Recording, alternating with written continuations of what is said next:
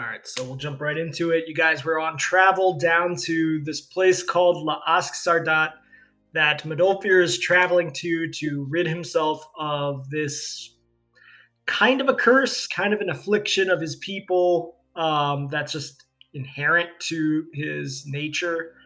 You guys were being led by Barag, who is also called the Shepherd, Moon Shepherd, also the Journeyman, who has assisted others in getting to this place and going through whatever the ritual is that is required. On the way down, and you guys previously were sucked into 3 pillar stones, magical pillar stones, through some sort of magical ward. So you all never have gotten any rest thus far. You've gone 1 day without rest thus far, which I think all of you have a con. Nobody has a 0 con bonus, right? Wait, I mean, it's a minimum 1 either way, but couldn't have like slept in the pillar stones.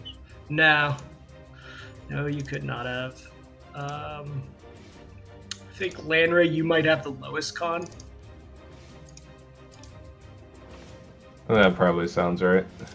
Let's see if Max has a low one.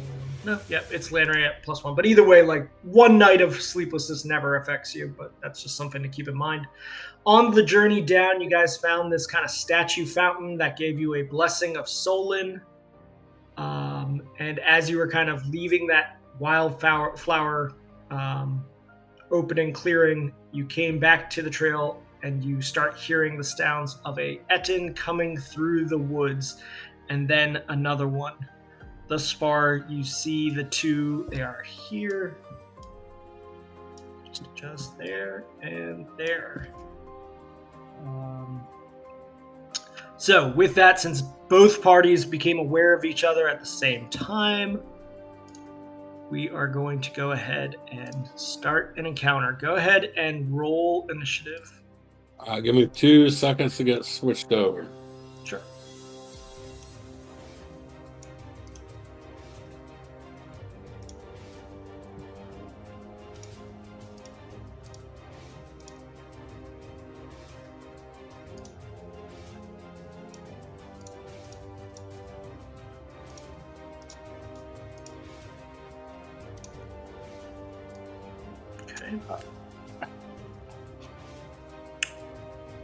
Manolfer. Good boy. Okay. And is Varg on there too? Yep, he is. Okay. So, Lanray, it's a good thing we held up for a second. You are up first. You do, as you're kind of perched next to this rock, see primarily this Etin just starting to come out of the tree cover here. You heard Finri and others call out that another Etin was on the road to the south, but you do not have a clear line because of some boulders to that one. What are you doing? Where we are right now, it looks like there is some rocks like right here. Is there a height to them, or what's that? Yeah, for sure. I will write that down. These rocks are 15 feet tall right here. Okay, you should be able to see that. And then there's a series of rocks that climb higher up into these trees back here. Those are 35 feet up. Gotcha. And this series of rocks is all sort of consistently 15 feet tall around here. Okay, and the Etin that is in my line of sight, I mean, it is clear that they see us as well. Yeah, as he came out of the woods, it's almost like he was rushing through there. Originally, you didn't hear many sounds coming from the south is where you expect where he was coming from, just since you guys were up in the wildflower pasture before. But as he's coming through, he's not trying to mask any sound. He's like running, and that's where he's gotten to. That's why you guys heard him coming at that point. Got it. And he definitely has a weapon raised right now. Okay, I will take a shot at him, but just a normal action, standard action.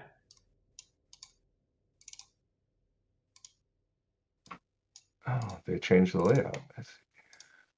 Oh yeah, combat. This combat might be a little different for you guys since this is the new version. I think this is the first battle we've had since the new version.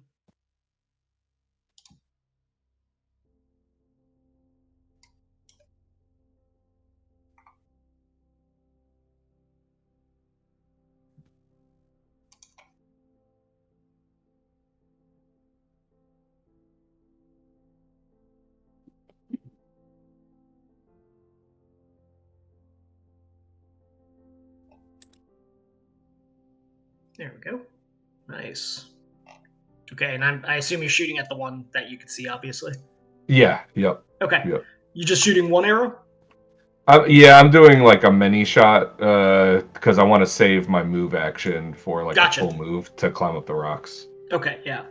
And let me just make sure the mini shot is a separate. Okay, yeah. So it rolled 2 different damages. It's not cumulative on the bottom. So that is 9 points of damage. 34 definitely hits. As this Etten comes through the trees, it loses all of its cover and concealment, and you are able to hit it for 9 points of damage. Okay, that was your action. And then I want to move. I guess, am I going to be able to climb or?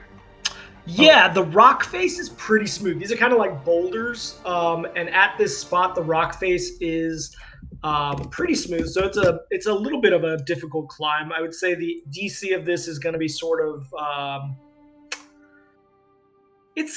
it's got an uneven surface with just like really small handholds for you to climb up. So this is going to be a pretty decent DC, like a 20. It's not slippery. Yeah, so about a 20. Okay. I will try to climb just to get a better vantage point. So I guess I'll roll for that. Mm-hmm. Yep, roll your climb check. It's going to be a DC 20. What did we fight before this?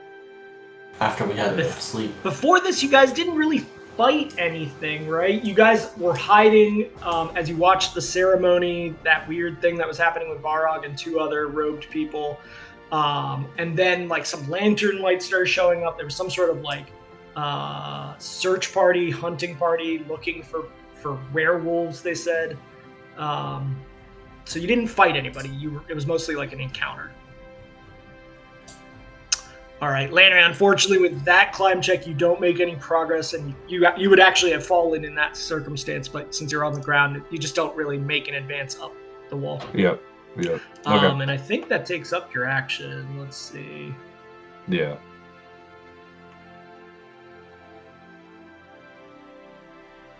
Yeah. Sustain appropriate box, or to make your own.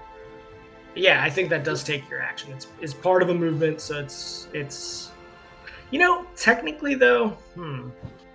What, climbing? No, climbing is just it's like a portion check of your movement. Yeah, so because you failed it, you still technically have movement available to you. If you had passed it, then you could move at the appropriate speed, but since you failed it, you didn't actually move. So instead, you could just move now. Yeah, I mean, I think what I'm gonna do actually is kind of stay where I am. Okay. Yeah, I think I'm good. Sounds good.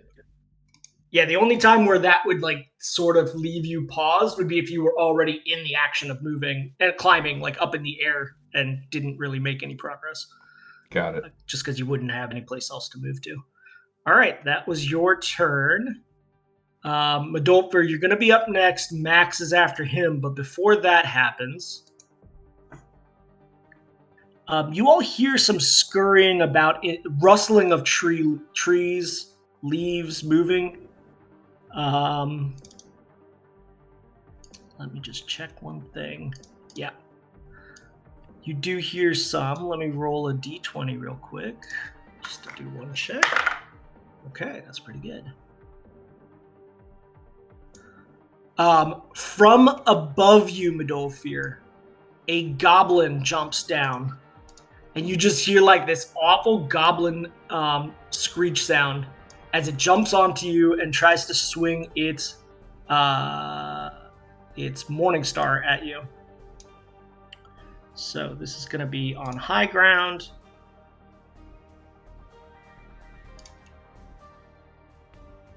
Okay. That's a 21 to hit. Does that hit? Yep.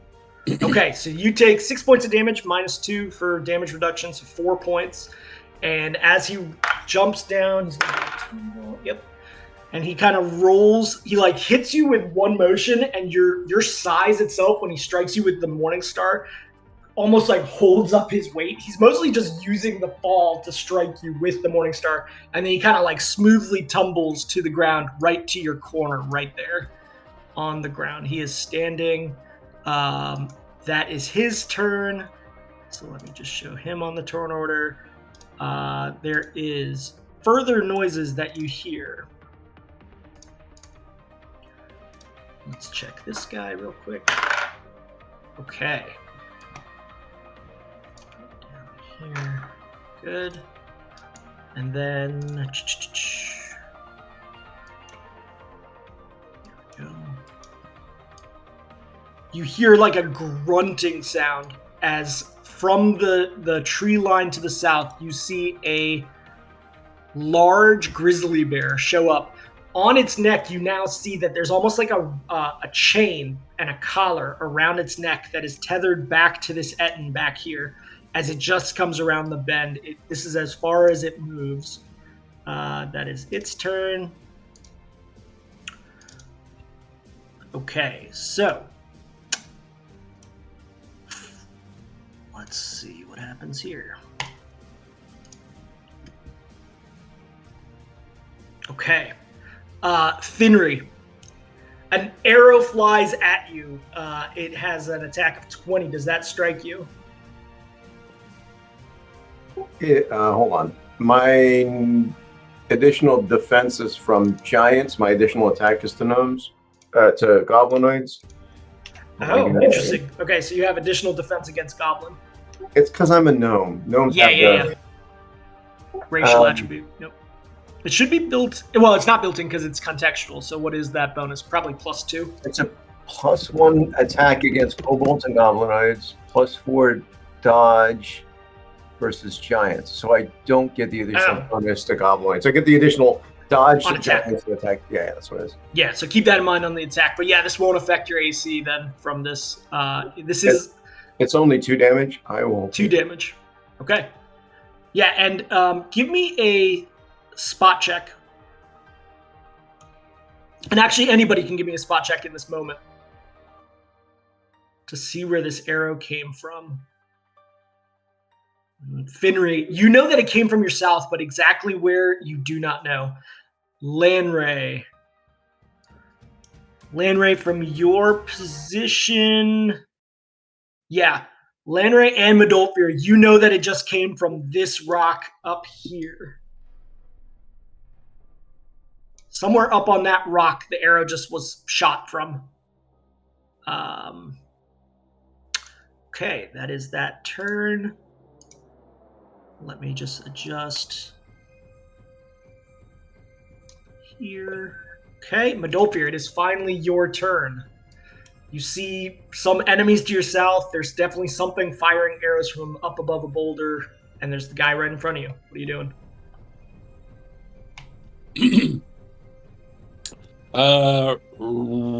Can I make a some kind of check to see if like the bear is willing, like a willing I mean, I know he's chained, but is it like... Give me a knowledge nature check. All right. You could just kind of barely see through this tree right here, what's going on.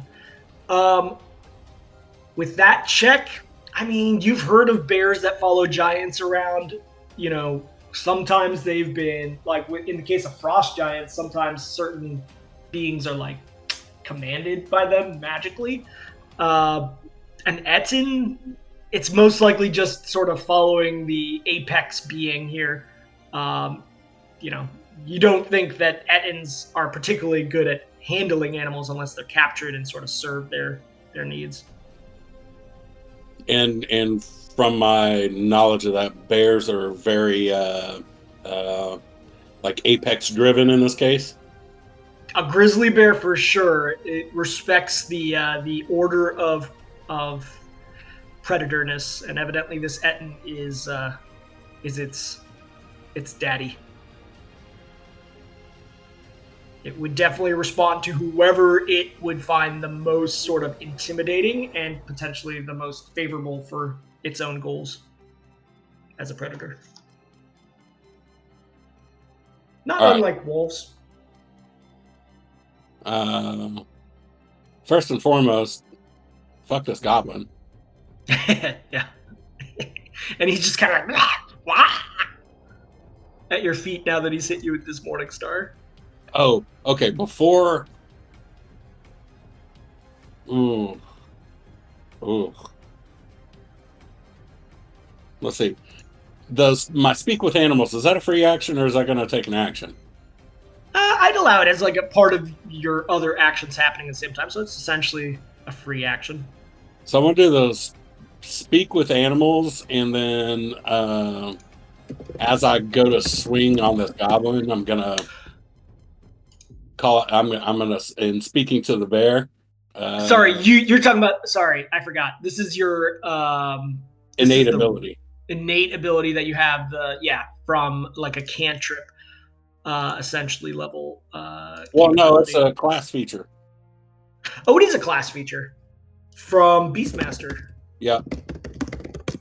Let me just double check, because as a spell it would take a standard action, but let me see. Once per day as the spell cast by the caster over class level. So essentially it is still a standard action to use that feature, to like sort of initiate it per the Beastmaster Raw. Alright. So, alright. I'm going to brutalize this goblin here real quick, though. Sounds good. That's what goblins are made for. Oh, shit. I thought it landed on one. I love the new dice, by the way, because I'm just like watching it roll, and sometimes it lands on one and then another dice knocks it out. I've noticed that recently. All right. Can the excessive damage be used to like golf the body of the goblin at something else?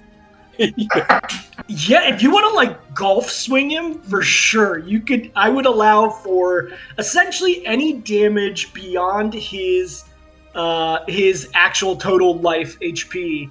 I would say for every 10 damage beyond that, you can fling this goblin 5 feet, just like completely smashing his body across. So that's a lot of damage. I'm not sure how much that gains me, but I want to do that.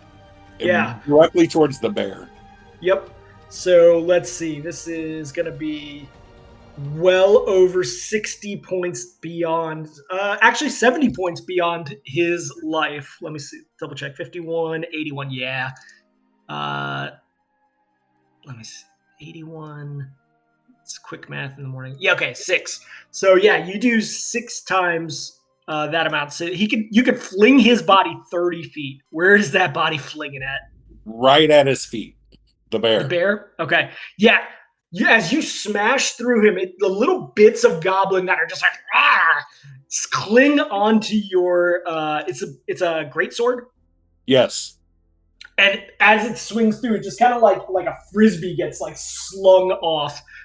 His torso gets slung off the end of it and just starts spinning. And it lands right at the ground through the branches and just lands right there. He is very dead. Hold on one second. Silly little goblin. Indeed. Okay. The bear, as the goblin kind of lands, is just like.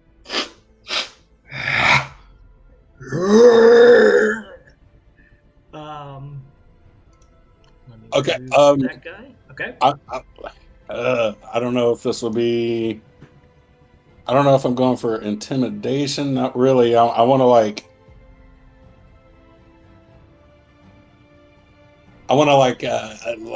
a show of dominance to the bear. Okay. Yep. And by the way, I did look up. You know how you're like annoyed that intimidation is a charisma capability. There are a couple of feats that change that you might want to look into in the future. It's costly though, obviously. Yeah. As a feat. Anyways, yeah. So you're gonna try an intimidate check, or Well, like I don't know. Would that be like a handle animal in this case? like you're like a zookeeper throwing meat to the bear? Yeah. That would be sort of that. Otherwise, yeah, if you want to kind of be like, I'm the apex, it would be because you just killed this guy and you just murdered him and flung it at it. If you did an intimidation, even though it's charisma based, the DC would be lower because you've kind of like, whoa, what the fuck, to this bear. So it's up to you. Man, I'll try it. My intimidation sucks though. Yeah, the charisma basis does not help a barbarian very much. All right, let's go for it. Let's go. Oh my god, are you kidding? It wouldn't have mattered anyways, even with the other check. It's kind of like and just ready to eat the goblin, but first it sees better targets. Goblin meat's not good. Midolfir accidentally buttered himself up for the bear. Like, yeah. Here, I'm ready to eat. Look at this. You know all those signs in national parks that are like, don't feed the animals. You just fed the animal. You still have a quick action or a 5-foot step if you wish to take it. And Max, you're going to be up next.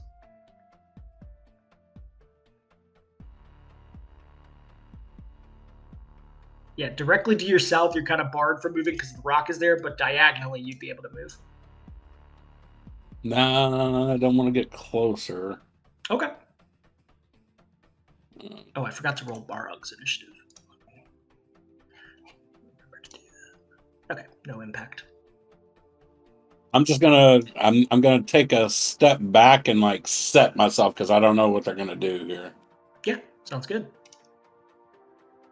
Okay, Max, before you go, another arrow flies out.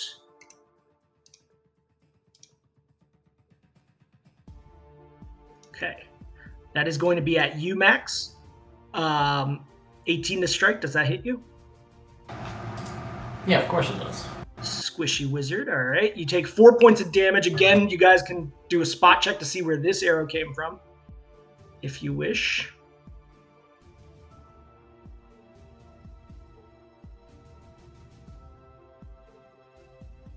Okay.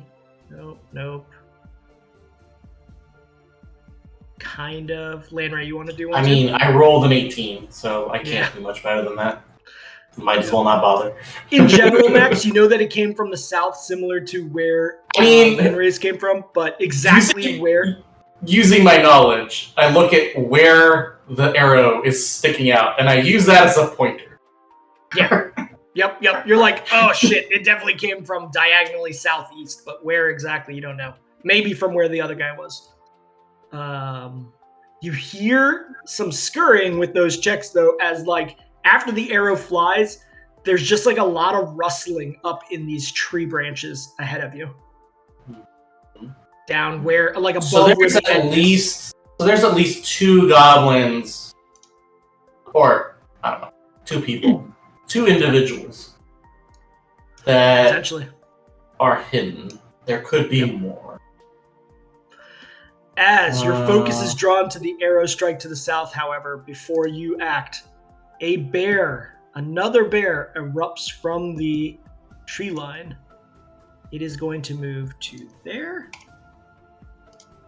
Directly to your northwest, Max. Oh, that's fun. It's going to get 1 claw attack as it like charges and strikes you with 1 claw. Oh, didn't roll very good. It misses as it comes at you. You just have a little bit of speed reaction to the sound coming at you. You do notice that around its neck there is a large chain and collar leading back to the trees back here. So, with that, what are you doing, wizard? Is the chain laying on the floor going into the forest, or is it have some sort of tension on it? It's pretty tense. But as it got closer, it came off the ground. So as it is right now, it looks like maybe a few more feet of slack are available, but it's coming off the ground now. Yeah, I'm just trying to decide if it's loose or if there's another Etten back there. Yeah. Yeah, it's definitely stuck to something on the other side. All right, he's gonna take a 5-foot step that way.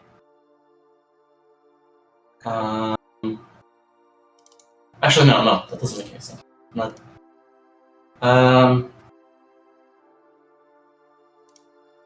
Actually, no, I should definitely do that.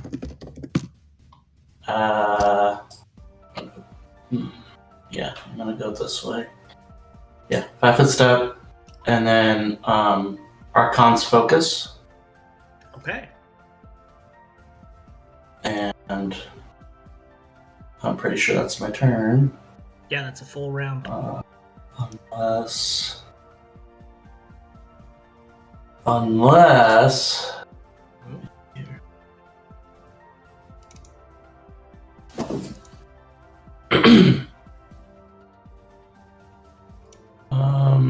And Finry, you're going to be up next after the Yetin. I'm reading the description of the Ring of Ram. I don't see whether or not that's a standard action or not. It doesn't. I don't see it. Maybe it's there, but I don't see it. It's a command, so I have to check magic item command. I think magic item on command is a swift action. It usually depends on. It's not like it has to do with the spell and further enhancements that the magic item might have. It's not like all command activated are the same action type. This is a spoken word command. Yeah, that I'm saying that's not okay.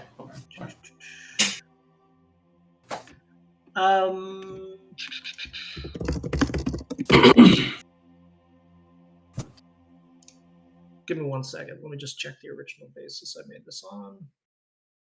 I'll write this into the future. It's intended to be a swift action. It's supposed to be a swift? Yeah, it is intended. So when you took that 5-foot step, I would allow you to have also used it in that swift. 5-foot step is not swift. 5-foot step is free action. Is completely free. Yeah. I'm gonna use 3 charges. Okay. And I'm gonna I can kind of tell where the Etten is, right? Because the chain kind of tells me, right? So I'm gonna angle my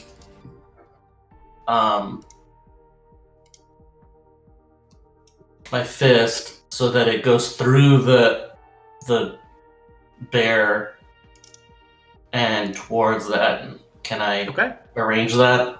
Yeah, I think there's a straight line between. You sort of see where the chain lines up, so I think that you could easily discern that with your intelligence.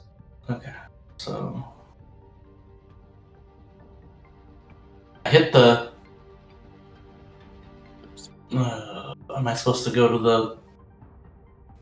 I hit the little action button, and that's all it spit out. Do I need to go and do something? Yeah, roll me the 3d6, and it's going to be for a range attack with 50-foot maximum range.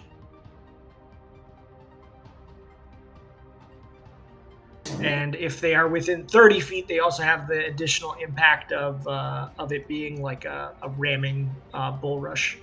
So start with the 3d6. Okay, I don't have to roll an attack? No, I don't believe so. Let me see. It says it's a ranged attack, so. Oh, it is a ranged. Yeah, it's gonna be a ranged touch attack. Okay. It's actually better than melee, so that's good. Come on. Okay. Middle of the road. 18 is going to definitely strike the bear. Let me just check one thing. Yeah, the ring sets forth. And it does feel like it comes into some resistance into the woods itself for 3d6 against both of the potential targets. So the bear takes 8 points. Something else back there potentially took some damage. And then I need you to do, let's see, within 30 feet. So what does that look like? Back towards here. Okay. Yeah, so check it against the bear now. So this is going to be a 25 strength, so that's going to be a +7. it's because it says if 3 charges are expended, the effect of the character is with a strength of 29. So so it's plus 2 more. So he's bull rushing with a strength of 29.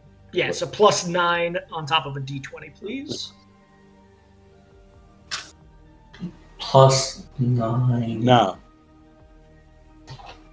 29 minus 10 divided by 2 is plus 10. And Are you plus, writing down? A strength of 29 will have a modifier of 9. Oh, yeah, okay. But then, it's also a plus 2 bonus to that if you look at the paragraph above it. I think that's implementing the change in strength, though, because like it says, if you use 2, it gets a plus 1 if you use 2, and that's exactly the difference in the strength scores. 27. It's weird that it's written that way. Yeah. does the Blessing of Solon come into play here?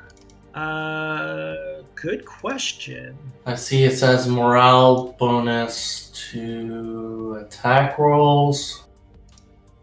But this is not an attack roll, is it? No, this part isn't, and it was already in effect on your actual attack roll. So yeah, no. And then, All right. Yeah.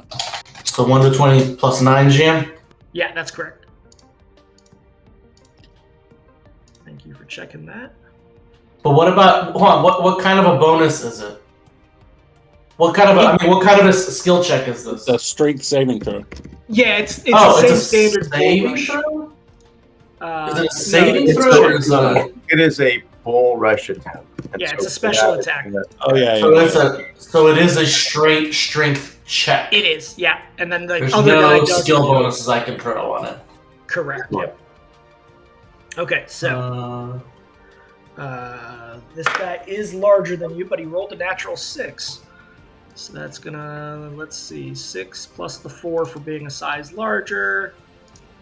And strength. Okay, so 14, 18 is exactly what you rolled. So I believe per the rules of Bull Rush, you did not beat him. Beats. Yeah. Meets beats, you're right. So just the 5 feet. So he's just kind of pushed back by the damage 5 feet back into the corner that he just came from, like that. Okay. That's all I was trying to do is instead of just 5 feet away from him, I wanted to be a little further. Yeah, nice, smart. Okay. Oops, I added 8 points to another person. Okay. All right, that is your turn. Before you go, Finnery, this Etten, who's been patiently waiting his turn, is going to rush out. Let's see. Etten's speed is probably 30 feet. Yep. So he's going to move 30 feet to there.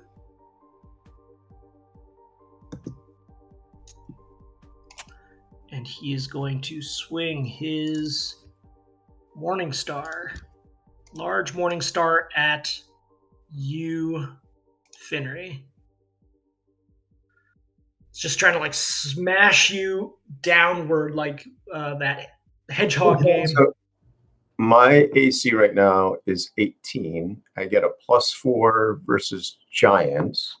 So that puts it at 22, right? And that means he would hit me, right? Yep, he just hits. No, he doesn't, because I do one of my skills, and then I get a plus to dodge.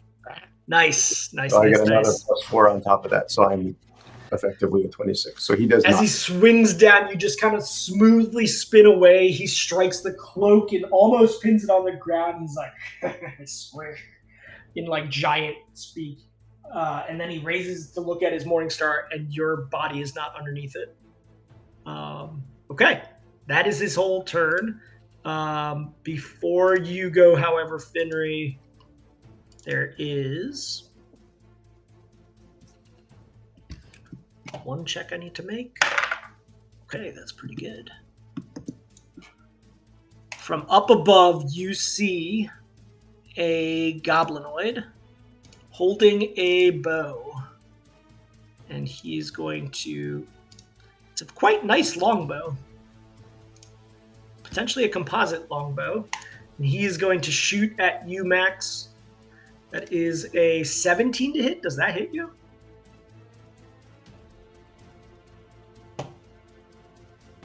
Oh yeah, for sure. Okay. He does 8 points of damage. That's a good roll from him. But you do clearly see him because he's out in the open above you, right there. Mm-hmm. Okay, and Finry, now it is your turn. Can I just delay a full action until the end of the round, or do I have? If I do that, the only thing I can do does it. So, questions: would that become permanent and change my order in the round? It would. You can permanently change your initiative and still retain your entire turn. Otherwise, you're like waiting for something to happen, and then you only get your action. So you have those two choices. This guy is not, the Etna in front of me is not currently being flanked by anything, right? No. Not yet, at least. Okay, I'm gonna move 5 feet. No, I'm not. If I get that, I would not get that.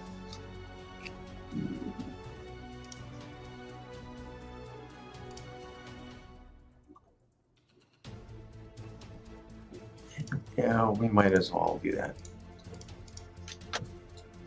And then I will do this.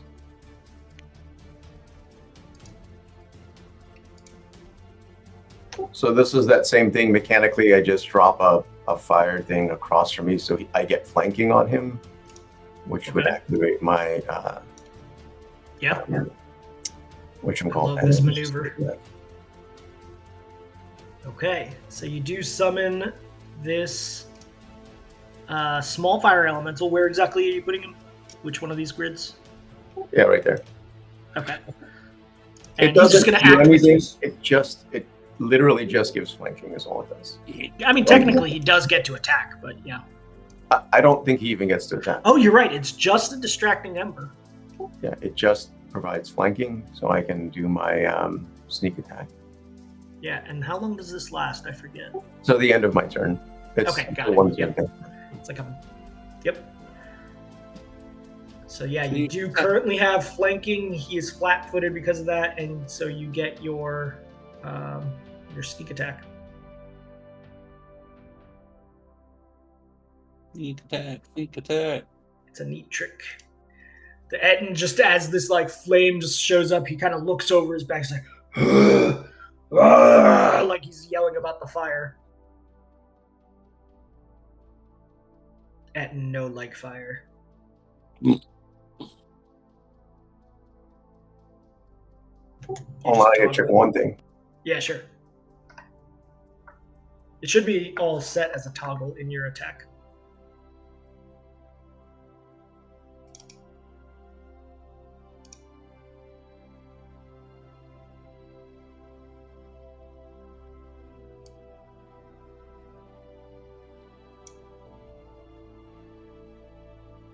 Holy shit.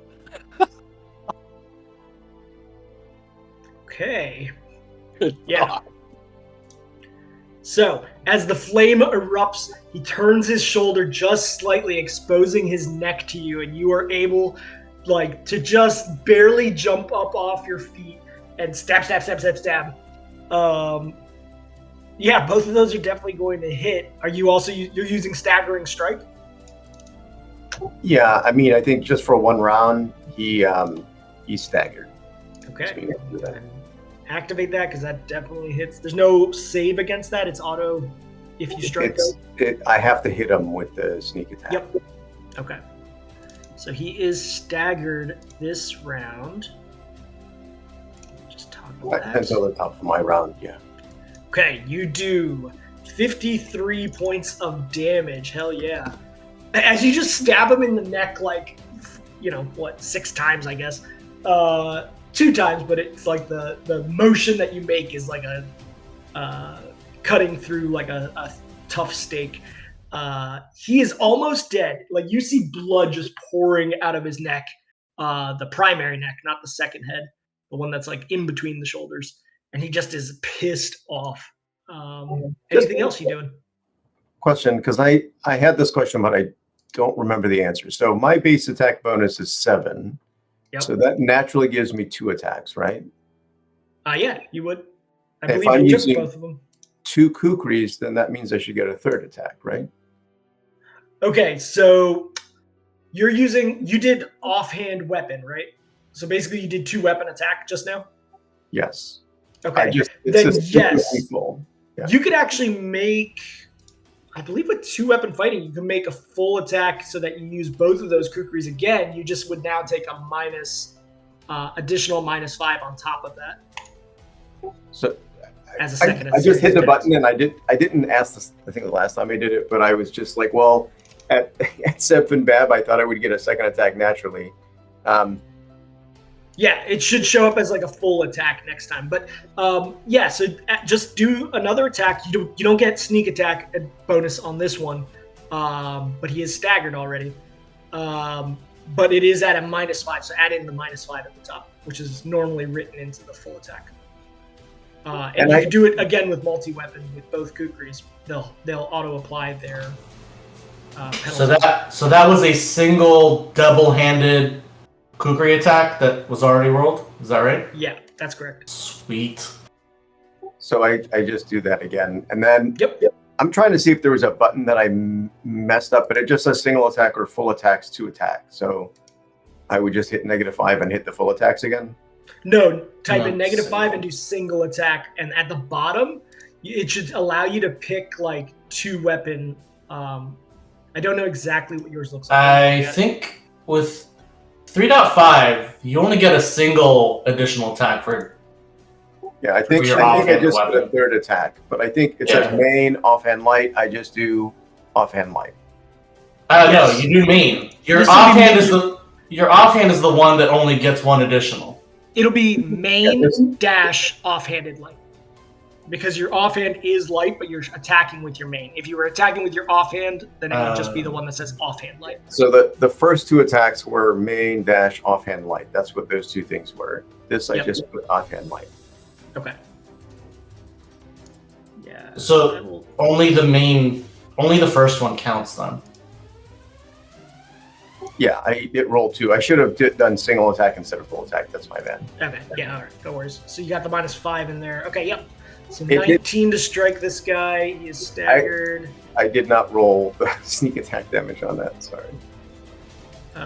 No, you're not supposed to. On now that he's aware of you. Oh no, he's still flying. No, it's still the same. It's also the same attack. Like, you get it through your full whatever you were going to do, not just the first strike. Go ahead and roll me the 5d6 for sneak attack still. I get 7. Because of your assassin stance. Yep. Yeah. Yeah, that's ridiculous. You're getting 7d6 with this maneuver. But, there's a limited number of times you can do the fire elemental trick. Okay, yeah. You notice that he's like starting to stagger, and you're just like, oh no, big boy. You stab him through the neck one more time. He is dead. He collapses to the ground. Just his freaking artery is completely severed. He did.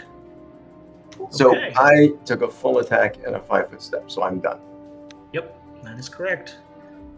Next up is going to be Barog, but before he goes, this Etten to the south is going to run. Your fire elemental disappears immediately, right? At the end of your turn. Yeah, I mean, you can keep putting it on the map if you want, but it doesn't really do anything. Okay. What does it remain?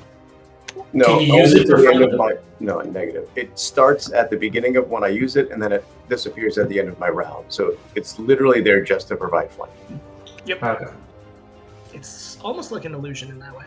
All right, so this guy just runs past the bear. You notice that now he's dragging the chain behind him, runs over the dead goblin, and he's going to just... he's going to take cover. He's like... and take cover behind this tree as he can't quite reach you guys. So he has partial... Let me just confirm.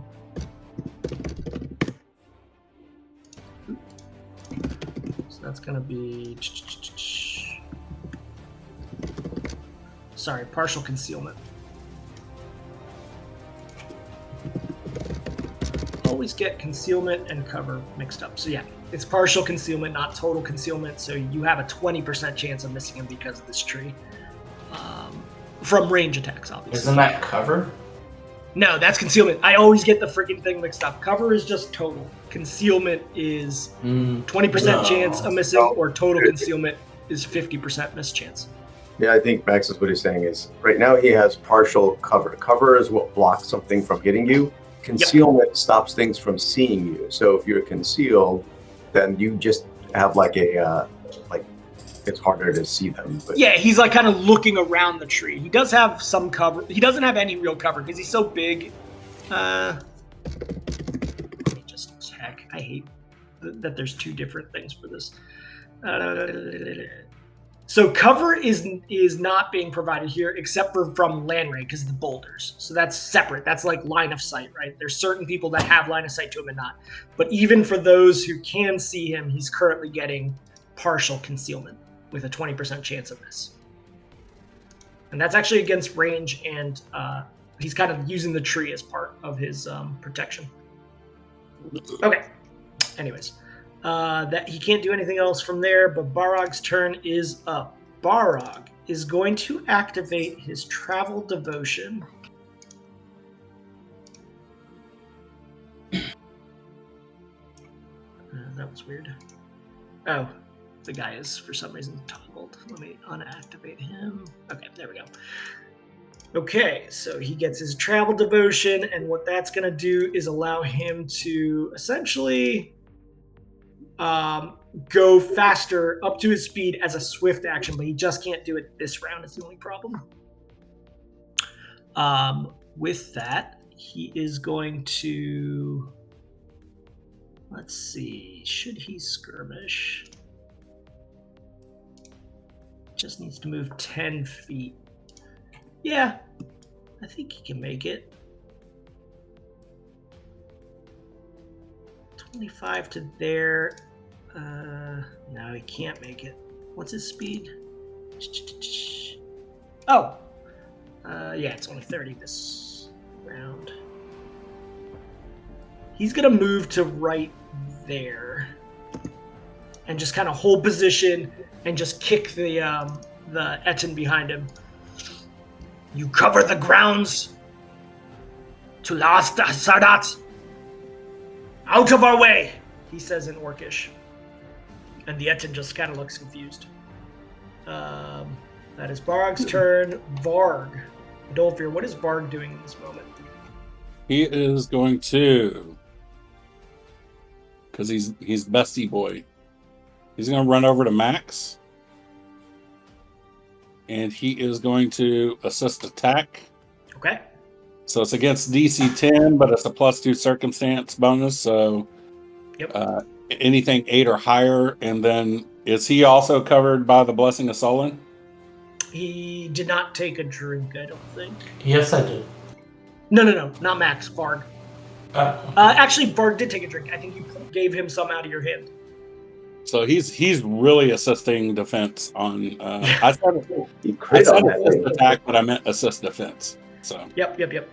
All right, Max. As he comes behind you, you notice that his jaw is just ready as like a secondary like defense if anything melee attacks you here. Hot. All right. And actually, also against range, he can like try to deflect the arrows with his jaw. I guess I don't know. It doesn't specify just melee attack. Yeah, it's just it's a circumstance AC bonus. It doesn't say against melee or range. So yeah. Yeah. So just keep in mind you're getting a +2 on AC right now, Max. With that, before we go to the top of the round, as Barog stepped forward, a goblin is going to jump down. Let me check the jump. Oh yeah, that's plenty. Out of this tree, land and try to attack him with the Morning Star. From how high? The tree branch that he jumped down from was about 10 feet up. So the attack crits, but it does not confirm. So he only takes 4 points of damage here. And the goblin's just like, Rah! So, hold on, I forget. Is the first 10 feet free, or does he take falling damage for that as well? With his jump check, he basically was checking. You gotta do a tumble. If you want to cancel out falling damage. But I don't remember if the first 10 feet deals damage or not. I don't think it does. His tumble bonus, I think, is even higher. Let me just double check. No, his tumble is less than his jump. Let me double check. Yeah, but for falling, I don't know if 10 feet does falling damage. No, it wouldn't have hurt him anyways. Yeah, okay. All right, that's fine. Yeah. Sorry. So he does strike Barog for 4 points of damage. Barog just is like trying to tell them to get out of the way, but he's speaking Orcish to them. Does not seem to be registering. That is his turn. From that chain that was in the woods, Max, you see now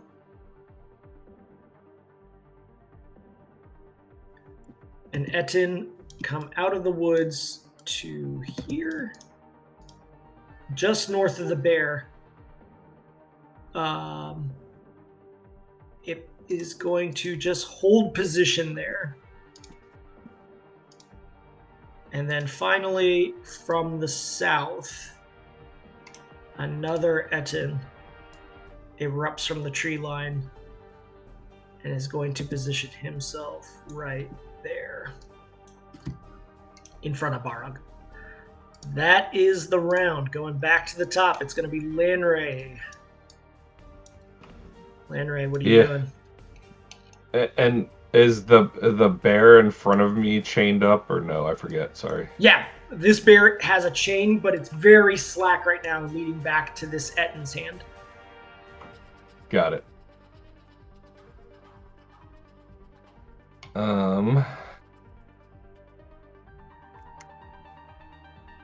I am going to try to climb again. Okay, yeah, try to get that high ground. You do know of the goblin fighter up here? Oof, man, you're just rolling like shit right now. That was the same roll I had the first time. Yeah. No, I mean, at least it doesn't impede your movement because you're on the ground anyways. You're just trying to grab up to the rock and you're like, God, this rock is just not giving you a handhold. What are you doing instead? Well, I'm gonna probably... I want to shoot the Etin, but I don't know how big the bear is. The bear is big, and it is now on all four. Like, it stands shoulder height to you when it's on all four. Got it. This is a freaking big grizzly bear. But the Etin is pretty tall. It's a giant, right? Yeah, that's a good point. He's about 9.5 feet tall, so you're far enough away from the bear that you can see over the bear at his head. So there's portion of him that's visible. I would say, again, he is getting a 20% miss chance just because the bear is so big that it's protecting part of him to some extent. Right. But if he gets the 20%, then it hits the bear, right? You know, I will play it. I don't think the Raw is very weird about that, but I'm going to say yes. It would. So it does talk about it when it talks about allies. Yeah, that's true. Like if you don't, shoot into melee. Yeah. Okay, so yeah, go ahead. I will roll the 1d100 for each arrow that you shoot. So.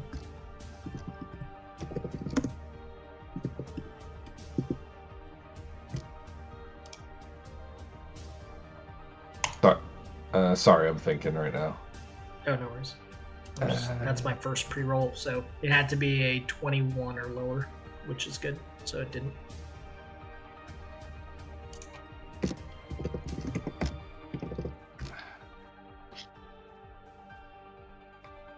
All right, I'll just I'll go with let me fire at the Etin.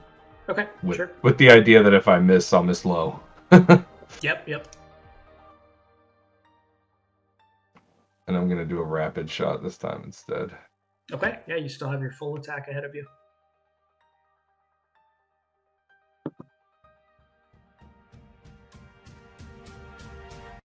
Nice. Oh, there's a lot of dice flying. Okay. Yeah, really good. So that's going to be 4 arrows. I forgot that you get that now, 4 with the rapid. Yeah. So all of those are going to hit, assuming that the 1d100 issue isn't. So you want bigger than 21. That's good. That one's good. That one's good. Yeah, all 4 of those are going to strike. So just successively. Boom, boom, boom, boom, boom.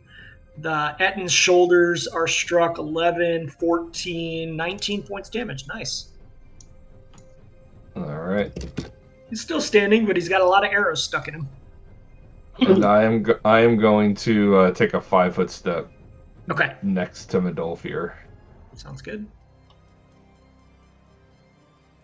Medolfir, before your turn comes up, this goblin back here. Let's see. Hold on 1 second. Let me just double check one thing. Yep. So from on top of this rock, this goblin charges ahead through the trees. Yeah. Through the trees at Finray. So let me just move this guy out of the way for now. There's a dead body there, but he's getting in my way. Is that a new goblin? What's that? Is that a new goblin? Yes, it is. So he's standing on top of the dead body, and he's just going to do a charge attack on you. And this is against you, Finray. Which one is this? The one to your southwest. So he's going to pass by Modalfear and Barag to get to you. No, he didn't pass by within Moldafir's reach. Yeah, or exactly. Mark's reach. Yep, Varg is still out of reach from him. 13 to hit probably won't hit. It will not hit me. Oh, it's. Okay. I thought it was the Etin. Sorry. No, It's a big dude. Yep. No, he does miss, and since he used his move action, that is his turn. Brown Bear at the bottom is going to move. Loosened from the chain now, he is going to move up to here.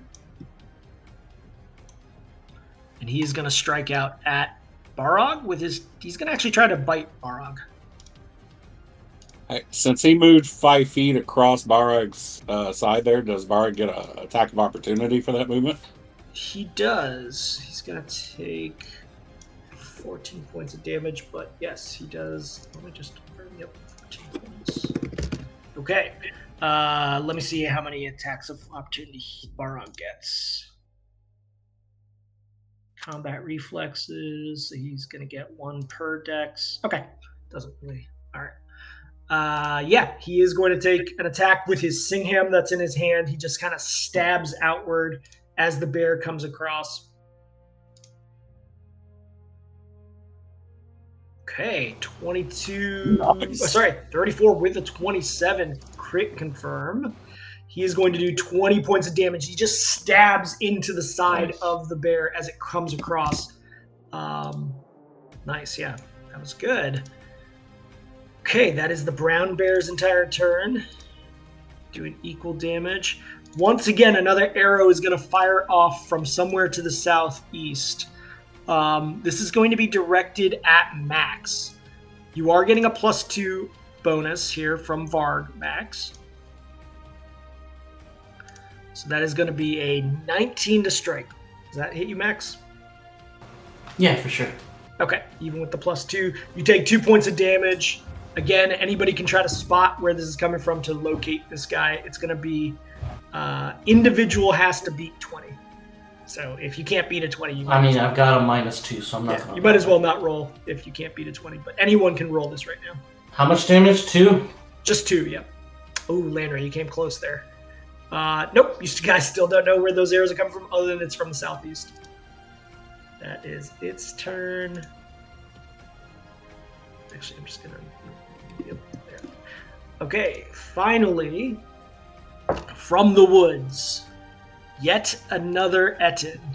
This pack is some sort of larger group. Erupts from the woods.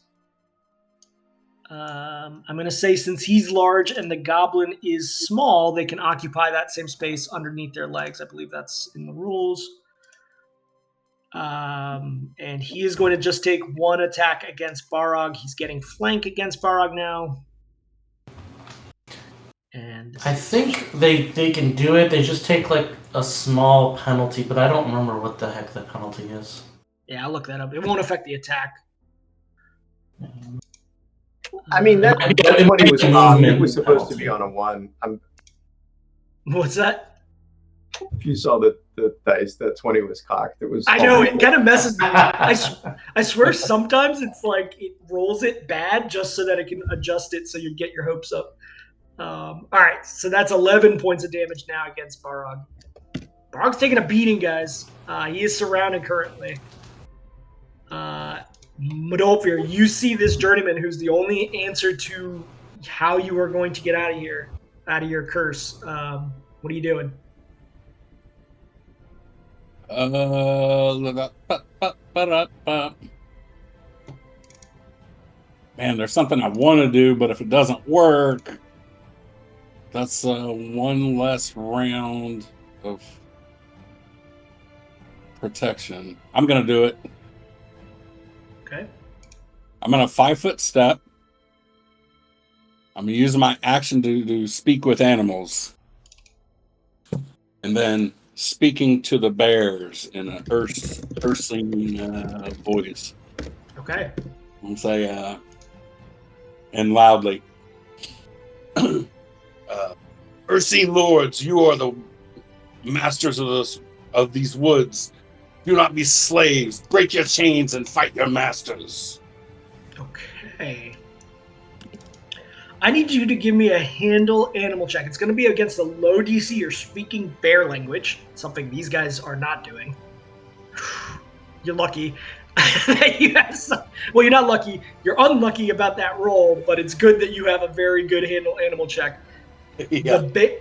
As you speak this out, this bear and this bear are not fully changed in their opinion, but you've affected them enough that they're questioning their actions this round against what they thought were their perceived enemies. So right now they're kind of it might be momentary, but for right now it seems like they've moved out of their readied stance to attack your allies and are just looking at you in a way. That takes your full round. Yep. Okay. Oh wait, you still have a move action. Well, no, I did a 5-foot step. You did? Okay. You would have been able to move further if you wanted to, since speak with animals is only a standard action. And Max, you're going to be up next after this. anything else? What do I have? Yeah, anything that would have been a move action you could do. So I think that includes potions and using items. For how we play. How come the combat tracker is not indicating whose turn it is right now? There's a hidden person next before you, Max.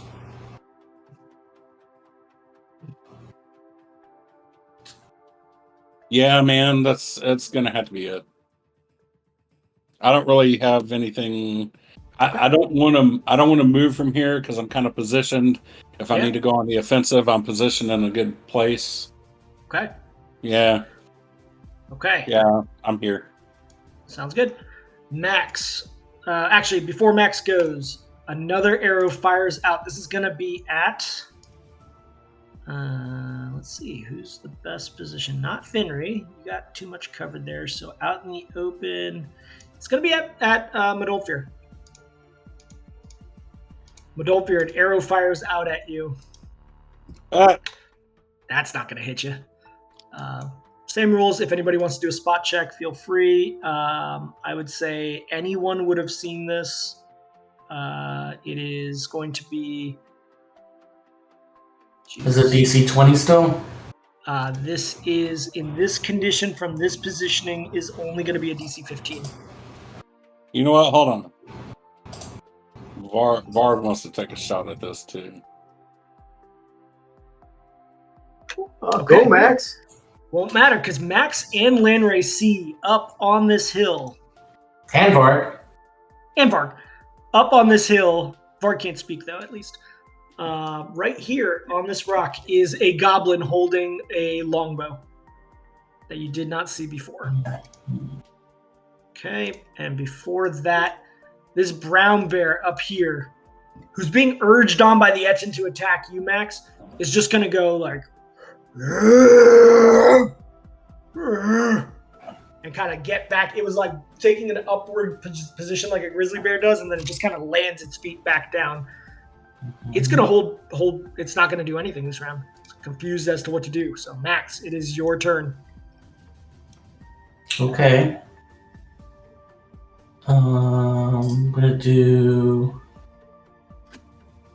Mass Curse of Unbending Blades, and that's going to be a 20-foot radius. Yeah, give me that 20-foot so I see who it is. Yeah, I'm about to try it. Hold on, I got to move it around, so don't. It's not the initial circle. No worries.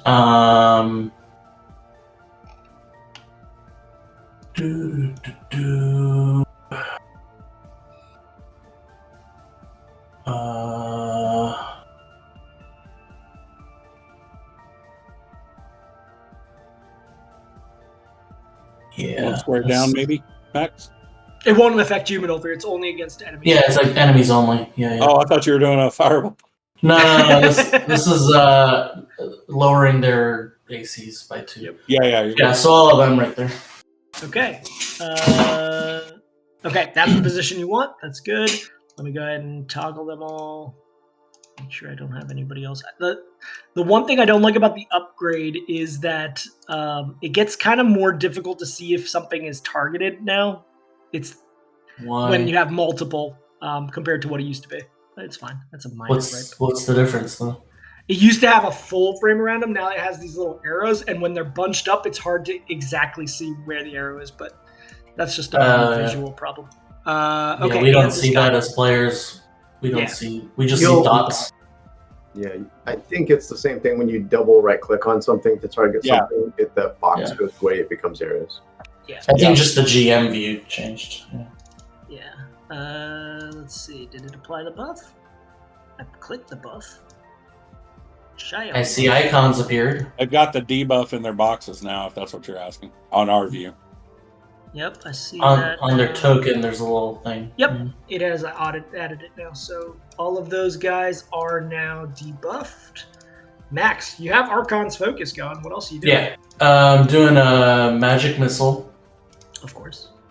Against... Well, hold on. I'm just going to delete this circle real quick. Do I want to do that?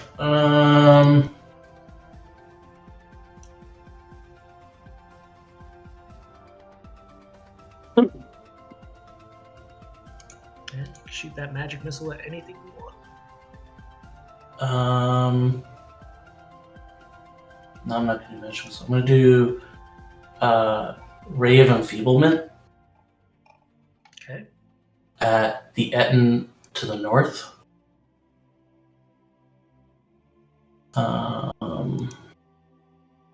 Let me see if the spell itself does roll. Nice. That's a 27 range touch attack. Yeah. On the Etten. I think going to hit pretty much everything in the book. So he's going to take the one in the north. Yeah. Okay. Yeah. Yep. Okay, hold on. So the subject takes penalty strength equal to per 2 caster levels. So it's just 1d6 plus 5, I think, for you. As long as you're above level 10 caster level. No, it's not plus 5. It's actually built into the buff. So it's plus 1d6. What buff? I have a buff set on your spell. So when I click it, it actually has it automatically in there as a damage pool. But I get to roll the 1d6. I don't know why it would automatically apply like that. I can change it. That's fine. Okay, it's just built into it as a pool, but that's fine. Right now, do you want to know what he rolled? No, I don't. Okay. All right. Roll the 1d6 and I'll adjust it. It should be 1d6 plus 4. 5. No, why 4. Is it 4? Because I'm split. I'm multi-class because Finray died. Ah, yeah. And for some reason, I was like, oh, I'm going to do cure magic now. Yeah, you're right. I'm not going to be able to start making up for it for like 2 more levels. and then I might be able to scale them together. Alright, so roll me the 1d6 natural. Okay. So that's 7 points of strength damage. Yep. So -7. There we go. Okay. It's not damage. It's a penalty to strength. Yeah. Overall, yeah. I mean, it's going to be the same effectively. It's not like this guy's going to play as an NPC moving forward. Yeah.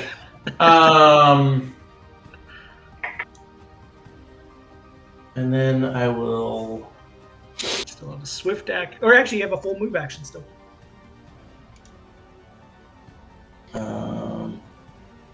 And Finner, you're going to be up next after this.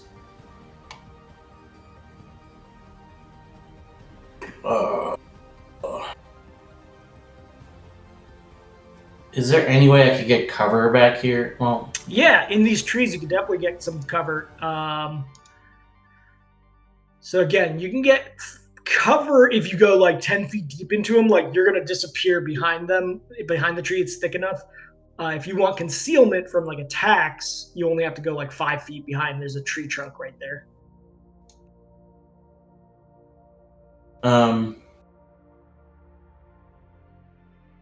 So you know that cover only gives you +4 to AC, right? It doesn't make you disappear. For a range attack, yeah. For any, okay.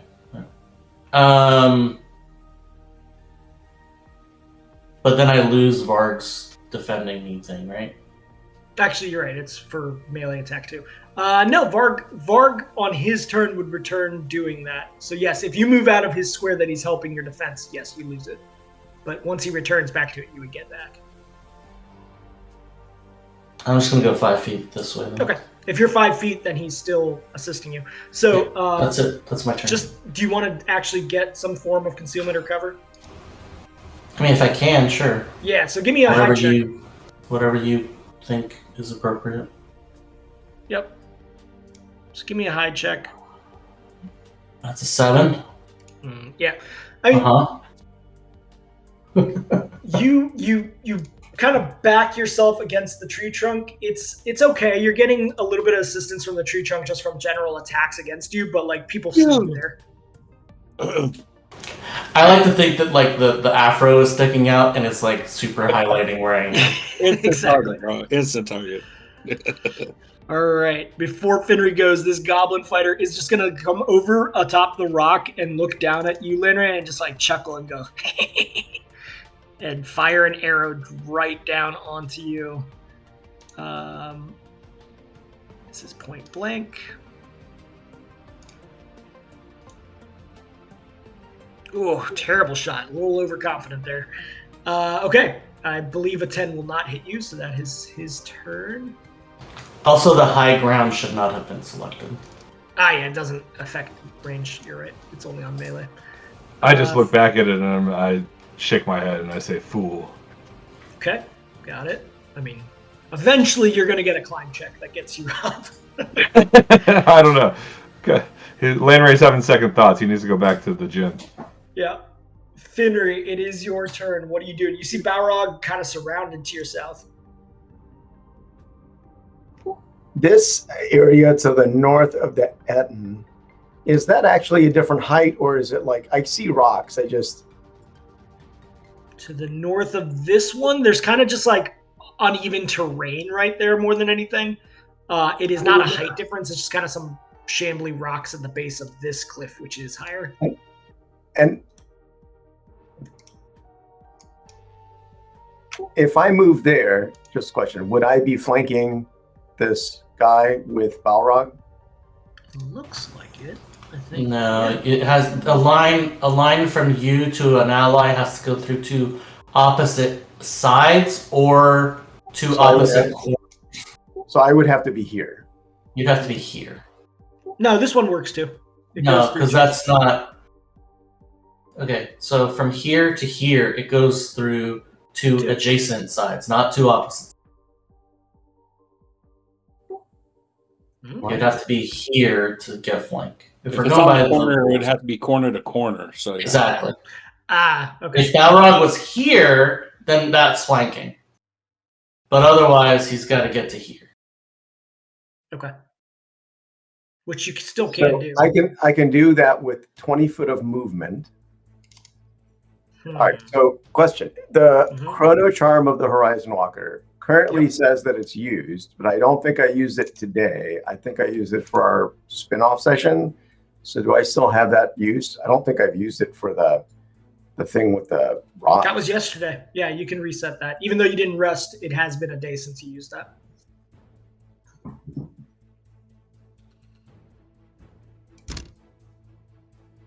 So I take it you're using that then? So, and I'm going to read this. I can move up to half my speed, and it doesn't provoke an attack of opportunity, correct? Absolutely. Yep. Right. And I get a 5-foot step on top of that, right? Yep, you would. So you have 15 feet of movement normally from this here. So that's and then 5 feet more. Yep, that's 20. Yep. That's 20. So now I'm flanking this jabroni over here. Yep. And that means I get whatchamacallit, sneak attack damage. You are in flank now with Barog, so you do get sneak attack damage. Yep. And that was only your swift action, so you have a full attack in front of you. So when you do it this time with the full attack, what you're going to do is you're going to select full attack, and it's going to be start with main offhand light. Okay? I assume you're doing 2 weapon attack again. Yeah, so there's 2 actually. Okay. I have a kukri that says 2 weapon full, and then I have, which I think incorporates all of the whatchamacallit adjustments, and then I have +1. Yeah. Do 2 weapon full as your attack option. It's a separate button that it's already created for you. It's like the blue one, I think, right? Yeah. The annoying thing with full attacks, just as a gripe on the macro, for whatever reason, when you make a full attack, it doesn't label it when you hover over the icon for it, unlike other attacks. It's very strange. It's like it doesn't get its own name.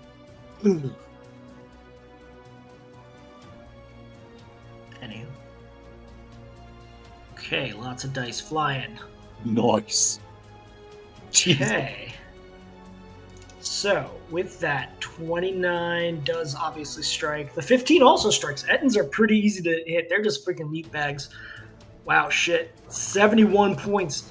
That is enough to just, again, you run up and you just stab him in the legs over and over again. He is staggered also. So that was your second use. Offhand as well. Yes. No. Hold on. Is it? Yeah, I get 2 main hand attacks, which were these 2, and then I have my offhand. But you moved. No, he didn't move. No. He used his Chrono Charm. Oh, okay. Cool. Okay, so that was with your main weapon. So now when you go to attack, okay, what you're going to do is select, at the bottom it says primary weapon, change that to offhand light. Done. And then it's single attack, right? Single attack, and you can toggle the things that you still have, like sneak attack. And you did purposely do staggering strike again, right? Not for this one. I can only stagger him once a turn, so it doesn't matter. I think I staggered him once. He's staggered, so I don't think it matters. You can't stagger multiple times. He's also cursed right now, so... Yeah, impending, yep. The second one doesn't count. I gotta figure out why it's doing that on the second. Okay, so the first one is all that matters, and that does strike for 25.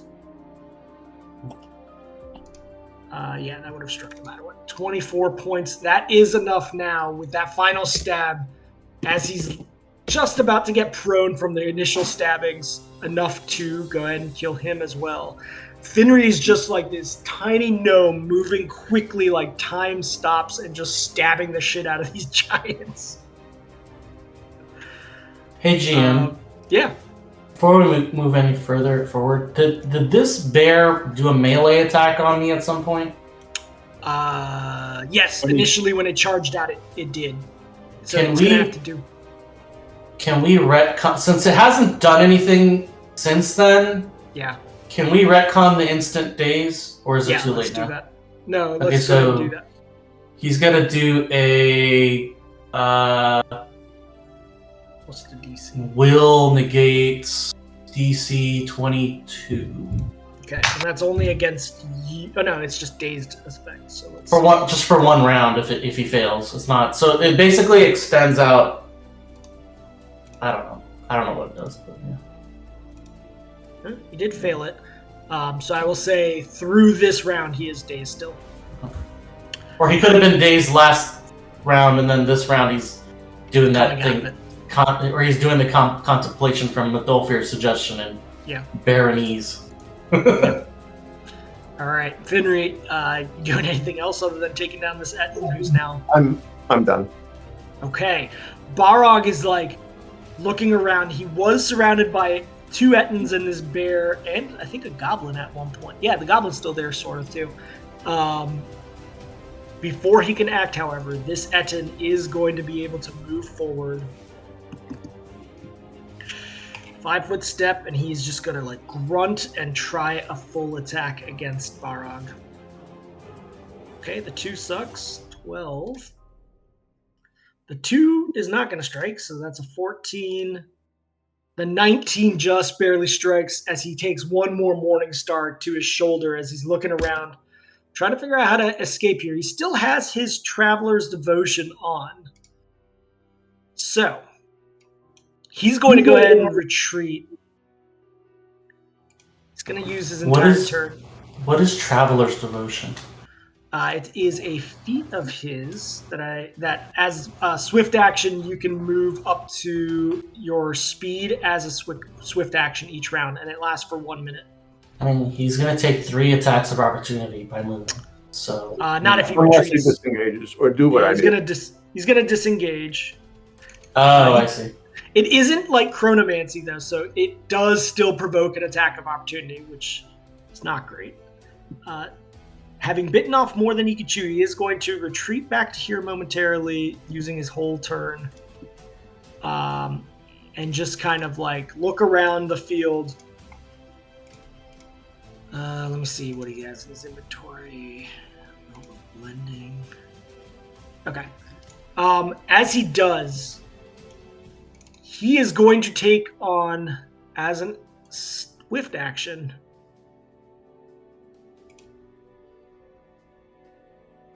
he begins to change form. You notice he isn't there yet, but he begins to change form. You see long tufts of fur starting to come off of his shoulders. As he is changing, his legs turning sort of inverted at the knee. That is going to be his turn as he retreats back behind the trees here with cover. After Barog is Varg. Varg, Max has moved back into the trees, but you are still in a position to defend him from where you are. What do you do? He's gonna 5-foot step. Okay. Right there. Just kind of against the biggest predator nearby. Yep. Yeah. That works. Still in that position. You don't have to re-roll it as long as he's holding it. This Goblin Fighter, which was underneath the legs of this Ettin, the Ettin collapsed. So actually, I need to check something real quick. As he was under... Shit. The Ettin collapses onto the Goblin. That was a really bad roll. As it lands, it does 3d6 damage. So that is 8 points of damage to this goblin as it lands on it. He's alive, but he is pinned currently. Does that goblin have the mass impending blades or whatever? He does. Debuff? Yes. Oh, it actually, it missed him. No, it missed him, so let me add that. Thank you. Yeah, because he was hiding. Yeah, he's hiding, yeah. Thank you. Click him. Making his situation even worse. Okay, so he is currently pinned, and he is not able to do anything because nobody within his reach is available, so he's just going to try to crawl out of that. Nope, that ain't going to do it. He is currently pinned underneath the dead Ettin. That is its turn. Dead Ettin. Okay, this Ettin calls on the bear in front of him. Ugh! Ah!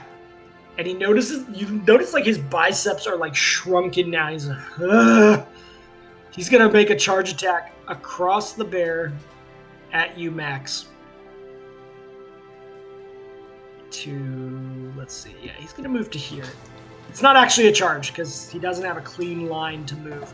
Varg is available to defend. This guy is able to strike past Varg with his Morning Star, however. Yeah. So Varg is assisting here. I mean, I'm pretty sure he's still going to hit me. Yeah, probably. 25 to hit's definitely going to hit. You're going to take an 11. 11 points damage, even with Varg helping you out there. Yep. Wait, hold on. Okay, yeah, no. But his ability modifier is reduced right now, right? Yeah, his Ray of Enfeeblement is affecting all of his okay. attacks. Yeah, I accidentally had Curse of Impending Blades on him, but it doesn't count. Yes, his ability modifier is only 3 right now, which is definitely lower than what an Etten has. Usually they have a 10. Okay. That is his turn. He would have hurt you a lot more if he wasn't as weak as he is right now. Next up is this Etten who is annoyed that Barag disengaged. He is not the one holding the... Oh, he is the one holding the chain to the bear. He's also kind of tugging at the chain, like, come on! In Giant, but it is not moving, so instead he is going to just kind of move over to here. Finri, you get an attack of opportunity against him if you wish. He has witnessed you take down 2 other Ettins, so you are currently the biggest threat. I think Fenrir stepped away for a sec. Oh, okay. I'll see what he does when he gets back, but first, either way, it's going to be an attack. This is a single attack against him. Nice. Fuck. Okay. No damage there. I'll see what he says when he gets back. Hey, he's back. Oh, you're back. So this Etten came across your attack of opportunity range. Do you wish to engage that? Sure. He also just critical failed striking you with his Morning Star. You are evidently the most intimidating being on this battle map for these Ettins currently. This is not an intimidating thing. So, there you go. 2 whole damage. 2 damage. It's feast or famine with me, man.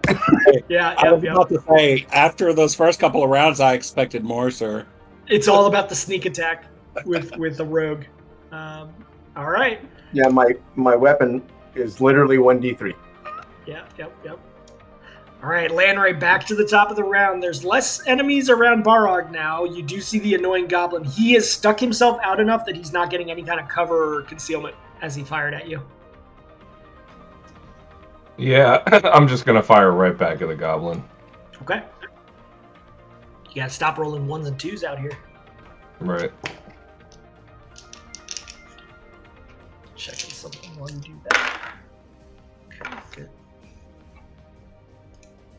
And Medolfi, you're going to be the next PC to act.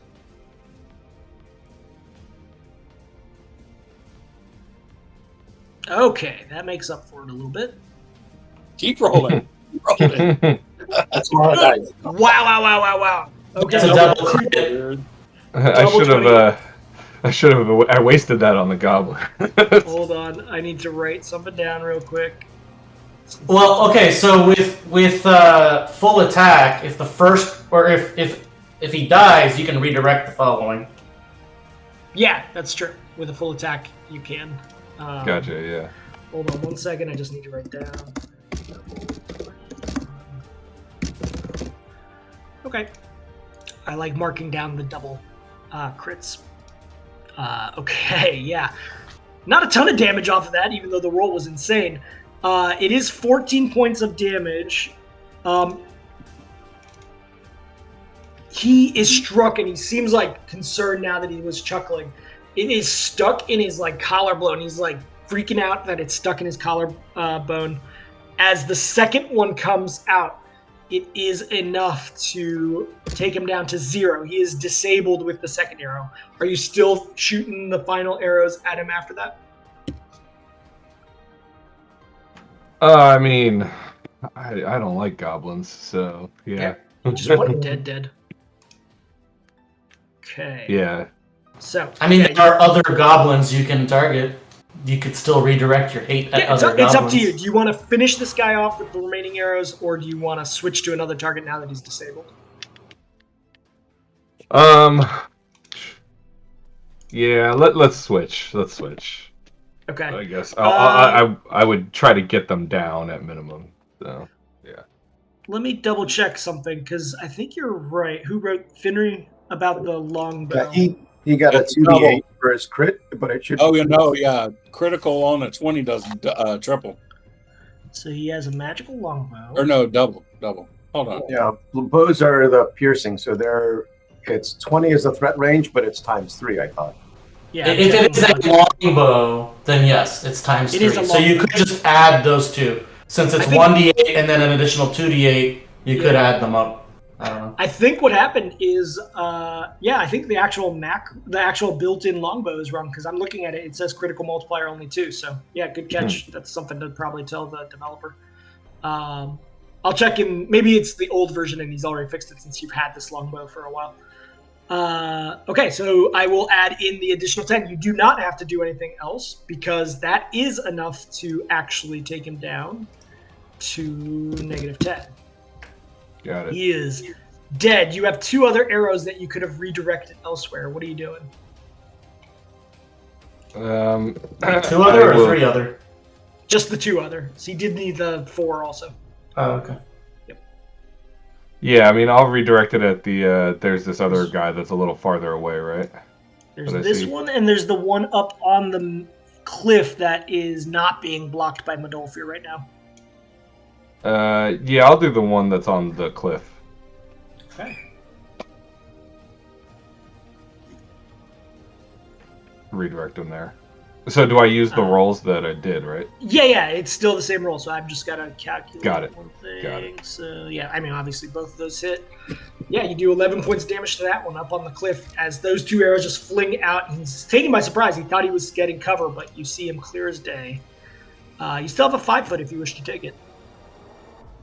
That Etten's getting close. In fact, I think technically you are...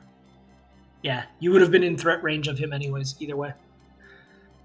Okay, that is your turn. Nice turn.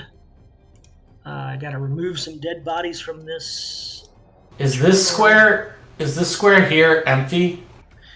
That square there is not. It is part of the rock. Oh, okay. Okay, never mind. Yep. Sorry, let me just clean up the combat order. There we go. All right, so the goblin fighter that's down here is not pinned. He kind of looks back at the bear and is just like frustrated at the bear, and in classic goblin nature is just gonna rush at Max. They do not like magic-y folk. You have impending bladed him. He's going to take a Morning Star attack against you. Okay. He does not get flank, but you do get a +2 bonus from Varg, which might come into play. Does that help? No. Okay. 17. You take 2. Yeah, you take 2 points of damage. Cool. They're doing some damage on the wizard. This brown bear is good. I gotta check one thing again. Oh, actually, I already did. So the brown bear is just kind of like looking at Modolfir, paws on the ground, and is starting to like kind of shake his neck where the chain is, but the chain is so loose that it's not doing anything. It's just he's like moving the chain around on the ground. He does not attack. Something's going on with that. However, before Modolfir goes, another arrow is going to fly out. This one is going to be at Modolfir as the cleanest line of attack. Oh, what's that for? I'm spotting. Oh, okay, gotcha. You're just doing it in advance. Yeah, not well. 10 isn't going to hit you, Modolfir. No. Okay, you guys are absolutely unable to spot this guy. Must have a really excellent position. Sniper camper. Yeah, exactly. That is its turn. Modolfir, what are you doing? As I get ready to move, I'm going to yell out again because I get 1 minute on that Speak with Animals. Your masters are weak. You don't deserve to be enslaved by them. And then I'm going to full attack on this Eaton. Okay, give me one more handle animal check to see if you can affect them more.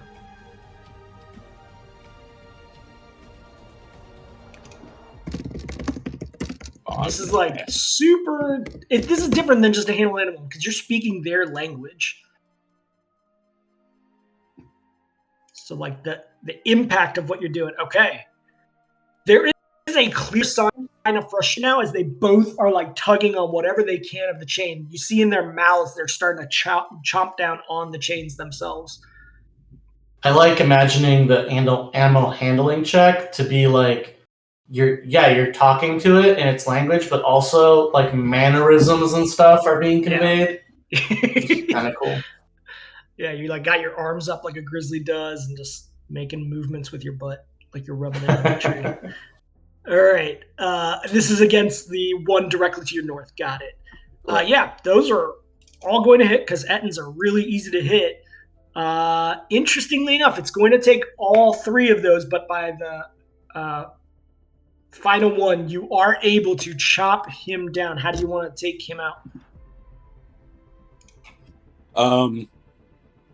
So the last hit, I'm gonna make sure to be across his. Is he holding the chain in his hand? He is. It's still in his hand. He's like trying to yank it to get it taut to pull the bear along, but the bear is now starting to like tug of war against him. So the last hit of the three is to slice his hand off at the wrist, and then I'm gonna yell, "You are free! Earn your freedom!"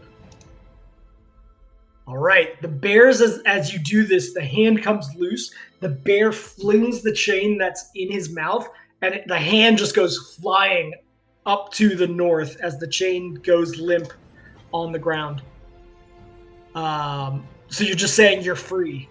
Yeah, you're free. Earn your freedom. Okay. I have broken your chains. Okay, Khaleesi, got it. All right, that is, I think, your whole turn. You took a 5 foot. Yep. Okay. Seeing the change around, this goblin who's now been spotted by Lanray and holding onto an arrow in him is going to scamper back into the trees. Let me roll a hide check. Okay. You see the leaves of these trees just start moving as he disappears into the canopy. You hear some of it moving. He has disengaged from this, and you are no longer able to see exactly where he went at the end of his turn. Okay. Next up is this brown bear. The brown bear, now loose from the chains, is going to just stand up on his hind legs and charge forward. Where is the goblin?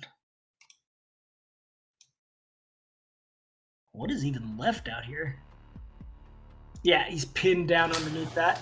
There's this goblin here, but then there's the one that just ran away and is hidden by leaves, and then there's one that is we don't know where they are. Camouflaged. Yep. He's just gonna charge down on top, pounce on top of the dead body, and with his claw just or with his teeth just bite down on this goblin. And that is enough to kill off the goblin as you gain its favor. He just chomps into this goblin's head and rips it clean off. That goblin is definitely dead now. That is the bear's turn. Max. There's a lot fewer obvious choices out on the field now. What are you doing? So, GM, question. When Modolfir did his growling thing, did it look like he was solely communicating with the one that just charged, or did it look like he was communicating with like both bears? Like, was he like looking back and forth? No, okay. Both bears, and both of them have reacted as such. They've kind of like both paused when he initially started it. Yeah, I gotcha. All right, so in that case, Max is gonna. Okay, so first thing Max is gonna do is take a 5 foot step away from Vard, even though he hates the fact that he's gonna lose the +2. Okay. He's gonna put like his left hand On Barad's shoulders? Oh, what happened to that? Oh, he's dead. Okay. He's dead. He was getting in the way of stuff. Okay. I thought maybe it was all right. So I put my hand on Barad's shoulder to like stabilize myself, not doing anything. Mm-hmm. And then cast Fireball. Okay. And I'm gonna put it right here. So, yeah. So it's a 19. DC 19 is correct because I didn't cast enhanced magical flow or anything like that. Got it. So so that's a reflex save. One on the left fails. One on the right passes. Goblin Just pinned. The goblin was killed by the bear. Oh, okay. All right. Never mind then. So there's no goblin like in the trees in that area, is what you. The other goblin, if what he was in there, would have been affected, but doesn't seem like he is. Yep. Okay. So both of these guys are affected by it, but the one on the left is full damage, which was 39 points. Quick math. Okay. And then the other one halves that for only 20 points of damage. Okay. After that happened, did either of them massively hurt by that? No, they both look okay. I mean, they're hurt, but not near death or anything. All right, let me get rid of the dang measurement. It's annoying. Mm-hmm. All right. Oh, has it been rainy around here? There's some smoldering branches and stuff, but this is a wet enough environment that nothing's caught on fire here. Oh, okay. Well, Max has create water under archivists prepared just for this contingency. I look over Barog's shoulder up to the cliff and notice that the goblin's not there anymore. Uh-huh. And I say, Max says, oh no, you don't. Okay. And cast magic missile at him. Yeah. All of the... Unless there's a full barrier around him, these things are going to seek it out like a freaking... you remember the little missile from, what was it, like James Bond, where you could like control the little camera and like seek out? That's just how it's rolling. Yeah. It's from GoldenEye, I think. Like 3 4s out of a 1d4. Yeah, that's pretty damn good. So that is 9, 14, 16, 21 points of damage. As somewhere in the deep trees, you hear like a animal falling out of the damn tree onto the ground. Also taking additional points of damage, but it doesn't really matter because he was dead before he even fell. What you believe to be the magic missile striking and killing another being in the woods. Did it go about to here, or did it go like... You see the explosions from down where you are, like sort of center forest back here. Okay. You got pretty far through the woods. Interesting. Did. All right. I think that's everything I can do. Almost like a brachiation of sorts, but not quite. All right. Yep, that's everything you can do. Finray, there are still more of these Ettins ahead of you. What are you doing? So there's 2 living Ettins. One is in my face. Mm-hmm. Yeah. And something shooting arrows still from high above. We have no clue where that shooting from high above is, right? But it's not it can't be the place where the fireballs came from, right? Yes. Fireballs? It can't be in the sphere that I just laid down the fireball in, because otherwise we would have heard some yelp or something. Yeah.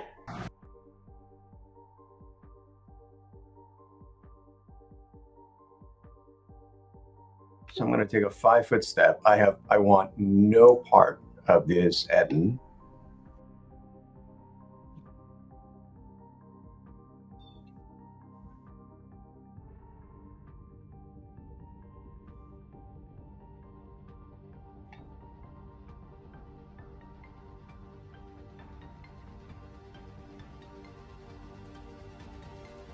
Question: if I don't know here. Do you need us to do hypotenuse calculations for you? Nope. What are you trying to I'm do? gonna bamf over here and hide. Is my thing. Okay, you're using the actual what's that called? The Shadow John. Shadow John. Yep. I am now Okay. 75% out of maneuvers. Okay, 42. Yeah, you like contort yourself in a way where you have complete cover, complete concealment. Nobody knows. Even your allies are like, "What the fuck happened to win rate?" Okay, that is your turn. I wanna like choreograph this. Remember Nightcrawler from the X-Men? I want to yeah. really just kind of like Dude, I jump remember. backwards and like puff Yeah. a smoke it out of there. Yeah, just your cloak, like as you move, the cloak just matches perfectly with the surroundings around you, and then you are just gone. Okay, that is your turn. The Etin is going to trying to yank on this chain still, give up on that, and just go after. Going to try to move past it, bull rush past it, since the bear is going to try to stop it.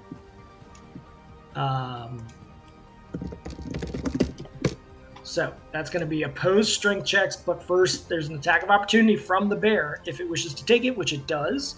The bear is going to attempt to bite at its handler, which does happen for 16 points of damage. That's a lot. If that's successful, it prevents the bull rush, doesn't it? Yeah, he Let's would. see. I think technically he would either have to choose to overrun him, or he can't bull rush through him if he's not willing. He's got to either overrun him or bull rush the bear. Yeah, that's what he was trying to do, is bull rush the bear, not just overrun, like Right, but literally shove. What I'm saying is, on a successful attack of opportunity against the bull rush, it keeps the bull rush from happening. It prevents it. He's not able to move. I don't think he can convert it into a overrun. I think it just he ends up there and is like shocked or whatever. Yeah, I mean, I think mechanically the only question I would have is I don't think the Etin can go into that northern spot from the south of the bear without the bear being willing. Yeah, I'm sorry. I was reading the raw on this. I'm not seeing where the attack of opportunity actually stops the. No, bull rush yeah, attempt. I just read it. That's in the case of like other things, but yeah. Yeah. But there's So- there's an opposed strength check. Strength check. Yeah, to see if it actually works. So let me do that real quick. He does take the damage either way from the bite. So this is the opposed strength checks between the two of them. Ooh, not a good roll. And even worse roll. Yeah, the bear just stands its ground. He does not proceed through it. As the bear bites down, he's unable to make his way through. That is going to be his turn, because I believe that is a standard action. It is. So that is his turn. Barog is now fully converting into his hybrid form. It says wolf form, but it's hybrid form. You see Barog now changed into a werewolf being in front of you. He gains some constitution temporarily. But he is still hurt. He does have extra health, but he's still lower because of the damage he took before. That is his action. He is going to move to here. Oh, sorry, just outside of the range right there. Just 5 foot. That is his turn. Incidentally, changing him took him out of the initiative order, by the way. Oh, good call. Thank you. I will add him back. I've done this before with werewolves. You can use the shape change thing that like Max uses for his spells. You can Yeah, good manually call. create them to do that. Also, we cannot. He's hostile to us and doesn't show up at his health bar anymore. Let me fix that. I mean, don't provide him suggestions, Max. No, it just makes it easier so you don't have to like for example, if it's a whole new character, it might not carry the health over and all that sort of stuff, right? Yep. Yeah, I was being facetious because I was like, yeah, now the guy is hostile to us and wants to fight us. Thanks. Yeah. We're used to that. We're totally used to that, guys. He's no longer hostile, right? No, he's. I take that personally, Max. All right. Yeah. It kind of upsets the bear in front of him as he changes shape. So he kind of is just like, he starts taking a step forward, but then he's like, I'm actually going to right about here. I will add him back in. That was going to be, shoot, where was he? Finri, you just acted. The Etten acted. So it was before Varg. Let me just fix him back in here. Oh, it naturally did. Nice. I love when that happens. Okay, that is his turn. Varg, what are you doing? Max moved out of your assistance range. Varg's going to take an initiative here. He's going to 5-foot step, giving him flank on this attack. And he... Yep. He still gets full attacks. He does with a 5-foot, yep. Do I have my... Let's see. And he does. He's a good boy now. He has a BAB of 6. He's now flanking. So, hold on. Why does this say? This is supposed to be his full attack, but it says just bite. So let me see how it rolls. I'm not sure if it's going to roll double. It only rolled 1. So roll another one with a -5 penalty on it. I'll see what's going on with that. Is his BAB 6 or higher, or is it just a 5? No, it's a 6. Then, yeah. You should get it. He just recently got that. Oof. You added flank into both of those? I did. Okay. Yep. Unfortunately, you do not strike with either of those attacks, so the trip is meaningless. So I'm gonna do trip attack on, or strength check for the trip on the first one. The first one doesn't strike either. Oh, it doesn't? No. Yeah, sorry. Well, Max, now you have flank. Yep. Even with the blade, the Curse of Impending Blades on it? He was. Yeah. Oh yeah, he should have curse. Yeah. Yep. It's both of them. Yep. So he's got like an amazing armor on. He does have. You do notice that he is wearing armor on. Yes. It is a leather armor. That's a full attack, not working. And he's small size, so you get a bonus for being small. Yep. So that is Varg's turn, but you do have flank as it comes up, Max, if you wish to use it. I know how wizards love melee attack. This Etten is going to come around to here. He was not one of the ones holding a chain. This bear is able to take an attack of opportunity, as is Barog. They're both going to take it. Here comes the bite attack. Bite attack does strike. Man, the bears are doing some work. And Barog's attack is going to come. This is going to be. He's going to just bite also.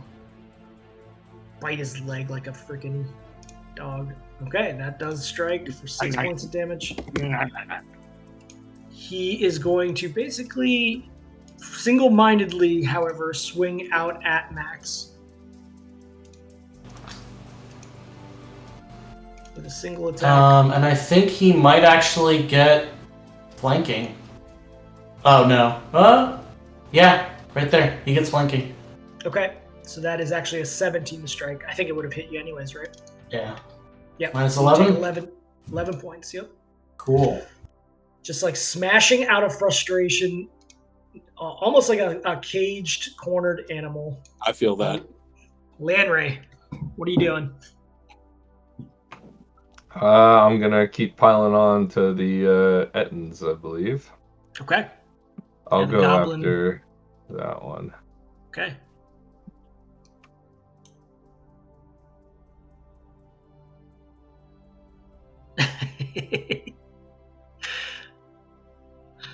Finry's just trying to get a breather in between all the killings.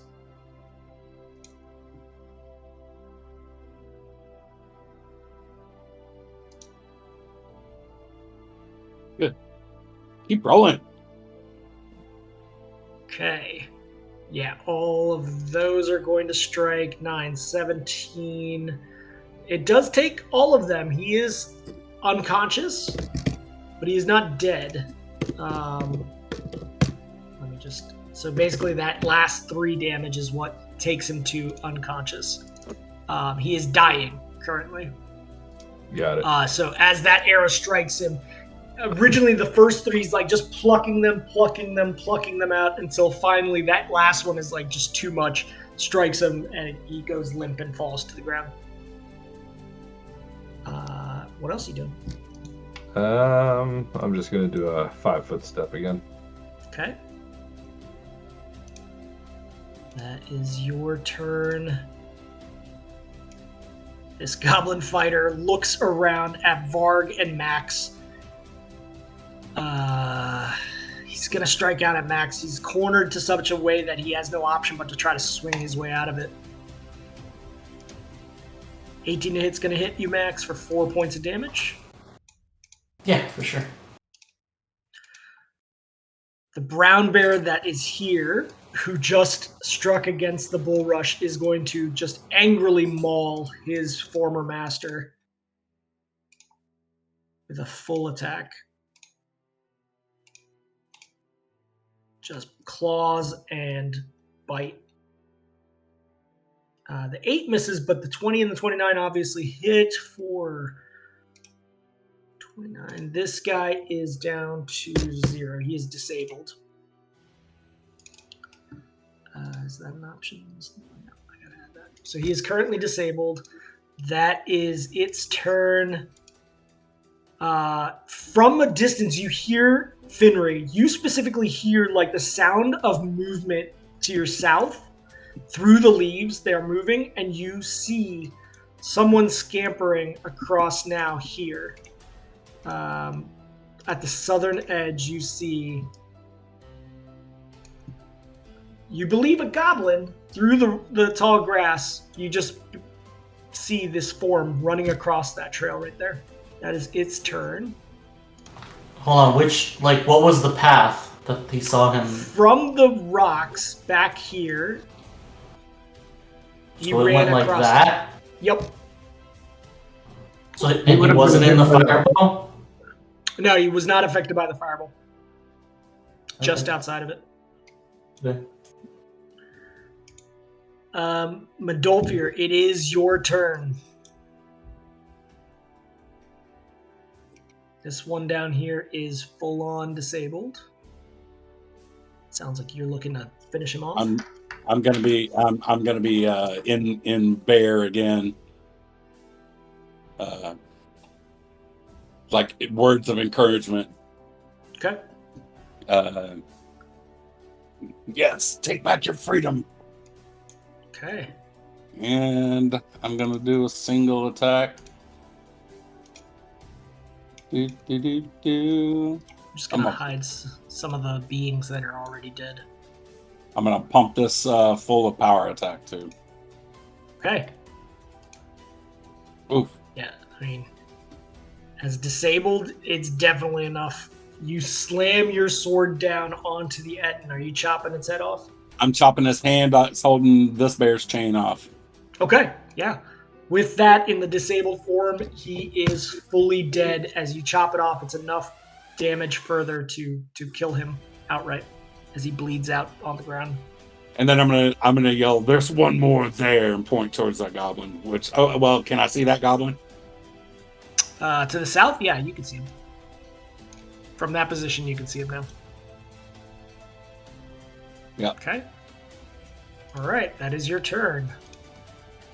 This brown bear right here is so close to the kill on this disabled one right here. He's gonna finish him off with a bite.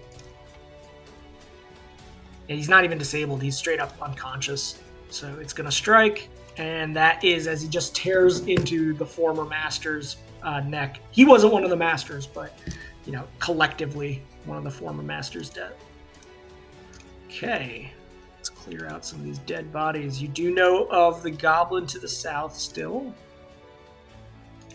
That is the bear's turn. Max, what are you doing?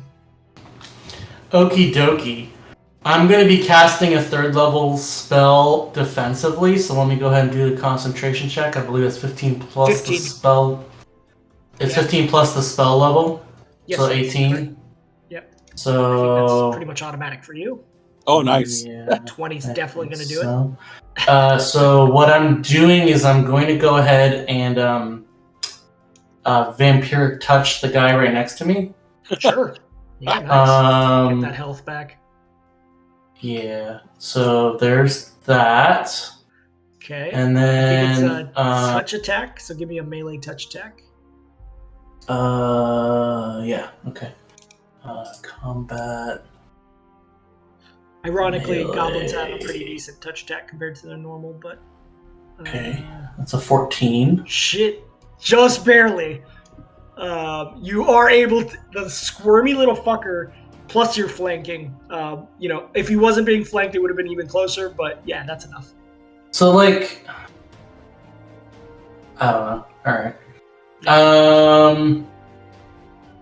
So I gotta roll, let me see, 1d6 per 2 levels, so that's 46. Yep. For level 9. Yeah. Up to his maximum amount of health, right? Plus 10. Yeah, but he can take it to negative. He's yes. Yeah. But if he went down until to negative 10. Yeah, don't get beyond negative 10. Yeah. So that is 46 to 22 total points, right? Huh? That's how I'm reading. Is it 22 total points? No, what it is you only gain. You can't gain more than the subject's current hit points plus 10. Got it. Okay, so yeah, you do plus strike 10. It's not plus 10. It's I was just misreading it. It is 12 points of damage that you suck out of him. Yeah. You gain back 12 HP, and those are permanent HP, right? No, temporary. No, that's for an hour, and it's temp HP. Yeah. But he didn't die. He did not die from that. He's like, ugh. I look at Varg, and I'm like, you're gonna take care of that, right? Kind of give him the eye. And then then I cast the 1st level spell. Okay. Magic Missile again at the guy on the other side of the freaking guild. Yeah, go for it. And Finner, you'll be up next. I know you have to leave soon. Let's see if... Not as good that time. Let's see. 8, 12, not bad. 15, 17 points of damage. Not quite enough to take him out. He is still standing. Mm-hmm. That is your turn, unless you want to take a 5-foot. Let's go here. Okay. Just hanging out with the bears now. Grizzly bears are your friends. Finray, you are currently completely covered and concealed. What are you doing? 2 questions. Ranged attacks while concealed, does that trigger sneak attack bonus? Shit. Yeah. It would. Because he is not aware of where you are. You completely bamfed and concealed and covered yourself enough that you would be a full... Your high check was a 42.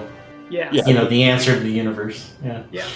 Yeah, and then range increment of 30, and this creature's 40 feet away. Does that mean I get a negative to hit him?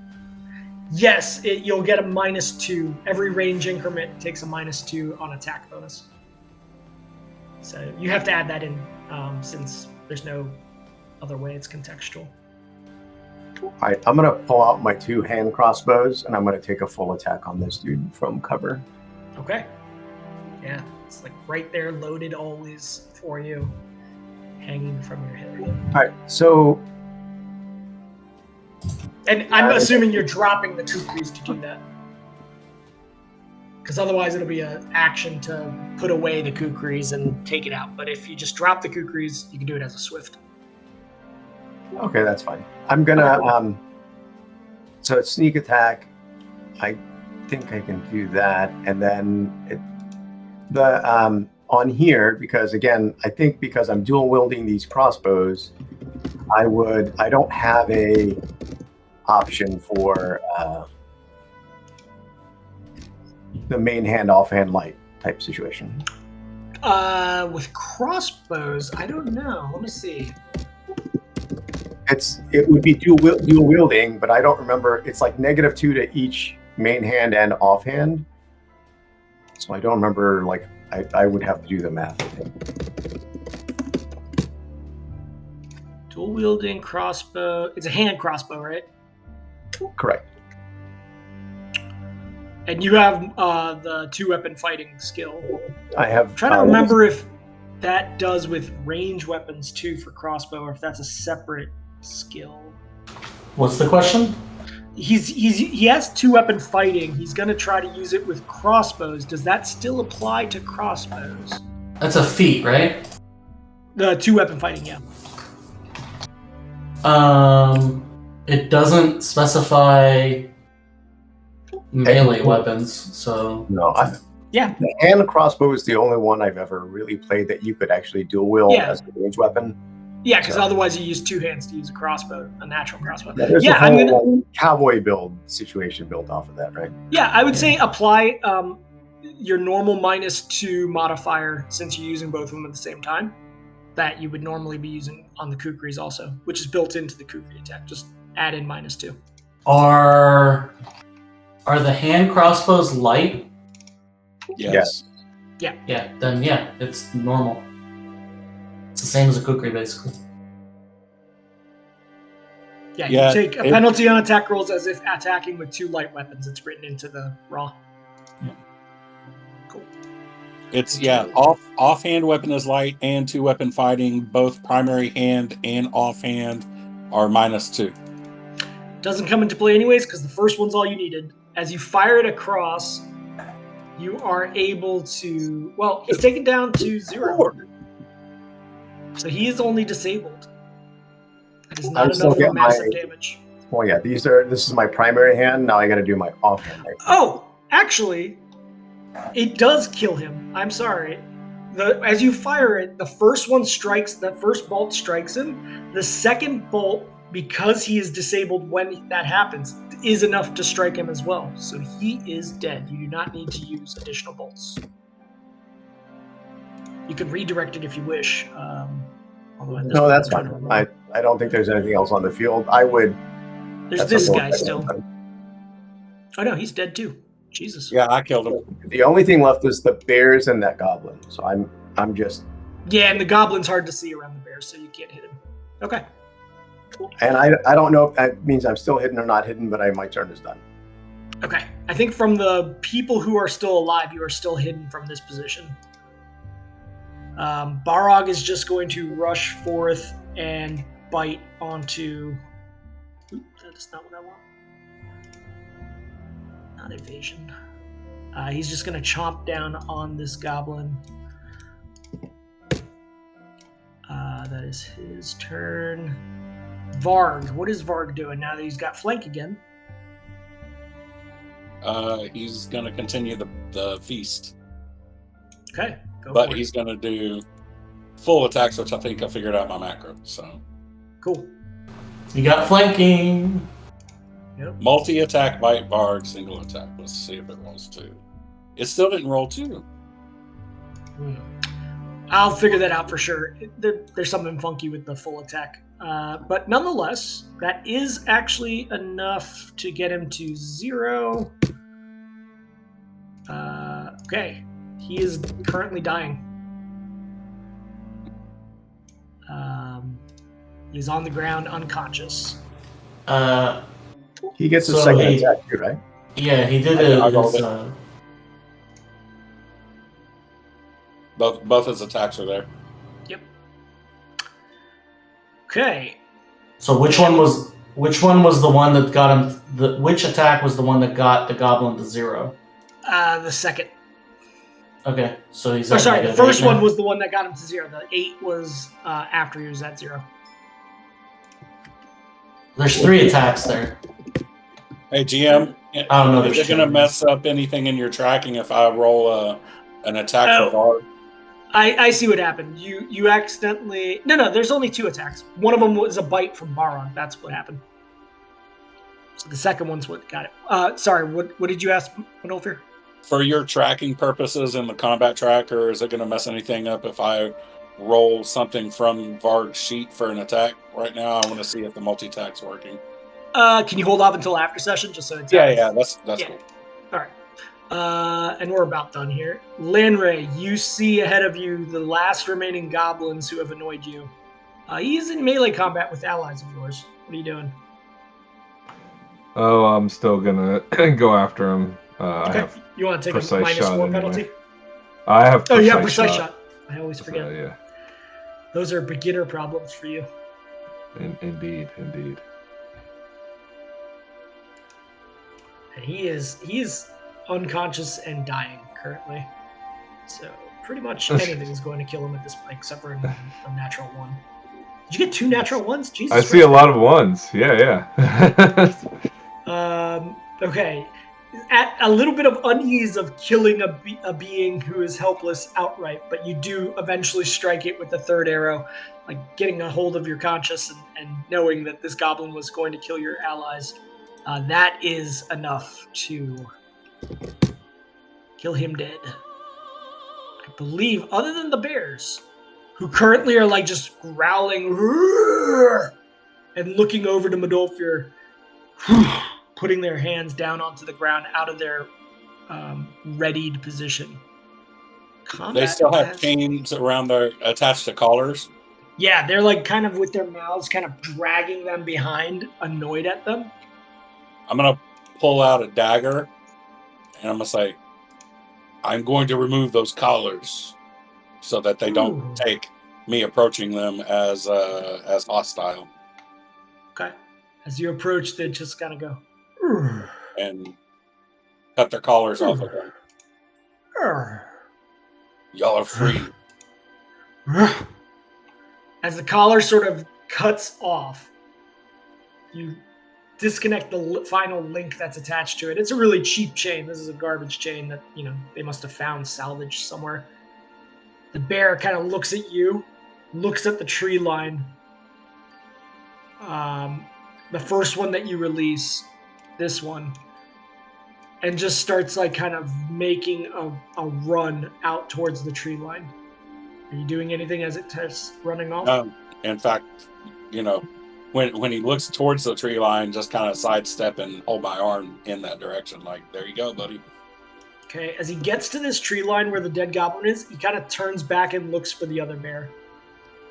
And then releasing him also? Go free him as well from his collar.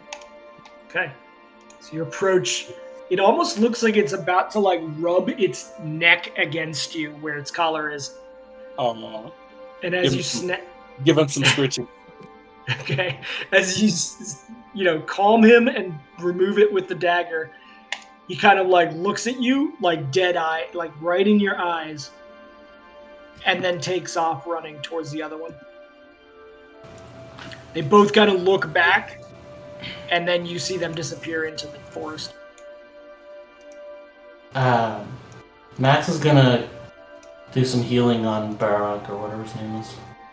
Yeah, you see him now like kneeling on the ground, like tending to some wounds as his shape starts to reverting back. Has for like 2 weeks now. Oh shit. Max, you do 10 points of healing as he kind of starts forming back into how you've seen him before. A little bit tattered now. Now you notice that his robes are pretty useful for this purpose. They don't tear up each time he changes. He is back to 2 points of health. Okay. And Max is going to go look to see if there's any embers around here at all. As you search, you find Finry, by the way, sort of still in these bushes. I like immediately, as soon as like I see an entity, like I start doing some like hand gestures, like I'm going to cast a spell, and then I realize it's him. Yep. Okay. Yep. Oh, Jesus Christ. Finnery, with that search check, are you looting things? What are you doing? Yeah, I'm looting. I'm examining. I think that there's areas where like dead goblins are. I would go to those areas and those dead goblins, throw them all down. Yeah. Most of them have really shitty equipment. I mean, there's some leather armor on these guys. They're all small. The arrows are all small sized. For a longbow, that's small sized. They have a small sized dagger. Do you guys want any of those? The only thing that they have that's of any value as you look it over is the composite longbow that one of them was using up here. What about the armor on this guy? Because like a 14 missed him even with Blade of like he Blades. he had a shield and leather armor, but they're both small size. They don't have much use to you, and they don't appear to be anything special. Yeah, but okay, so he's small. Unless it has an okay. Maybe he's extremely dexterous. Yeah. Yep. All right. There were a couple of these guys that were different, like the guy with the composite longbow, and the guy who outlasted all the rest of them in melee were a little bit beefier compared to the others that were just kind of fodder. Okay, so yeah, I mean, Finnery, you are able to recover. Let me just check. You recover 2 of your bolts from the back of this goblin. I only shot 2, so that's good. Yeah, you recover both of them. Yep. There's no fire anywhere? No, as you look around, you're like, okay, this didn't cause any kind of fire here. Temperate rainforest. GM would like to try to recover some arrows as well. Yep. Let me roll. I'll just roll that for you. It's faster. Okay, so that was round 5. Okay, you recover 7 of your arrows, Lanray. Cool. Just plucking them out of dead ettins and things. So are you guys taking any of those sort of mundane things from these guys, or are you just leaving it on their bodies? Other than the composite longbow, nothing that has substantial value to it.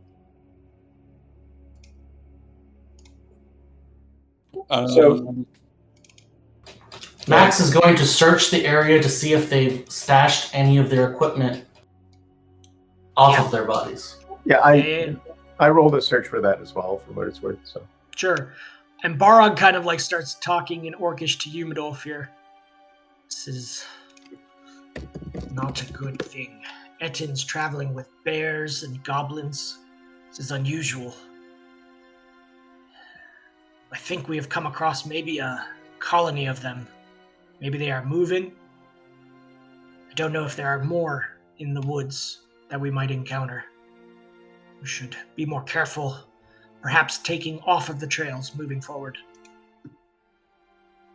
Show us the best way. Okay. No, I mean, as you search these Ettins, like you look at their armor and there's like some crude sort of just like markings on it because like they're part of a troop. They match each other, but nothing that's really symbolic of anything else. It looks just like a kid scratching into something.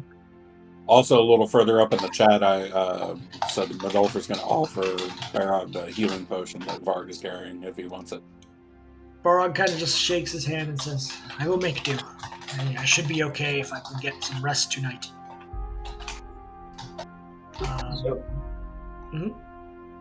Question. So I have, there's no there's nothing interesting about these Ettins at all. Like there's no like loot or anything. They have like giant clubs, standard stuff. The only thing you find is a little bit of loose change. You do find... So that's going to be 400 SP. So you find 400 silver pieces on them. And then I'm just gonna. So, is it more normal to have Ettin teeth on a chain or to have Ettin ears on a chain? What's that?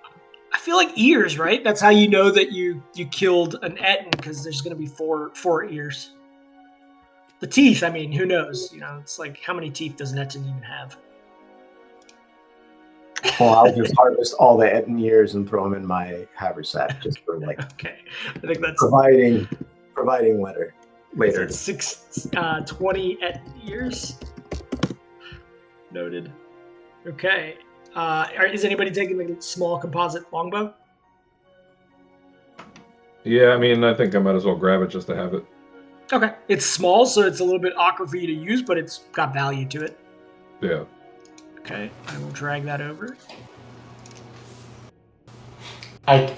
Is that Landry picking it up? Yeah, Landry picks it up.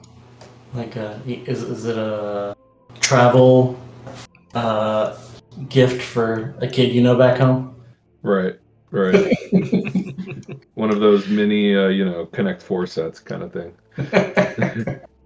As the group gathers back up after pillaging these dead bodies, Barog through Mudolfir just as through the rest of the day and into the night. Where we camp, we shall be off the road. This may slow us down a little bit, but hopefully we will avoid these kinds of blatant attacks from goblins and Ettins. Is anybody disagreeing with that? I know, Finner, you gotta leave soon. We're used to off-the-road camping. I think it might be wise to maybe get in a rest. Barog hit quite a lick to his health, and then I'm sure Max expended several spell slots. So, so it might not, or it might be wise to get off the trail, maybe travel for a little bit, but also find a spot to rest before we begin much more of the journey. Okay. Barog says, yes, I have an ability to assist myself in resting and regaining health. It will not slow us down if I can get rest, but I will not be able to help with the watch.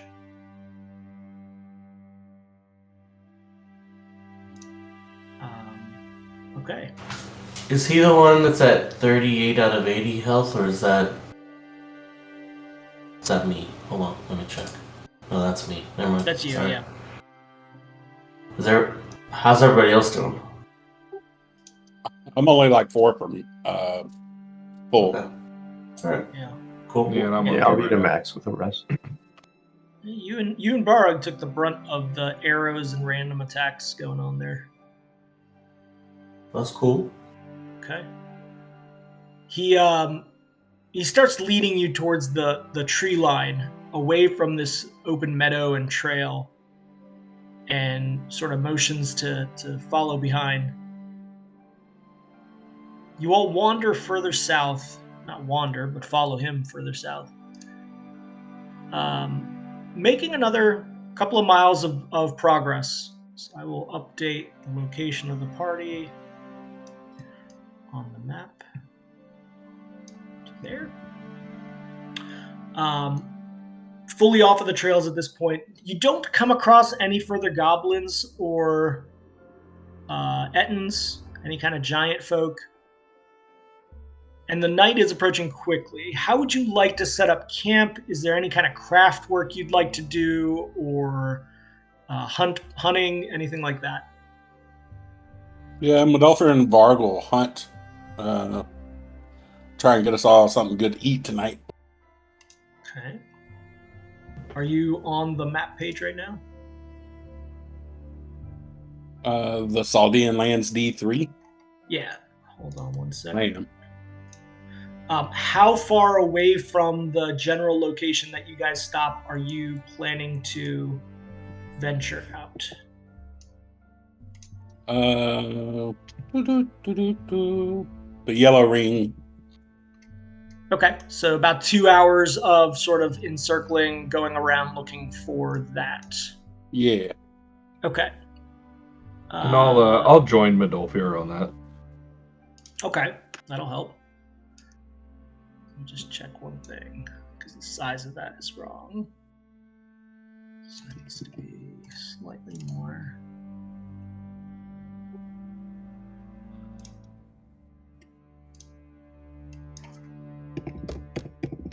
Okay.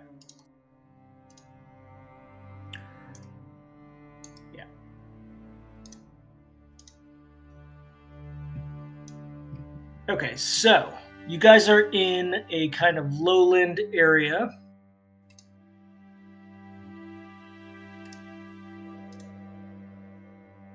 So, in the foothills. Let me check my map here. Okay. Landry, go ahead and roll me a survival check as well.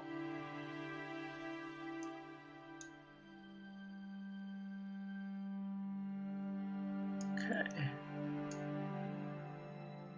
So, and this is going to be 2 times your mod normally. Your mods are...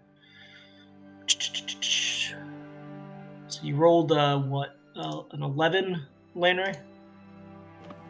Yep. 12 and a 5. Okay. It's 25. Okay. And I need you, Midolfir, to roll me a 1d100.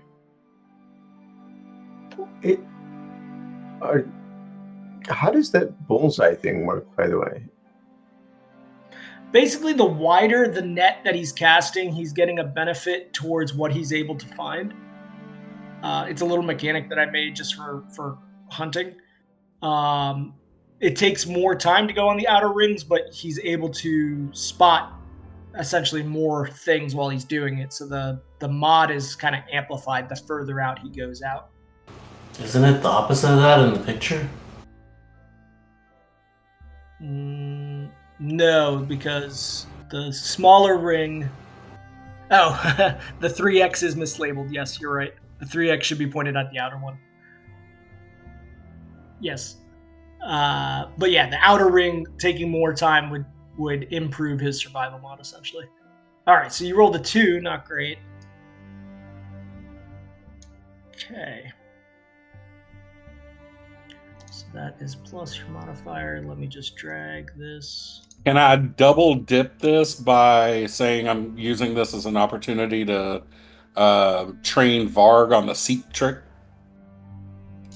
Yeah, you could do that. So you're spending 2 hours of this to do that. Give me a handle animal check on that. You do come across, some greens. Not great.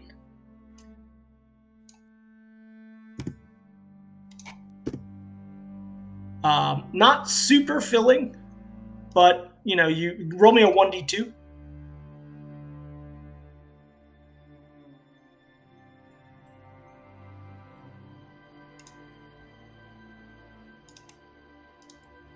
Woohoo! Max roll. Yeah, so you get 2 day rations worth of greens as you basically are harvesting it naturally from what you found.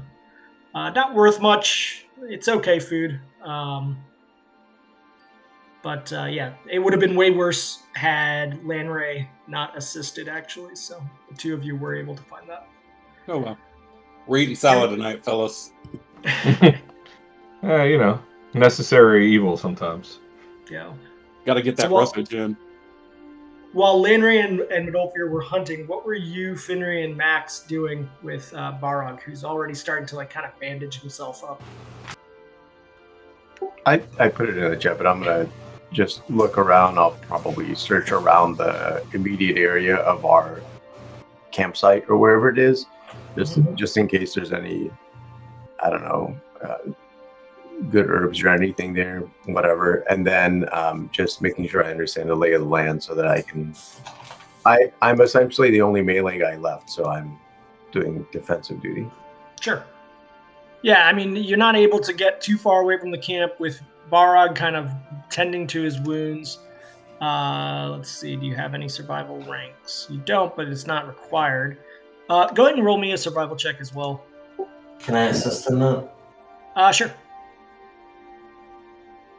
And you're mostly foraging sort of for useful items rather than, necessarily food. Yeah, no, there's no snakes there. There's yeah. I just want to make sure the campsite makes sense. Sure. You go whatever. Yeah. I mean, as you guys both kind of walk around, Max, with your knowledge nature generally and that survival check, you make sure that there's no venomous snakes, any kind of bees' nests, anything like that. I mean, the area that you've selected is secluded enough from the path you used to be on And in general, what you're finding in these lowlands is this is kind of like Hawaii, how it doesn't have any poisonous snakes. This land is extremely fertile, and the animals here don't seem super dangerous. Like, this is amazing territory if you were to be a civilization, essentially, to settle down here. What kind of materials are around? A lot of like dry brush, twigs that have fallen off of trees. There's not much in terms of like food other than grasses and those kinds of underbrush. Material wise, clay, a lot of like kind of hand-sized rocks, loose gravels, things like that. It's a kind of foothill zone to this large mountain to your east. I want to kind of attempt to make a shelter. Sure. Yeah, there's plenty of twigs and things that you can prop up. Large branches. Some of these pine trees have let go of some pretty large branches that you can easily prop up. Give me a. I'm gonna. Yeah. Give me a knowledge engineering, just to if you're making it big enough for. So I'm gonna use my knowledge engineering to figure out what it is I want to do. Yeah, sure. And then afterward I'll do it. Okay. That's 16. Yeah, you got some pretty decent knowledge of sort of how to construct a shelter that will sustain against any kind of rain or winds that come tonight, if they do. And with that, I know that here's the right amount of material. It's gonna be fine. Yeah, I mean, you kind of find a spot where there's a natural one of those trees that kind of splits at the trunk very early on, and you're able to use that to really support and reduce the amount of materials that you need to make a shelter of this size. I'm gonna cast Fabricate to do the actual making. Okay, yeah, you don't want to dirty up your hands. Yeah. You do so, and all the sort of twigs and things that are in the area that you've collected up start forming up, standing on their own, coming to sort of joints together. The underbrush and various tufts of flora that you found naturally are starting to lay on there. Or not naturally, magically start laying on there. It comes together pretty quickly. It's it looks like one of those little like the little dens that you see randomly in deep forests of almost like a bear would just make just for the bare necessities. It's basically relying on just gravity and some terrain that is useful here. Okay. I think it fuses all together though. Yeah, it does. It's secure. Even if wind came right now, it's pretty freaking secure. Yep. All right. Sit down. Are you making a fire while anybody's out? Usually Medolfir comes back with meat. I could, but what do you think, Finn?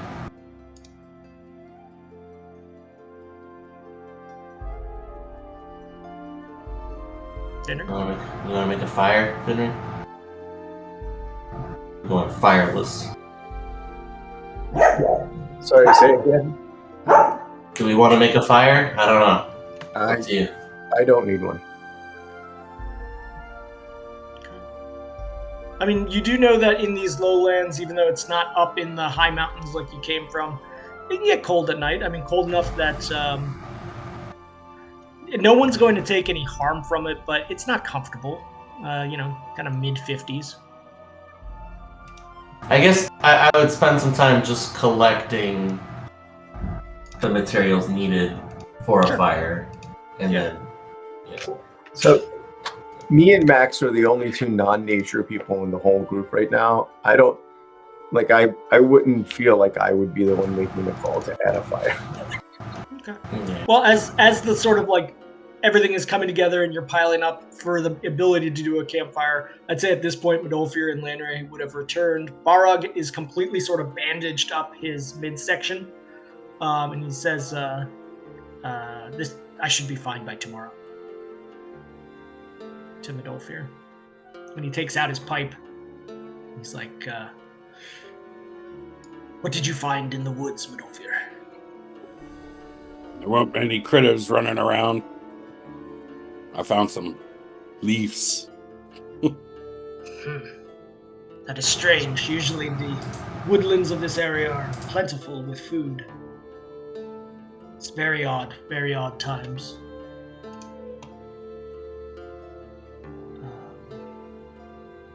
Fire? No fire, Midolfir? Yeah, I've already collected all the stuff, but I haven't made the fire. I mean, seasonally, is it cool, warm? What's the weather like? Yeah, I mean, this is still kind of late winter, early spring in this area, so, snowfall would not be uncommon. It doesn't feel like it's gonna snow overnight, but in these valleys, the weather can change quickly depending on changes in the wind. Right now, feels like you guys would be fine surviving, even without a fire. Is it kind of like foothills? I know we're right by the mountain, so do we have like a lot of varying elevation in our... Yeah, you do. It's not that you don't see any giant cliffs or anything like you were in the Northlands, but here, yeah, there's rolling hills, creeks all abound. Yeah, maybe a couple 100 feet of elevation change here and there. Generally sloping upwards towards your east. Maybe a small fire in case it gets cold overnight. Okay.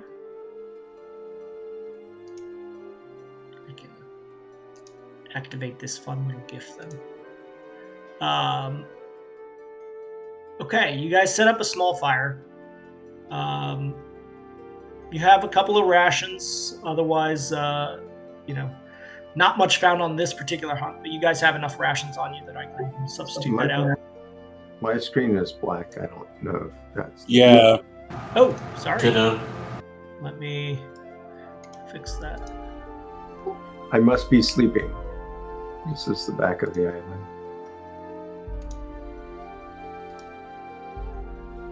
There you go. It should fix in about a second. Oh, that's nice. Yeah. It's just like Baldur's Gate 3. It's great. Indeed. Right. Where's Withers? So, in terms of keeping watch, Barog has told you all that he does need to get rest. He's already sort of made himself a nice, comfortable sort of set of some grasses he pulled up to rest. Is anybody taking watch?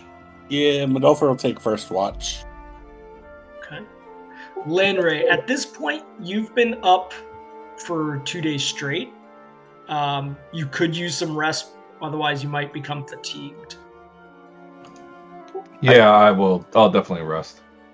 Okay. You can still take watch and rest, though, right? You can, but pushing it at this point, if he were to take first watch, then it might be a problem. He might become fatigued during that before he's able to rest. Is he a full elf or a half elf?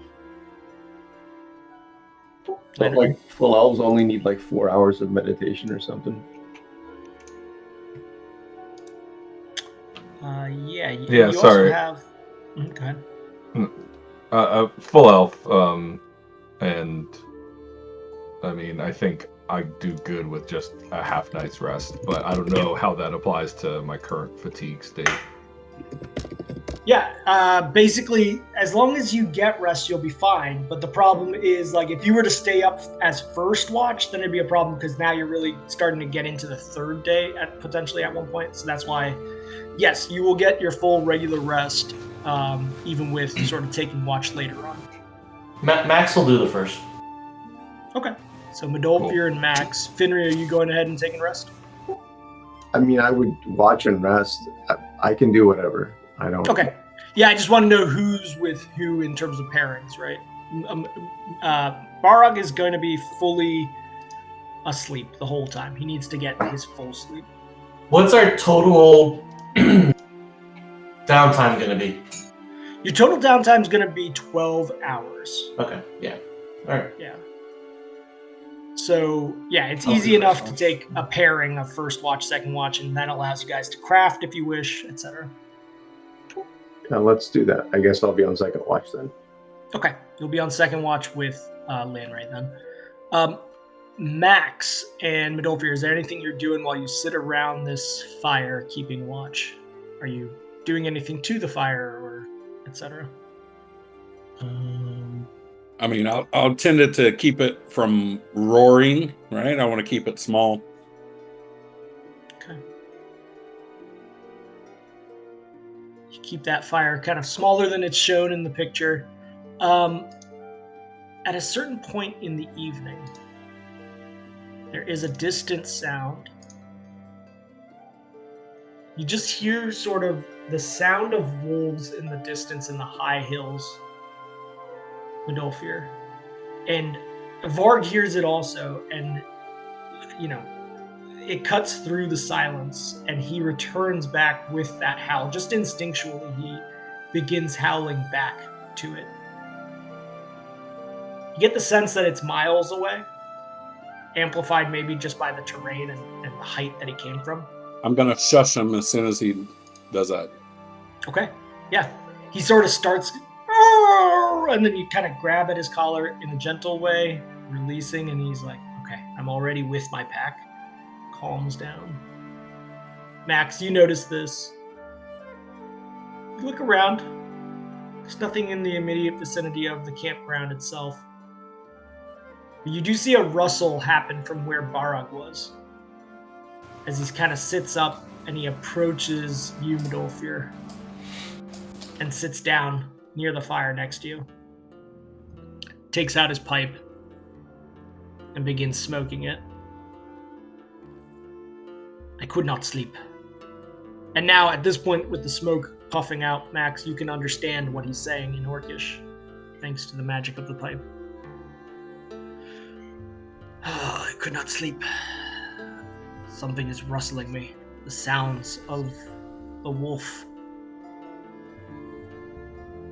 I have not told you everything about this journey that you are making. I have not told you of those who may oppose this journey.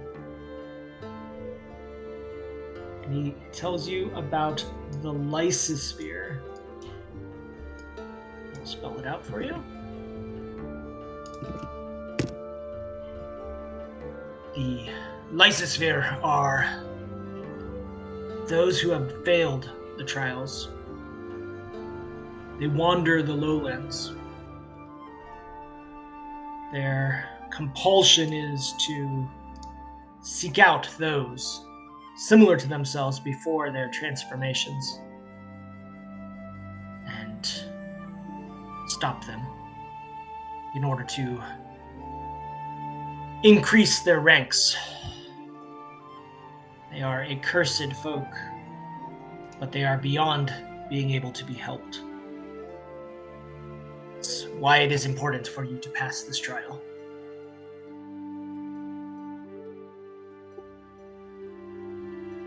What is it there? What is their motivation? Their motivation is survival. Increasing their pack, like the wolf mentality itself. Their goals are to bring more of them abound. They've lost any kind of semblance to their past lives. They do not think with reason anymore. They are vicious, with only one goal in mind: to feed and to become more powerful with more of their own. So they've fully given in to their urge. Yes. I failed some of them. Too many of them. It starts telling you more about La'ask Sardat itself. Within the deep cave of La'ask Sardat, there will be many magical elements that try to stop you on your path. Having the right people around you is important. But ultimately, when you approach your final obstacle, it will be catered only to you.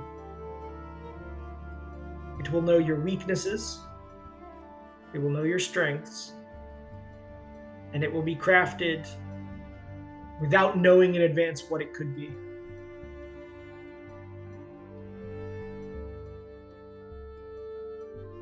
There will be many times it attempts to trick you, playing with your mind. You must find a way to fortify your mind.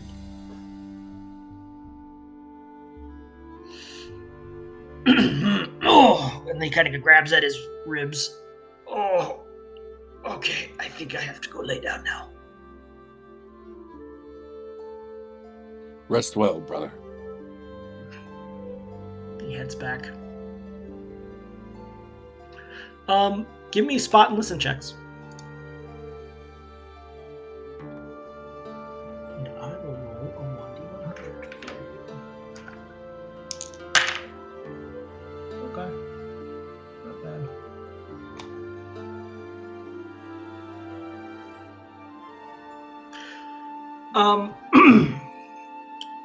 Varg feels a little bit unease. You feel that the wolf howl. He's got his ears pinned back, listening for anything like that again. Mundolfir, in where you are, there's not much to see, but you keep an ear out also with Varg for any kinds of sounds. Oh, Max with a halfway decent spot check. Max, in the zone that you can see in this camp light and a little bit of moonlight casting into the forest around you,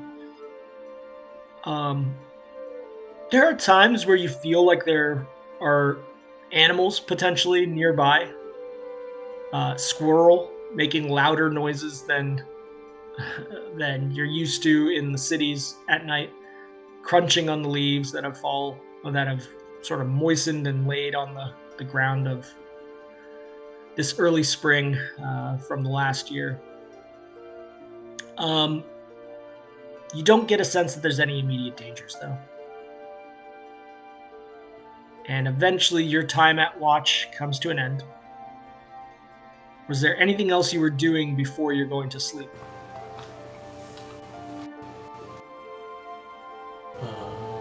MiguelAbuel, anything you're doing?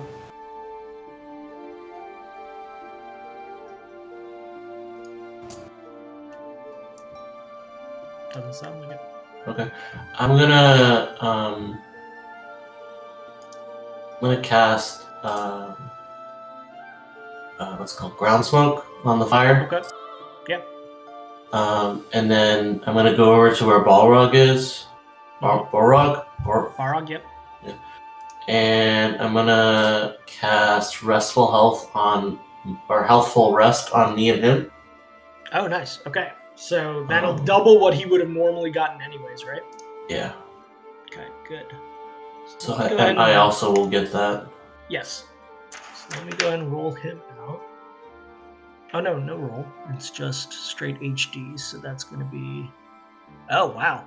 And it is double what he would have done, right? Not one more increment. It says double. I don't know. Okay. Well, it says double natural healing rate. I don't know what that means. That's up to you. Yeah, no, we've played it before where it was 4x if he's doing the sort of healing on himself. So yeah. Normally it would just be the HD. Otherwise it's 2 HD, and now it's essentially 4 HD. Yeah.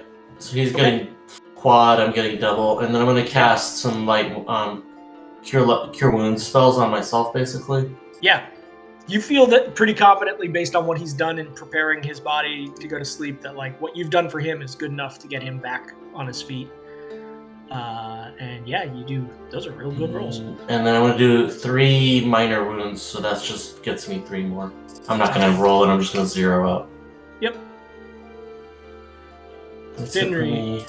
The sounds of Max preparing for rest kind of bring you and Lanray out of your sleep as you transition over to the now calmed campfire that is not emitting the kinds of smoke. It's basically holding the fire down, right? If I remember correctly, with ground smoke. It's making it less visible and no smoke rising out of it, if I remember.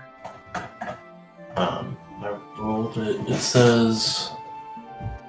Without worrying about the smoke being spotted. So it's the smoke generally that's not rising, but it's still giving off decent light around you. So Finry and Linray, it is the middle of the night as you transition. What are you guys doing for watch? I'm gonna let them know about the wolves in the distance just to be informative. Okay, yeah, sounds good.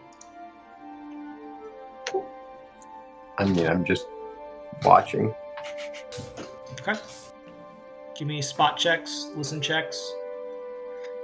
Yeah, the same. I'm gonna stay near the fire, but I'll definitely keep an eye out.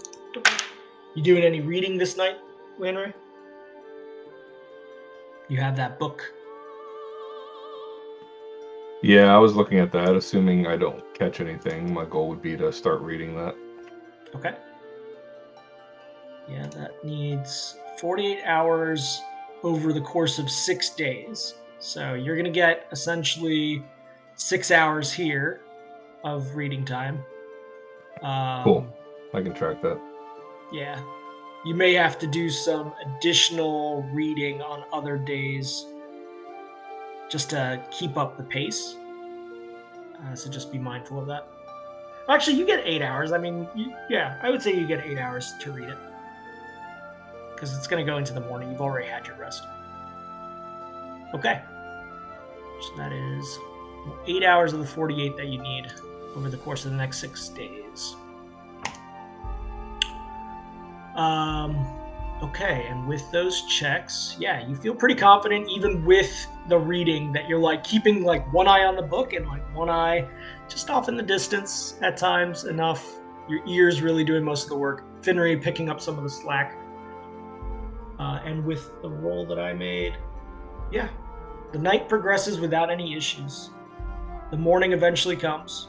It did get pretty chilly overnight, so when you guys are sort of having the fire nearby, it wouldn't have harmed you, it wouldn't have caused any health issues, but potentially Barog might not have healed as much in the cold if it weren't for the fire nearby. You wake up, go ahead and feel free to press your rest buttons to reset things. What are you guys doing? So when I hit rest, do I hit the long-term care button then? Because of the spell? Yeah.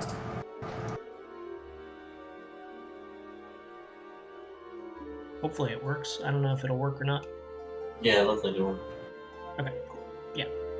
Barog wakes up and you notice that any of the harm he had taken seems to have been completely wiped out with his caretaking.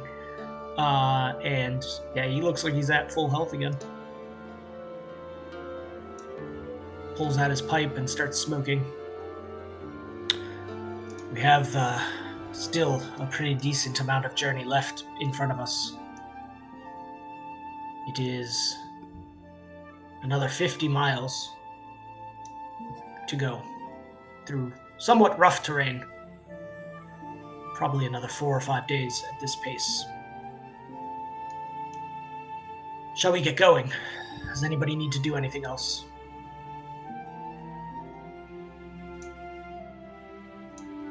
No, I'm good. Varg and Adolfo are road ready, man. Okay. So you guys gather up your things, setting ready to make out for the day, having done all the regular preparations that you all do. You do hear off in the distance one more time more wolf sounds, and Varg kind of instinctually turns to the east towards the sun breaking through the trees and looks. And then he kind of looks back to you and he doesn't make a howl sound. Let us be on our way. Guys, begin your journey again. Since Barog is leading the way, I don't need any rolls from you all. He's the one that knows the path. You guys do make about 10 miles worth of distance up by mid-afternoon. I need somebody to roll me a 1d100. Just call out who's going to do it and roll it for me. Yeah, I don't know if I'll do it. Hey, GM. Yeah. While that roll's happening, when Barog was giving his little speech about the bison beer or whatever, did Max glean any information about, like what kind of foes, like what you could maybe do to prepare magically spells to? Yeah, I mean, the way he was describing it, essentially, it's people who have given into animal rage, animal. Everything that he was saying sounded like were-beings, beings that are.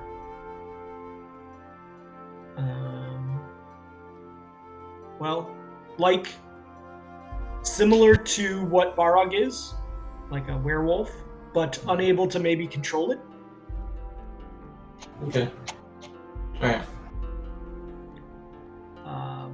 Okay, with that roll, Midolfir, things progress pretty well. You actually start getting your feet underneath you to the point where you're feeling like, okay, we're rested, we're moving good.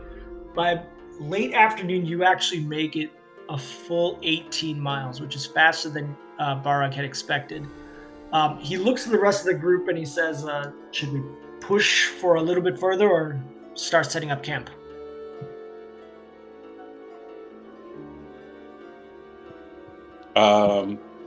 Going a little further, would it? What would be the impact? I mean, would we be under forced march conditions? Yeah, essentially, you guys could sort of start feeling it. It would impact how well you can rest if anything happens.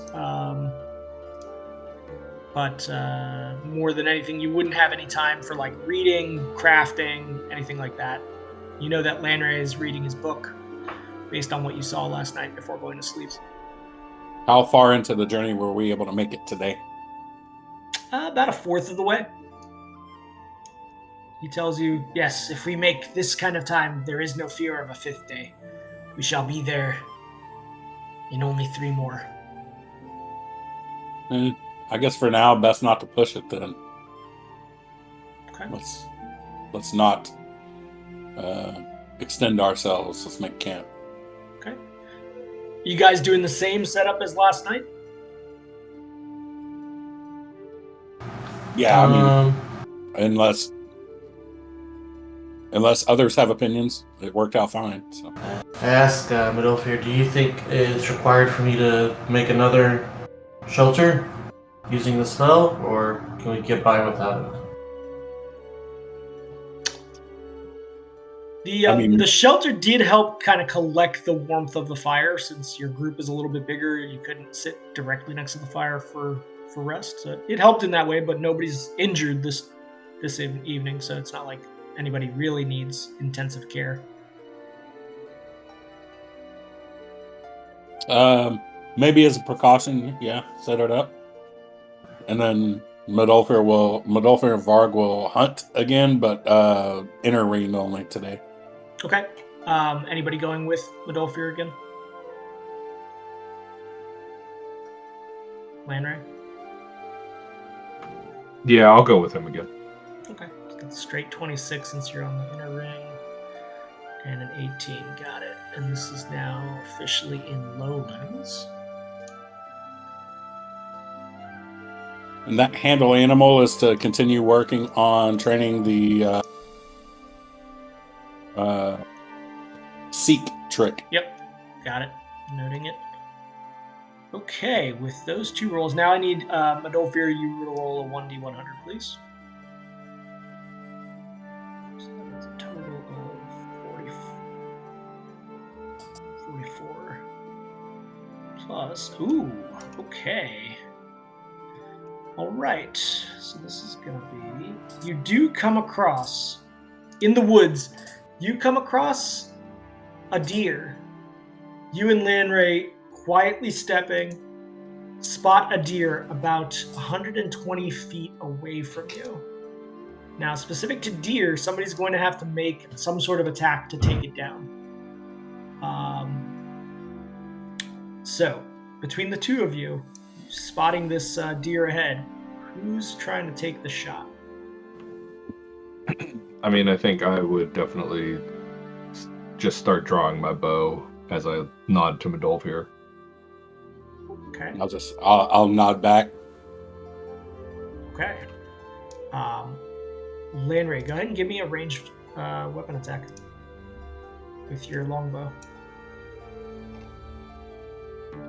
I'm going to motion for Varg to be ready to run.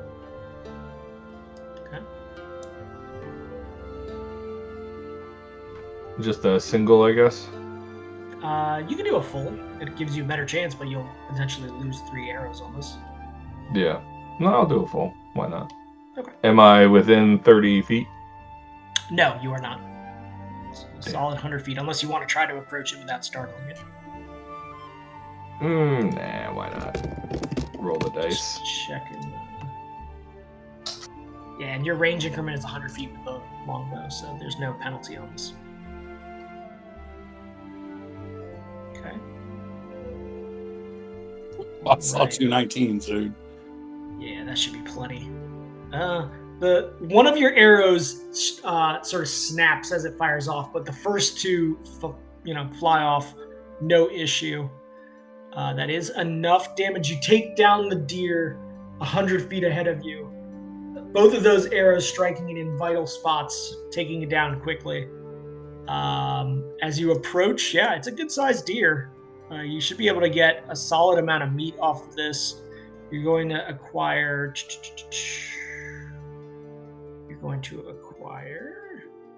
3d6 of the deer rations. Midolfir, this deer has pretty decent looking hide as well, if you're looking to skin it. Yeah, see if Max can cast his little spells on it to keep it from rotting until I can tan it. You're planning on carrying the whole deer back to the campground and then doing it there? Or are you skinning it where you are? No, I would take it back to camp. Okay. So that is going to be...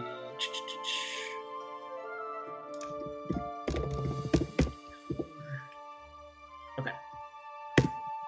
You believe that you can get 4 square yards of hide off of this thing. All right. So with that, you carry the deer back, having a successful hunt. Plenty of rations to be had from this thing. Max and Finnery, what were you doing for setting up camp in terms of fire, and then the shelter that you had mentioned? Same thing as last night, I guess. Okay. Max, I don't know if you. Yeah. Is there better material? Is there like stone around here?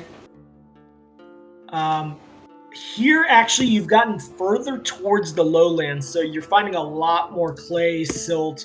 The number of large cobblestones has really started reducing where you are right here. But plenty of trees still. A lot of twigs and branches that have fallen.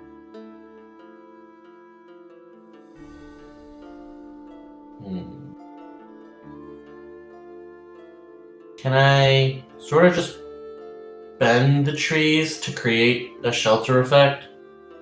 Oh, okay, yeah. You're taking some of the sapling trees and kind of pulling them together, and I'm trying to make a mangrove that we can be inside of. You know what I mean? Yeah, there's plenty. There's definitely some spots in this undergrowth and the thicker undergrowth that you can do that with. Yeah, give me your fabricate. Okay, it's a high level spell. Yeah, I know. Yeah. It's 5th level. I'm surprised it doesn't have any XP consumption. So. Yeah, it's just a high level. That's its use. Yeah. Do you want me to throw skill at it? I would say if you're doing this new kind of style, yeah, give me a skill check just to see if you can actually. This is for flavor. Is this how well you actually, or an engineering? I would still say it's engineering because you're not. Yeah. To be noted, I'm not trying to kill these trees. I'm just trying to cause them to be a new tree. Yeah, gotcha. Kind of like trying to turn all these saplings into a bunch of kissing trees that are enwrapping each other. It's just for flavor. Moderate. In your head, it looked a lot better. It'll function. This is truly just for flavor. When Midolfir and Linra get back, they see kind of this like really gnarled up Baba Yaga style. Like, there's definitely nothing aesthetic to what you've done, but it's large enough now that it will provide shelter. So the other night, I also was looking for twigs before they got back to the camp to do prep for a fire. I guess not to actually make the fire. Yeah. While I'm doing that, I'm also gonna keep an eye out for like larger leaves and stuff that I can stuff between the crevices of this little mangrove thing to make it a little try to make it better looking. But seal it up a little bit. Okay. Yeah, you're able to do that. There's plenty of material in terms of like that kind of stuff, leaves that have fallen, branches. So you don't even need to do a search check. It's readily available all around you. Upon returning, you notice the deer on Midolfir's shoulders that he's carrying, pretty sizable. As he begins to sort of gut and skin it, Midolfir, you do get those 4 square yards of hide out of it, as well as the 10 rations. So what are you asking Max to do to the hide?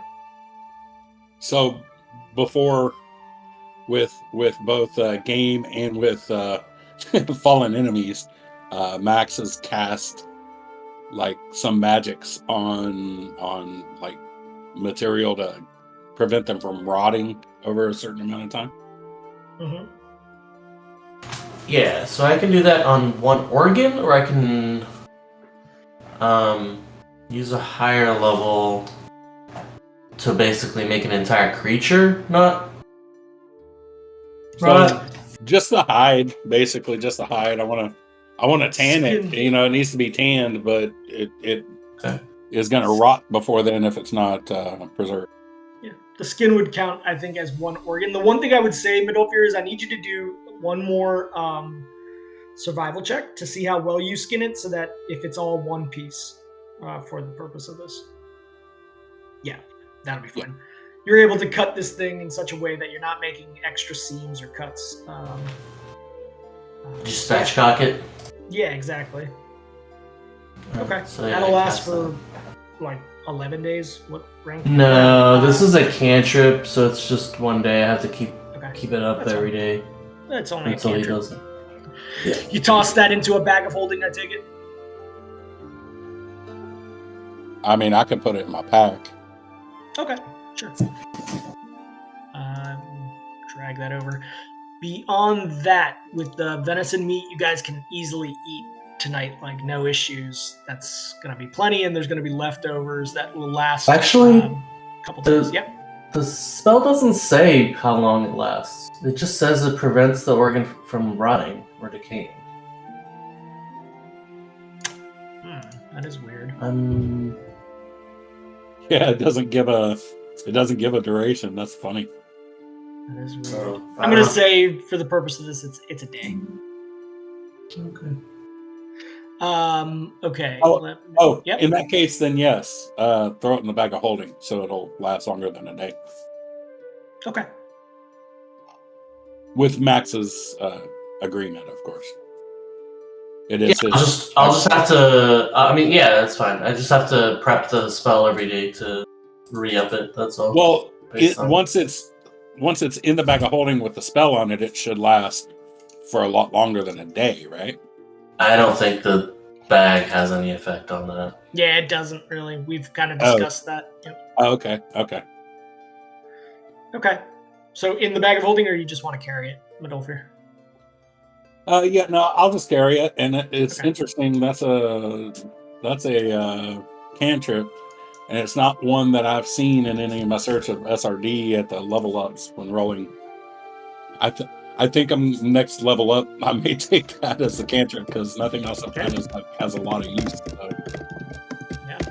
But thematically, that works for Midolfir. So it comes from the Book of Vile Darkness, so you might not be seeing it because it's not SRD.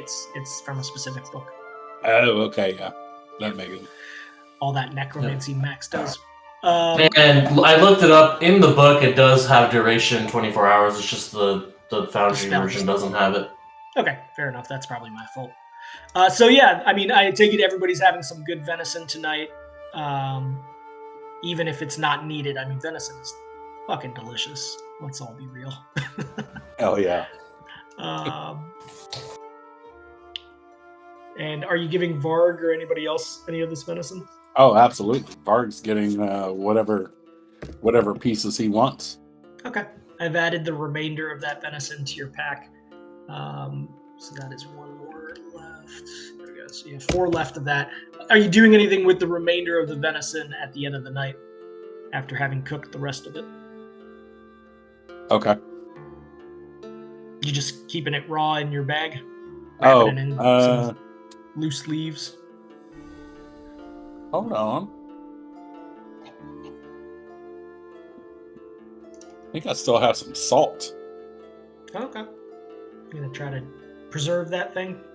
Yeah. Keep it near the fire with some salt and try to smoke it into jerky? Yeah. Let's do that. Okay, sounds good. I have 3 portions of salt from long time ago. Okay, noted.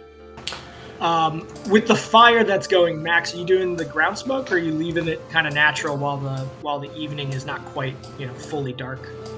Yeah, I was gonna wait until it gets later and then cast it, because it only lasts 8 hours, so it's not gonna make it through an entire rest period anyway. Yeah. Another question I had is, as we're progressing, are we getting into an area that will have like less cliffs and stuff like that, mountainsides? Are we going down where there's not, like, what's the terrain up ahead look like? Basically, the terrain up ahead, as you talk to him, to Barog, who's smoking his pipe to assist, he tells you that it is a lot like this for the next 3 days. The white cliffs that we head to the edge of Dulandria rise suddenly out of the lowlands. So we're going to be dealing with terrain more similar to this than where we came from with the rolling foothills. It's a natural valley in between. A lot of creeks, a few lakes, a lot like this. Okay. Ground smoke is cast. Perfect. In terms of watches, same as last night.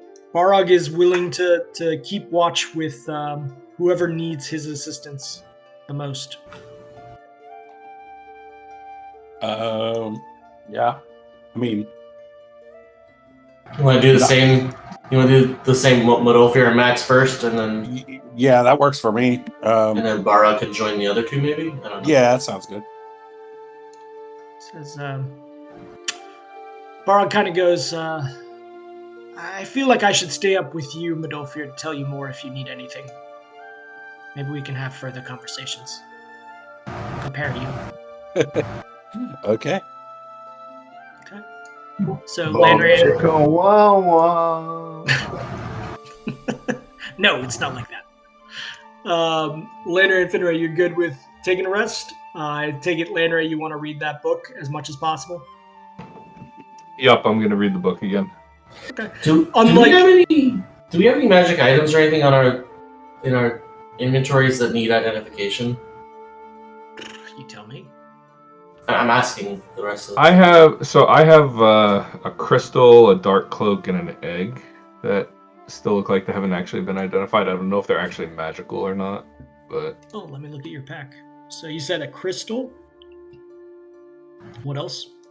a dark cloak and an egg.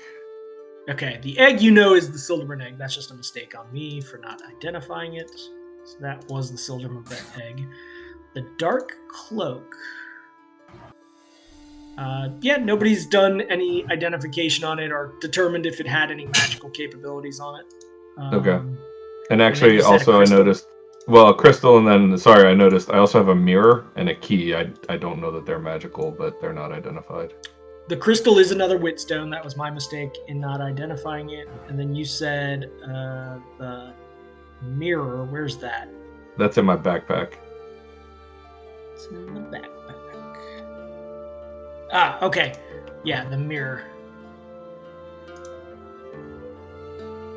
Yeah. So, this mirror is actually at the end of like a rough, strange wooden staff. It does look like it would be something that potentially is magical. And it has not been identified. So I pile the stuff that's magical kind of like in a line near each other. Sure. And then I'm gonna cast Detect Magic, see which ones are actually magical or not. Yeah, immediately that mirror on the staff does glow and gives off a faint telepathy. Okay, just one item though? Yeah, out of the ones that you guys just named, yeah. Well, I mean, the Witstone itself, you know, to carry arcane capability, but not necessarily in its mundane form. It has to sort of be charged. Okay, so the cape is not. The cape is not The magical. cloak. The cloak, sorry, and that cloak is also in your backpack, right? The cloak is in the quiver. Sorry, there's no rhyme or reason to where I put these things. You just gotta grab the cloak around something and put it in there. Yeah, the dark cloak itself, you don't pick up any magical aura from that, Max. It seemingly is just a regular dark cloak. The color is just dark. I've identified it for you there. I say, other than amazing fashion sense, this has no other magic on it. Yes. And then I'll cast the identify. I had 2 preps of identifies. Sure. But I'll use one of them. Okay. On the magic item. And I'll say this is happening during dinner, as opposed to when. Yeah, it's sort of sitting down. Yeah. And GM, I also have a key that I threw in. Let's just say I threw in with Max's initial thing, just to make sure it's not magical. I forget where we got that. Okay, yeah, the key is just a key from the sewers way back when in Terthus. So you don't believe it to be magical at all, and it didn't give off any aura when he did detect magic. I was gonna say it sounds magical coming from the sewers. So sure, yeah, no, it was just for one of the segments of the sewer. Okay, you do identify that this is a mirror of suggestion. I have made it identified. Essentially, it's mounted on a quarterstaff, and the small mirror. Well, here, I'll copy it in. There you go. That's the description of it. Oh, why am I posting as Finnery? That's weird.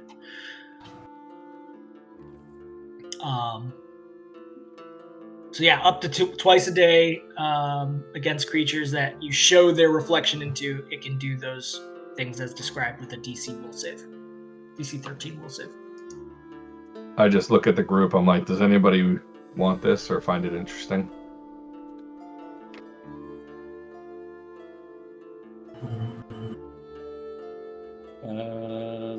Oh, I forgot to actually say what happens if they fail.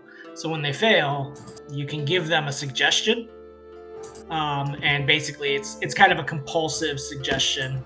And those are the rules of what the suggestion could be. Is it use activated or is it spell triggered? No, it's basically if you show. So it's just use activated. You just have to show somebody their reflection in the mirror. I don't believe there's any actual casting required or activation other than actually showing somebody's face in the mirror. I'm looking. It's a little bit awkward running around with like a compact in the middle of a, right, fight, Or just rolling up to somebody, in their house and say, "Hey, look at this mirror." The range would be the sight line of the being looking into it. I would say, if you can make the being look into it. Sorry, the text says 30 feet. Never mind. Does it say 30 feet? That's what you posted, yeah. It feels like something straight out of the tick. You're right. Range of 30 feet. Yep. I guess at 30 feet, the mirror gets too small. They can't actually really see themselves. See the details, yeah. Okay. I guess for now I'll put it. GM, could we put this in the bag of holding? Since I don't necessarily need to be holding it, we Sure. could probably sell it if nobody wants it. Yeah. Let's get that bag of holding. Okay. Anything else other than reading?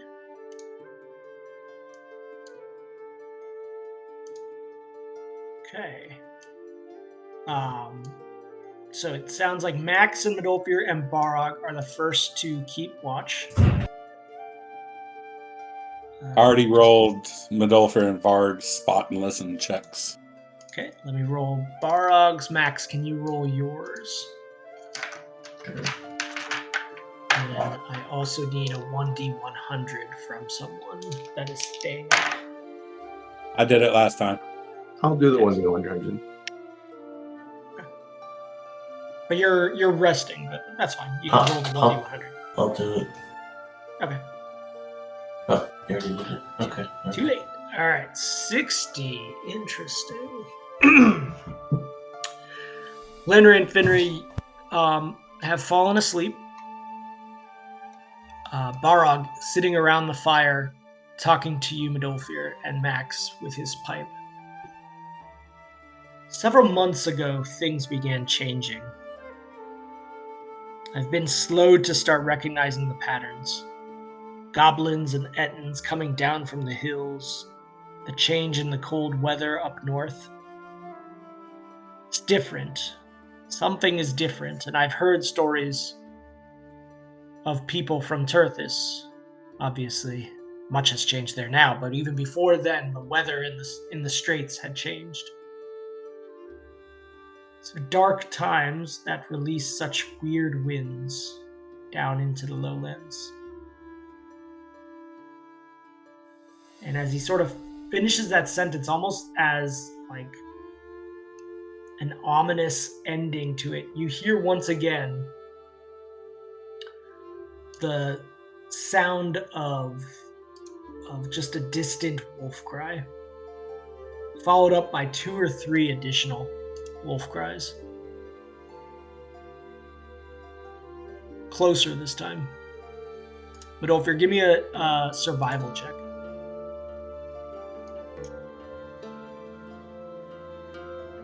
Okay.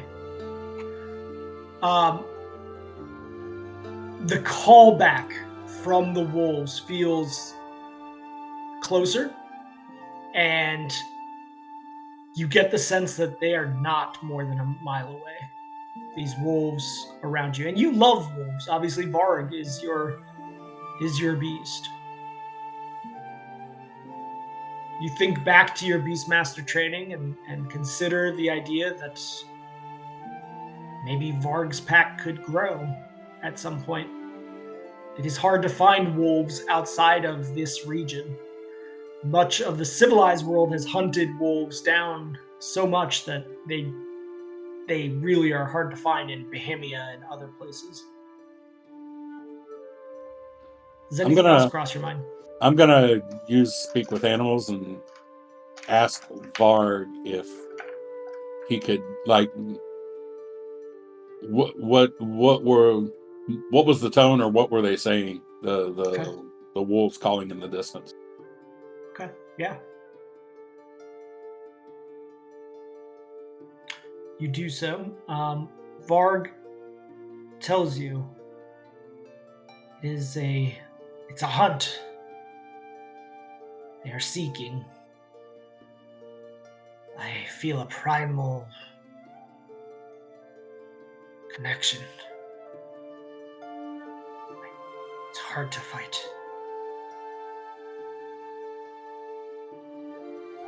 The pack is calling. There are those in these woods that can mimic the speech of wolves. Can you be for sure certain that what you're hearing are wolves? He sort of like says, I don't know. But the call is of the pack. The call is of the pack. And it's here when, Barog, listening in to what your part is saying in this kind of gibberish tone, and he speaks in wolf. This could be tricks. These could be the tricks of the Lysosphere. We must be vigilant. I'm gonna urge restraint to Varg. Okay. With your hand on sort of underneath his neck, just kind of holding him and calming him, he kind of shakes out of it. And he kind of looks at you and says, good. Max, you're watching this scene. Obviously you've calmed the fire from releasing smoke. You guys are in this lowland kind of clearing between a lot of pine trees. Is there anything you're doing?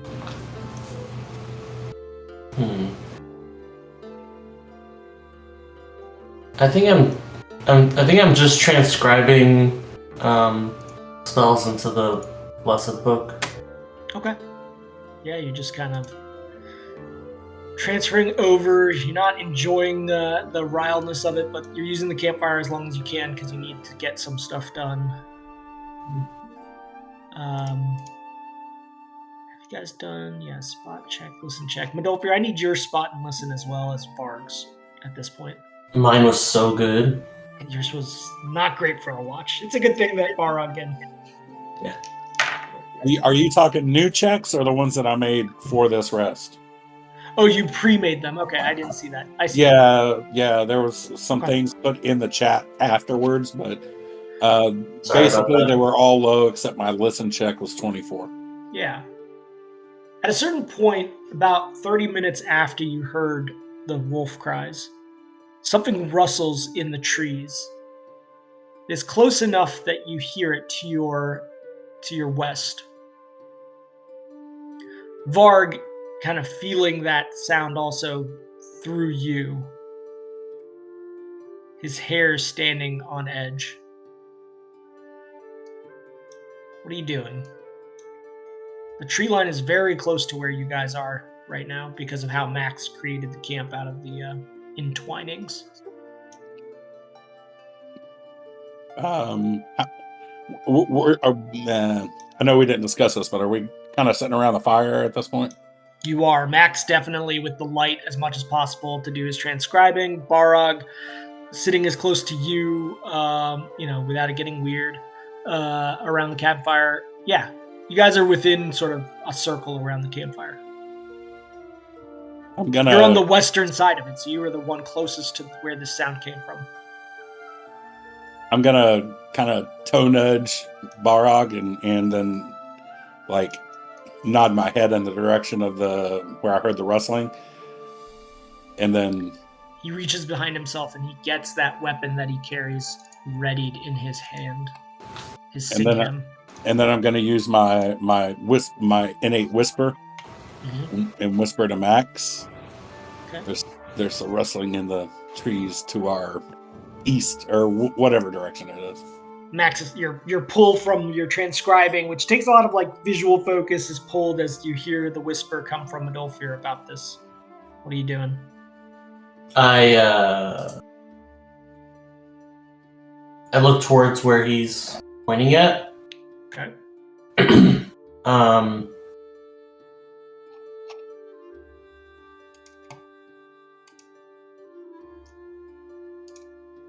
don't see or hear anything but what Madolphir has alerted you to.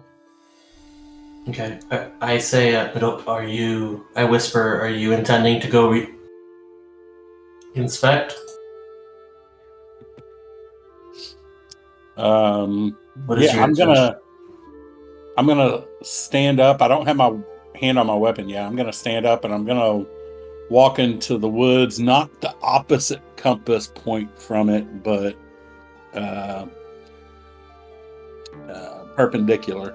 So if it's like east, I'm gonna head to the tree line to the north and out of the light of the fire. As you're walking away, Max puts his hand on your shoulder and says, I'm gonna make you invisible, and then casts invisibility. Okay. Nice. And that's gonna last like 9 minutes. But it disappears just like when it's normal invisibility. Yeah. There's attack. Well, no, not contact. Attack. Yeah. Or cast a spell or something like that. If he does that. Yeah. Okay. Let me pull you guys to where you are.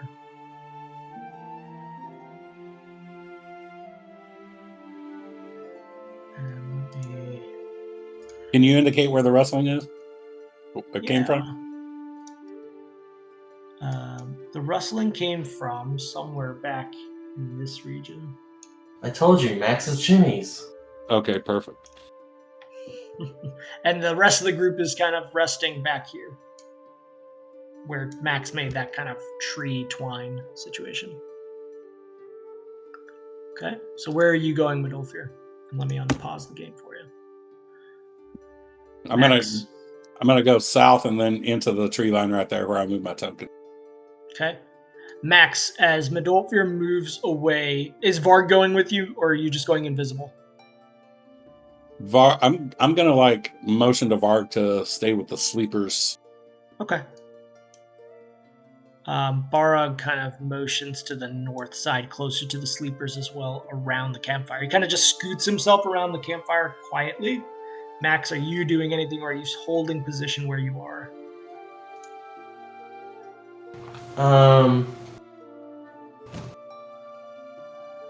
I have not myself witnessed any of this rustling, right?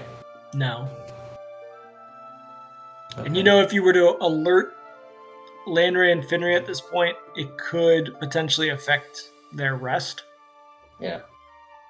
I'm gonna, but Midolfir is adamant, or he thinks that the rustling is from over here. Yes. That's where he pointed to. Yeah. No, inside the woods. He's Yeah. over here. I pointed towards the west. Yeah. I moved south, but the rustling I indicated to you was directly to the west.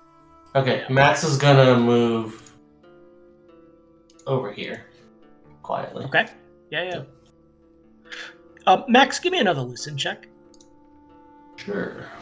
Let me roll Varg real quick. Okay. You notice the hairs on Varg's neck standing more outright. His ears are pinned back, and he's pointed across Finry's body, looking deeply into the woods to your east as well. You see this in kind of the silhouette of the camp light to your south and the little bits of moonlight coming through here. Varg looks like he's about to jump on top of Finry. He's like got his ass like down low, but he's got his paws on like a ready position. Am I asleep or awake at this point? Finry and Landry, you both are still asleep. Max has not woken anybody up at this point. You guys have only been sleeping for about 2.5 hours at this point. What's my what's Listen's range, or not Listen, Whisper's range? The cantrip whisper is or whichever. I'm looking through my sheet. I can't find it. I knew it was in here, but I can't find it. Yeah, it's actually basically the message spell. So it's 100 plus. It's 110 feet. Okay. That's for casting it. That's not it's infinite range. Oh, you're That's right. it. Yeah, it is. As long as you can point your finger and sort of see the being, the range is anything that's within Line of sight. Okay. Yeah. Can I see Barog through the trees? Yeah, on the line that you're currently at, yeah, I would say yes. I'm gonna whisper to him that Varg senses movement to the east from where he's at. Okay. Barog kind of looks over his shoulder, and instead of focusing on you, he refocuses on Varg, and he takes a step towards the line, and now he can spot. Okay, Max. Barog kind of points into the woods as if to signal that he sees something with eyes looking back. How far in, you don't know, but the line that he's calling out is sort of right in directly to his east. And he has his weapon now up in front of him like he's readying to like attack. What are you doing, Max?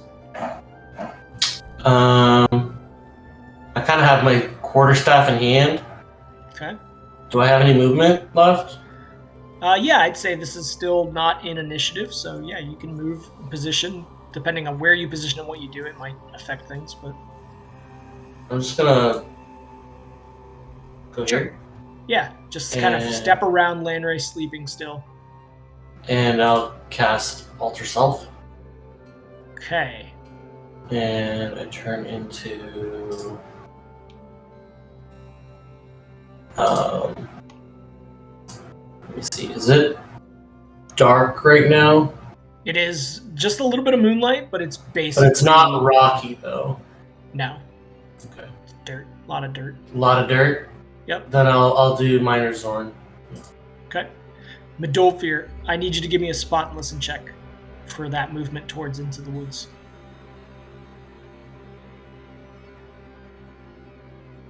Okay.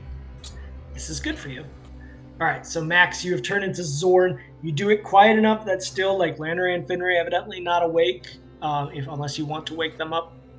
Midolfir, as you enter into the tree line, you pause for a moment, and you both hear and see a movement 10 feet away from you.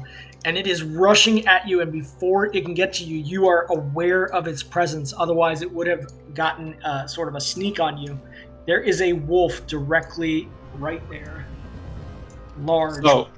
So it can see me? It is seeing you and coming for you. You catch it before it can... Midolfir is invisible. Midolfir is invisible? Yeah, I cast... Oh shit, you're right. Midolfir. Yeah, you're right. It doesn't see you, but you see it. Alright.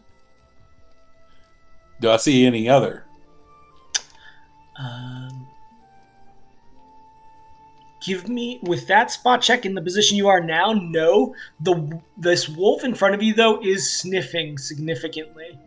And I need you to do a move silent check. The ground cover here has lots of stuff that makes crinkle sounds. Eek. Okay. As you move into position and you start looking around, for right now, where you're holding, this wolf doesn't seem to be aware of you. Max. Barog starts stepping into the woods. Steps in 10 feet slowly, with his weapon on the ready. What's the knowledge nature check for? Midolfir? Well, it doesn't matter. It's pretty low, but what was it for? To, I don't know, see if, like, does this look like a typical wolf? Like, is there anything about this wolf that would say, this is not a normal wolf?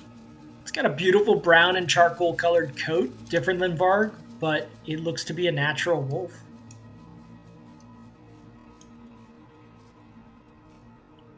Max, are you doing anything with Barog approaching this wolf inside of... Oh, is it a wolf?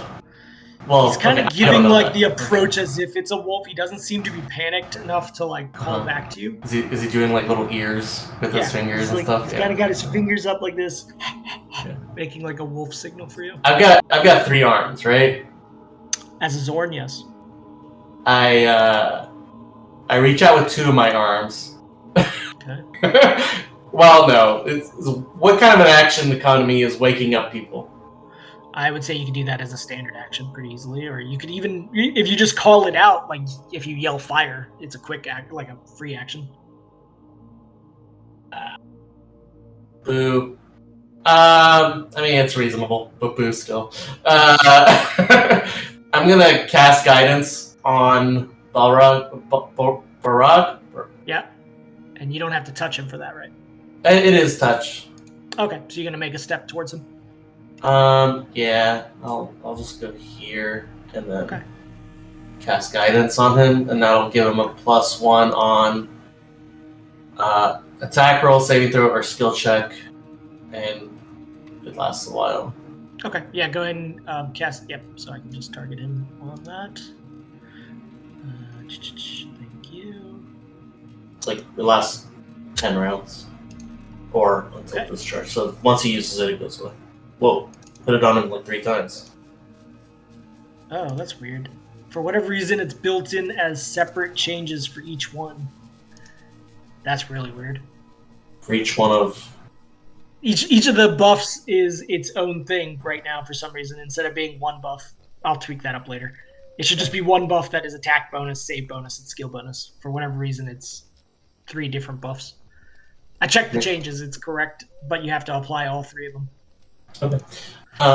Yeah, so I think that's my turn. Okay, now you notice that if you had gone any further into the woods, you cleared out all the leaves and stuff when you were making this shelter, but if you were to go any further to the east, you would make noise potentially in that brush. Barog is like looking back over his shoulder at Varg, and Varg at this point is like essentially about to step on Finry. Like his focus is entering into the woods towards this wolf. Back to Medolfir. What are you doing, Medolfir? You don't hear anybody from the camp making any noises. Body language of this wolf, is he Seeking, but not hunting? Like, he's sniffing pretty hard like he's searching for something.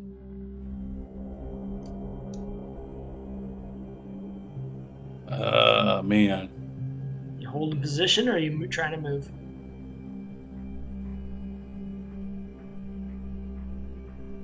Yeah, because I'm not 100% sure what's going on. I don't know.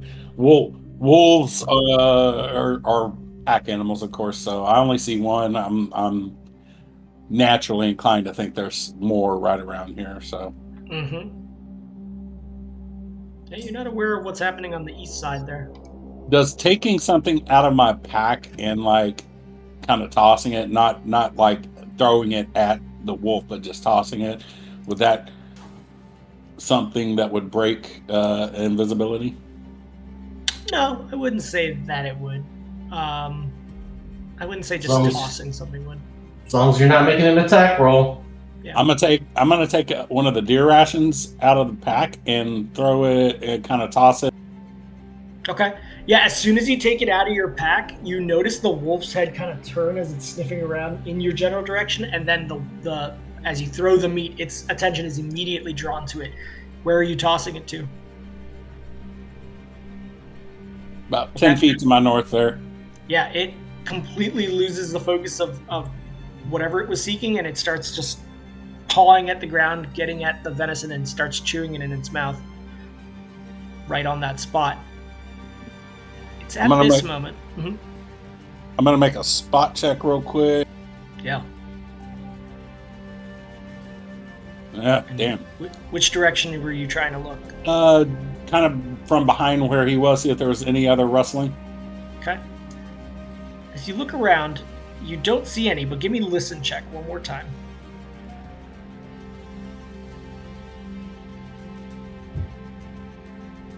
Okay. With that listen check, you hear more footsteps from your south. And eventually, with those footsteps comes another wolf that's coming towards the other wolf, heading in that way. Doesn't seem to notice that you are there. But you also hear and now see out here the form of some sort of humanoid wandering along the tree line, looking in, smelling.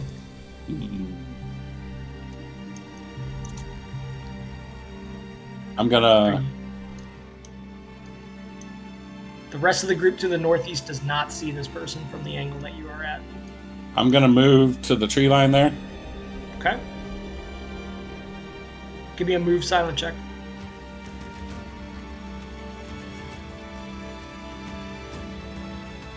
Okay. Jesus. As you move just slightly slowly, there's a reaction from the silhouetted figure along the tree line. He moves also towards the sound. This wolf kind of changes direction a little bit, but then returns to the north with the other wolf. Max and Barog. Hold on. Sorry, there was something else I was going to do. The reason I'm moving into the tree line is so I could get eyes on either Barog or Max. Okay. You see Max in his normal sort of rock lord shape. The rest of them calm. Varg is now stepping between Lanray and now starting to become obscured by the woods to the northeast. As he takes a step forward, the silhouetted being that you saw to the south starts to take off towards the north, towards the campsite. Are you doing anything? Yeah, I'm going to whisper to... I can see Barog, right? You can from this angle. I'm going to whisper to Barog, 2 wolves and a humanoid creature coming from the south and the west. Okay. As you do, the movement is going to occur. He is alerted to that. He looks back over his shoulder, takes a step back, and at this point he is confronted by this were being running at the group. I am going to ask for... Otherwise he would have been taken by surprise. Yep, give me initiative rolls. Everybody but Finray and Lanry, because nobody's waking them up yet. And maybe the sound of battle will wake them up.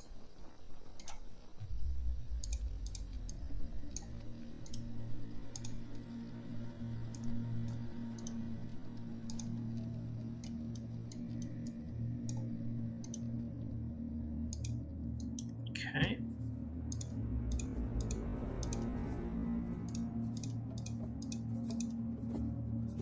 Okay.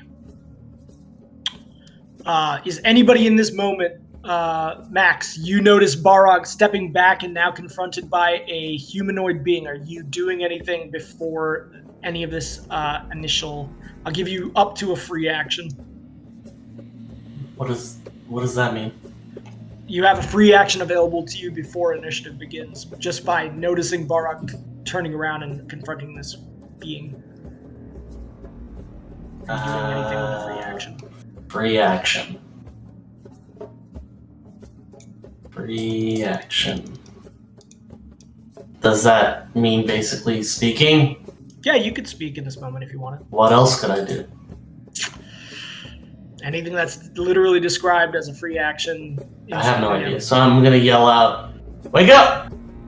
Okay, as you call out, I would say Finry and Lanray, you start to come out of this, but you're not going to roll initiative this round. You are waking up in this moment. So you'll be able to act after this. Okay. Top of the order is this wolf. Behind you, Medolfir, this wolf starts taking off towards the tree line, seeing its cohort confronting something. It takes off and positions right at Barog's face. It will still get an attack because it has a 50-foot land speed, even with the more difficult tree line.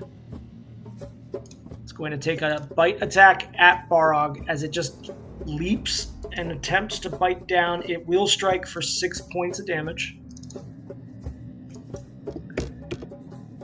Okay, that is its turn. Let's see, Max, you're coming up shortly. But first, some other beings are going to appear out of the tree line. Another wolf is going to appear right there, rushing out of the tree line to the south. You hear the sounds of rustling movement as if there are other wolves potentially nearby. Max, it is your turn. There are sounds to your southeast. There are sounds obviously to your west. What are you doing?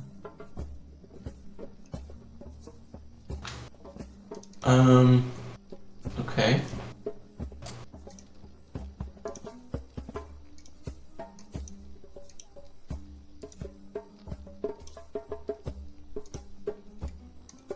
Okay.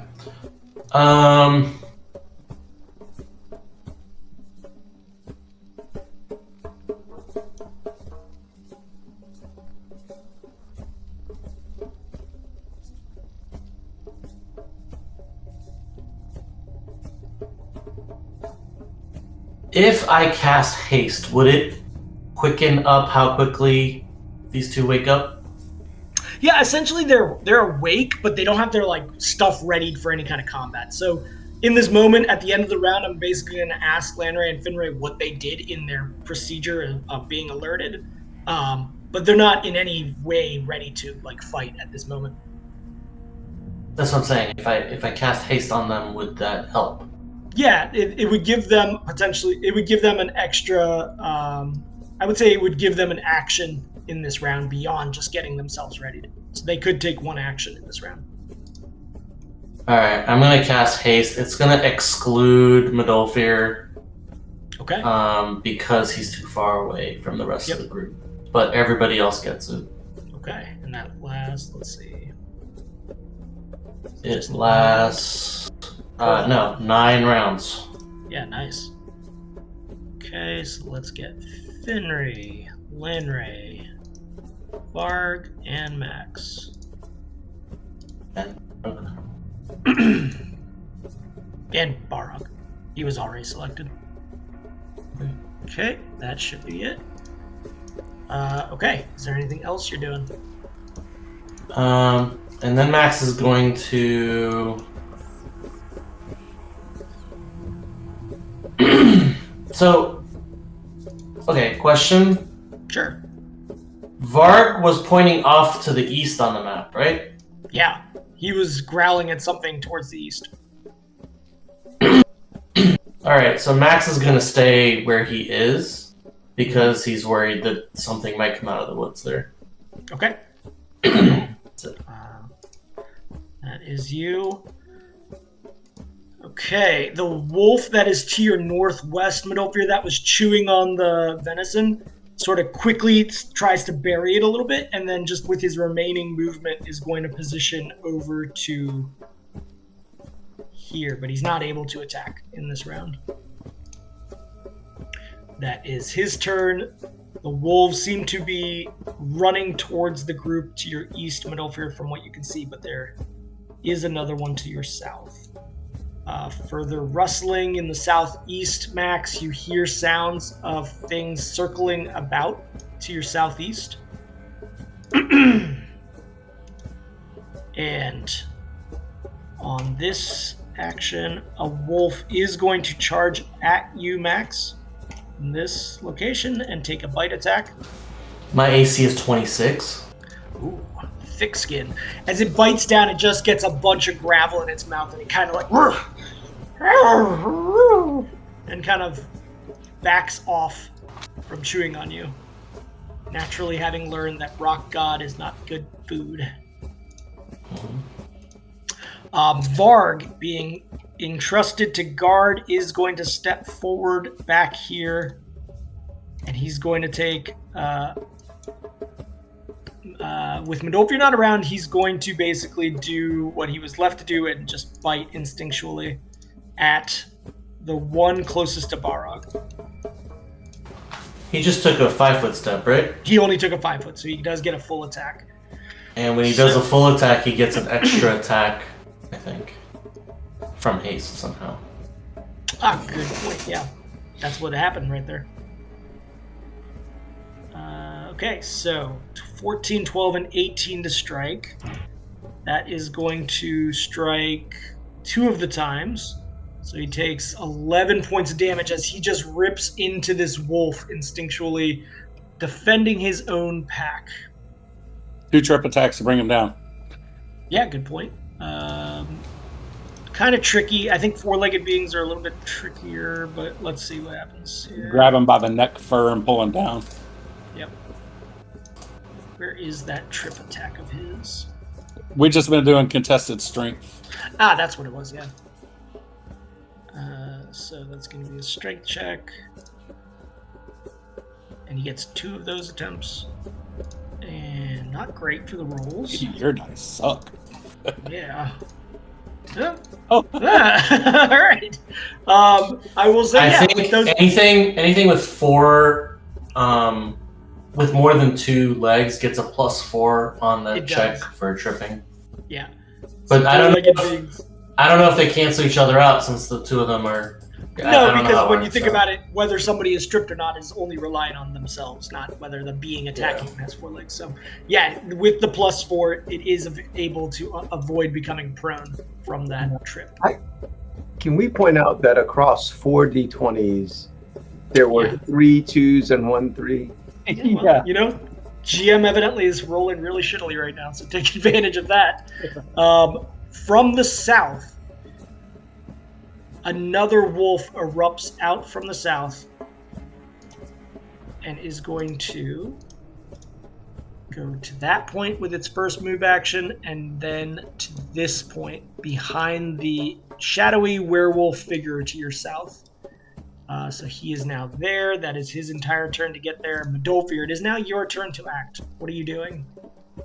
Okay, I see a bunch of wolves. man. Okay. I'm gonna step out into the out from under the tree line here. Okay. I can do it twice a day now, so I'm gonna use my second speak with animals. Okay.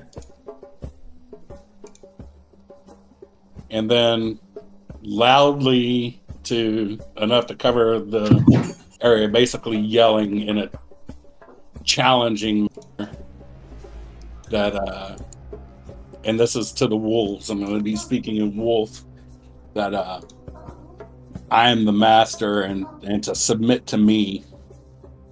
Okay. So, as you call that out, I need you to give me the handle animal check like we did with the bears.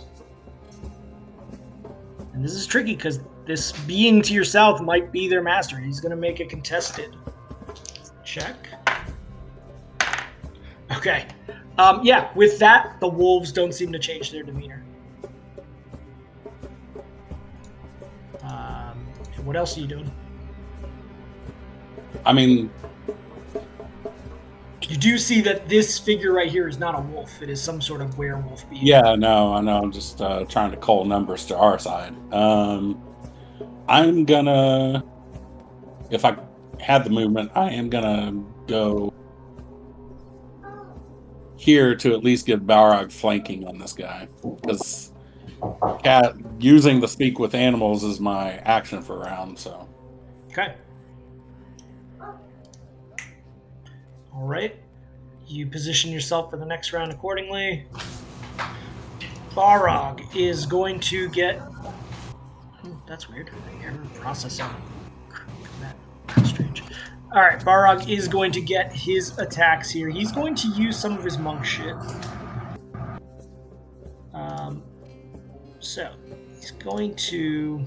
Can't use the traveler trick right now, so he's just going to use. He's going to use his Singham.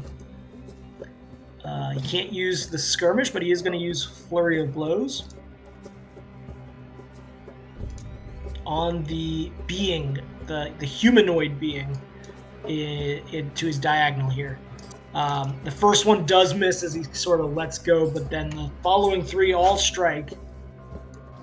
This werewolf being is stabbed quite quickly through, and you notice now that the tip of Balrog's weapon its sheen is different than that of regular iron weaponry, as it stabs into this werewolf and kills him. This being is no more. Balrog is going to take a step to his right, and that is his turn. Okay, now back to the top. Lanry and Finry. You said that if I cast haste, they would get an action this turn. They are this round. So before they roll initiative, you do get essentially 3 actions available to you, I would say, with the haste. You are not currently wearing armor. Both of you have armor that would restrict you from sleeping properly. And your weapons are sort of laid close by underneath your bodies, but you are not armed with them. What are you using your action economy to do in this moment as you see battle ensuing in front of you? Question: when you say I only have a standard or a free action? No, you guys have 3 actions available to you in sort of a quasi state right now. You're going to roll initiative for this upcoming round to see where you actually fall in. But like in terms of readying yourself since you were fully asleep, you can use those 3 actions to partially get some weapons readied, whatever you need to do. You have 3 general sort of available to you right now.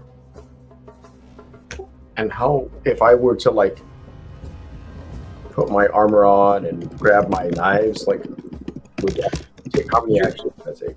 Your armor specifically. I'm finding that. Normal armor is like a minute. Yeah, it is more than like actions. It's going to take some time to put armor on. So you probably will not be able, even with your duster, because it needs to be buttoned up and clipped in such a way that it would be too much time to put your armor on at this moment. Oh, is it just like a vest? It is padded leather padded armor for all intents and purposes. So if you were trying to put it on hastily, it would take you 5 rounds. With land rays, it would take him a straight up minute if he tried to put it on hastily. So that's probably not an option for him. Here, I'll post you the SRD on it. So what? But you don't even have a weapon in your hands right now, Landray, or Finray or Landray. So what are you doing? I mean, I don't. Okay, so the armor doesn't seem like it's going to be a win, but I don't think my kukris would be that far from me, so I don't know how many actions it would take to grab that. You can get readied and up from your prone position with those kukris, I'd say, for you, Finray, in one of those 3 actions. Same with Landray and his bow. And the other 2 actions are standard actions? Yeah. So you could use them to stand up. Or you could even move in this moment with one of those extra from the haste or attack. So normally drawing a weapon is considered to be part of a move action? Yes. So I'm allowing him to do that as part of the use of his getting out of prone. It's a free action during a movement. Correct. Yeah. So really what you would be using your action economy for, Finray or Landray, is to get up, because right now you're prone. And I would say you're readying your weapons from just getting up. It would use the same amount of time. Yeah, I would just forego the armor, get my kukris, get up, and I have 1 standard action left or 2 standard actions left. It's just a standard action to get up, so you still have basically a full round ahead of you if you wish to take it.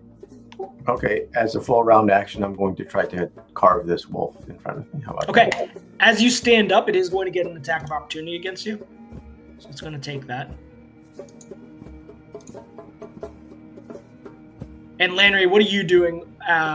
Think about what you're doing. Let's play out Finray's part first. So 17 to strike is going to probably hit you, Finray, right? Yeah, it would, because I don't have my armor on yet. Hold on. Yeah. Yeah, it's correctly calculating without it.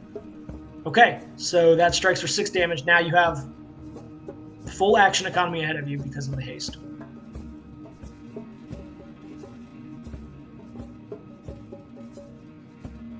And while he's rolling that, Landry, what would you have done with your 3 actions here?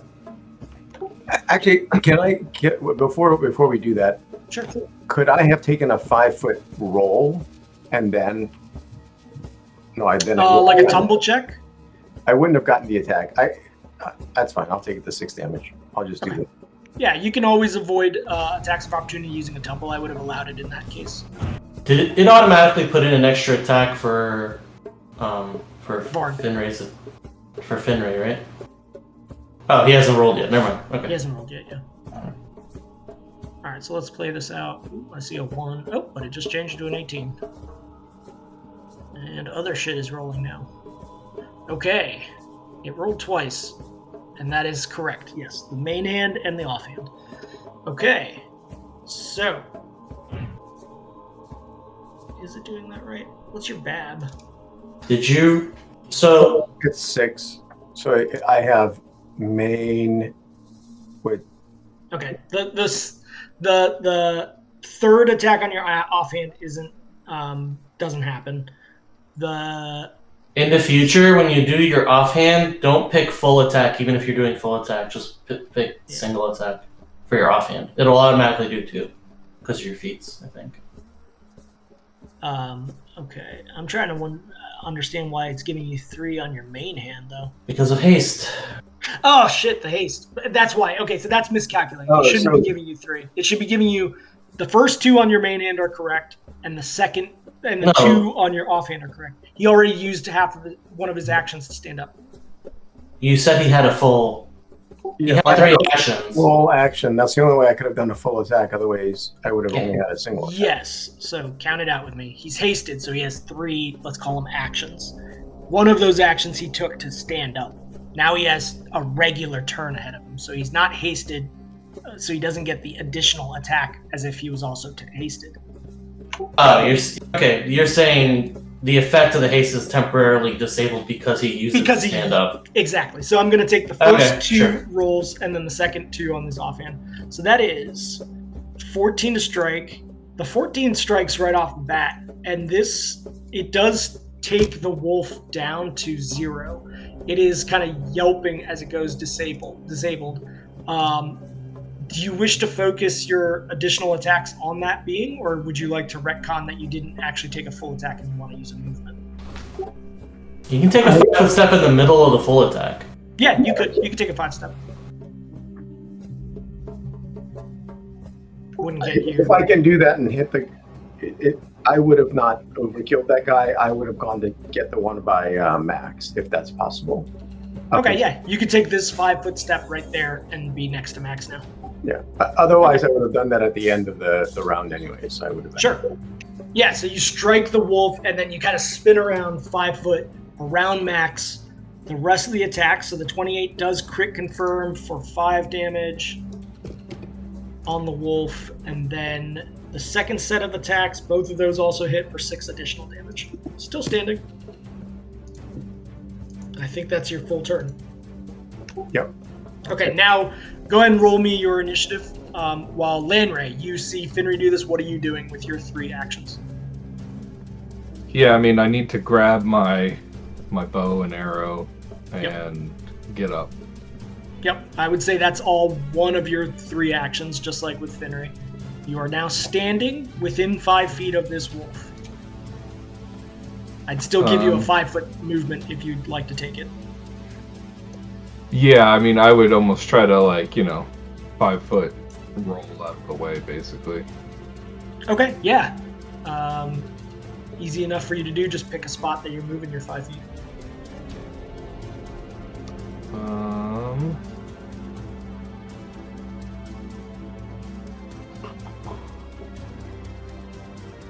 Where am? Oh, there I am. Okay. Yeah. I'll go. And Max, you're going to be the next PC after Lanray. Unless he rolls really good on initiative. So was that my 3 or that's? Nope, you still have a full attack ahead of you because you're hasted. So all of that was just your first action. Standing up, moving 5 feet over. Yep. Yeah, then I will definitely attack the wolf in front of me. Okay, you got a full attack ahead of you. Now, just like with Finray, because you're hasted right now, it'll give you an extra attack on each one. So I'll curate that. So just do a single attack, or? No, it's a full attack. You do have a full attack, but the buff is going to give you an extra attack, which it shouldn't in this exact instance. Got it. But I'm going to do a rapid shot, just FYI. Sure. So if I have my count right, it will say that you have 5 shots, but really it's only the first 4. Lots of dice. And I take it you're attacking this wolf right here? Yeah, the one. Whoa, right. that was a cool effect that you had on your 20. Did you add that yourself? The glass break? Maybe, yeah, I think I did. I didn't realize. I missed it. Damn. Yeah. Okay. Yeah, so just like with Finry, good thing is the critical happened on the 4th one, not the 5th one. The 5th one never happens. So you get 9 points, then 5 points of damage. So that's 14 points of damage. As you take this wolf down to 0, it is also disabled. You see the arrows sticking into its back. Are you continuing to let loose and killing it with the following 2 arrows? I mean, I would definitely kill it if it needs both. Does it need both? Or yeah, I guess it would. Yeah, it would. Yep. Okay. So with your full attack, you do take this thing and make it completely dead as it lays on its side with 4 arrows stuck in it. That is your full turn. Go ahead and give me also your initiative so you will be added in for this round. Okay. With that, from the tree line,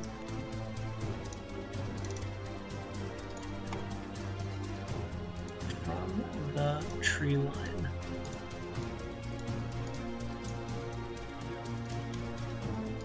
Please to hold a moment. Okay, yeah. Medolfir, to your south, coming out of the tree line. Give me a listen check.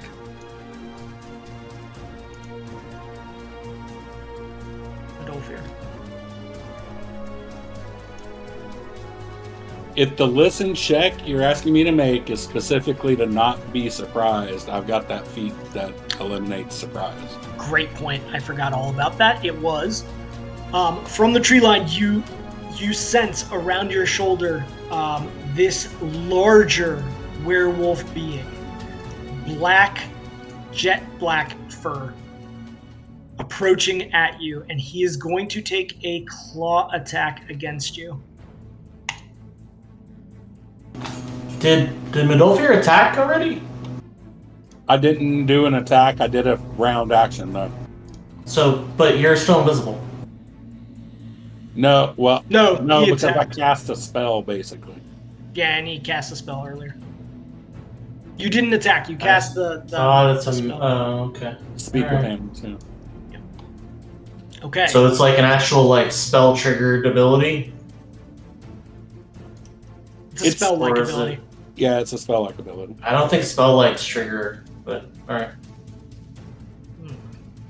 Because it's like an innate thing. The thing that causes Yeah, you let to me go see. uninvisible from a spell is That's a good point. No, let's check that. because Let like me you're check. doing the casting, right? Like you're like. Yeah, and that's the only thing you did. You have not swung your sword yet.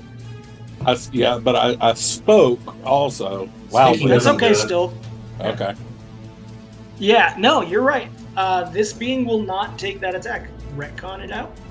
He is, however, going to pass by you. Are you doing anything as he passes by you?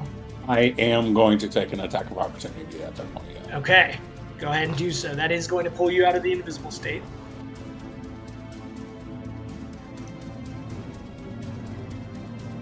And this being is much larger than the other werewolf that you saw Barog just kill.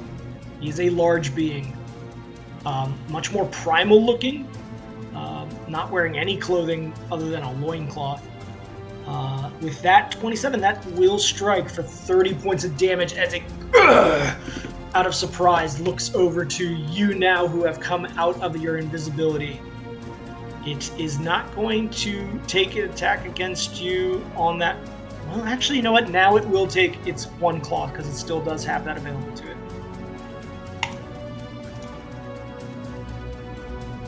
Okay. Yeah. That 35 is going to definitely hit for 15 points of damage. That would get reduced by my DR, right? It would still to 13 points. It is regular damage. It is not a bite attack, so that's good. Yep, okay. And he calls out, as he strikes out, he calls out this kind of guttural, and you notice ahead of you, Varg kind of like perks his ears in such a way that it's odd. That is his turn. Varg does not seem to be acting 100% the way that you would normally suspect.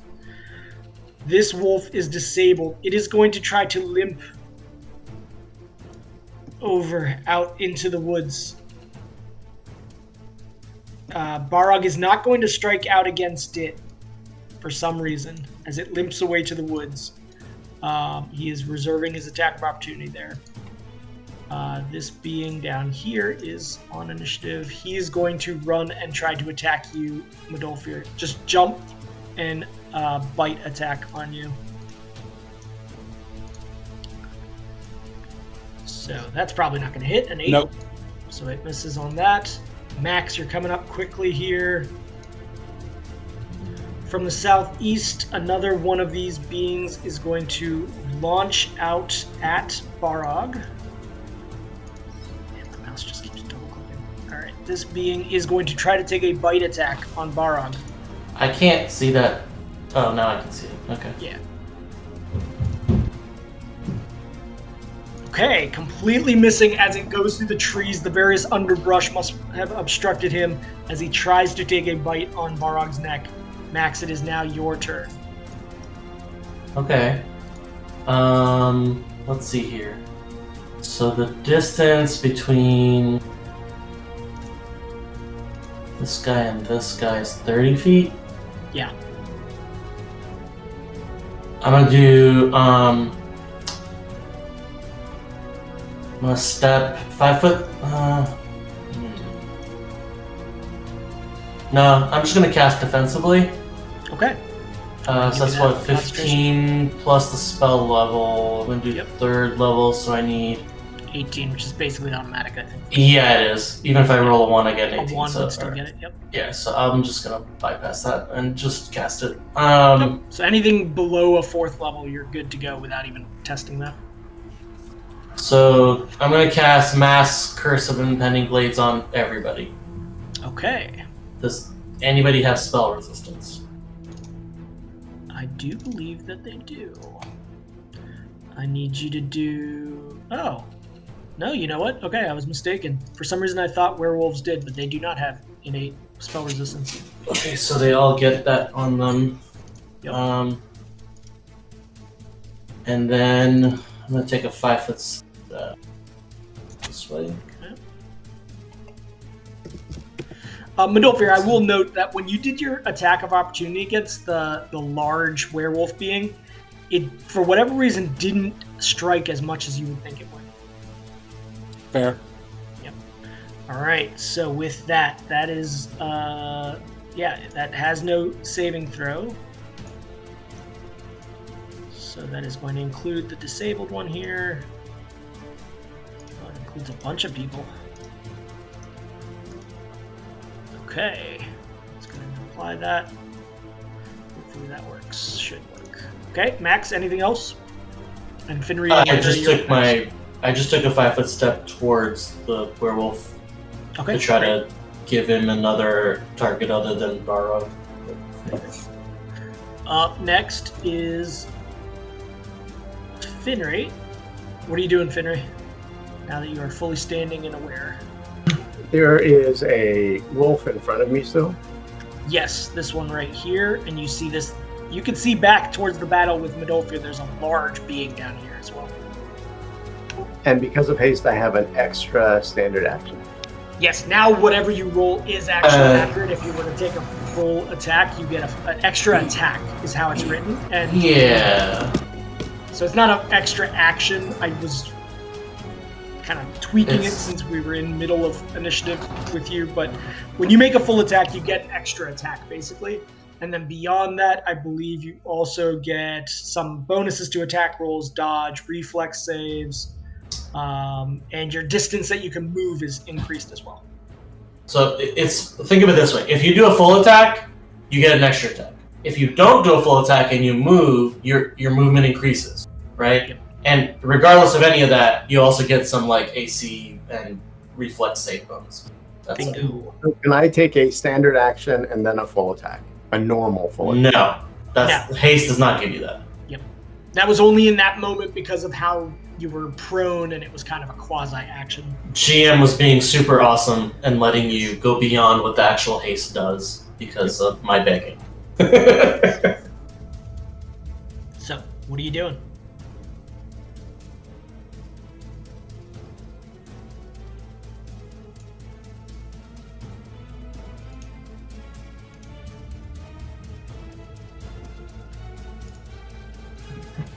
This wolf in front of me has not been hit at all.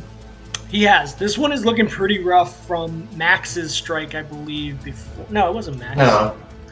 It was, I believe Varg struck him and then he retreated back to here. So all right. So I can take a single attack and then I would have extended movement, right? Like, yes. Yes. Yeah. That's you would have 30 more than your normal movement. Yep.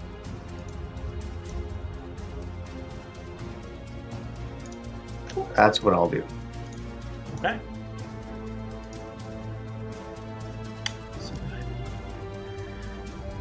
And this is going to be with both weapons again? So if I am just taking a standard attack, do I get my offhand attack? don't think you do, based on No. what I was reading. Yeah. I can- Raw doesn't include that unless it's a full attack. So I can't use offhand attacks unless it's a full attack? Yeah. Raw's really tight on that. Okay. I would say once you get to greater, I would take that away, but for just the improved and standard, no. But yeah, I mean, technically the Raw says it's just on a full attack.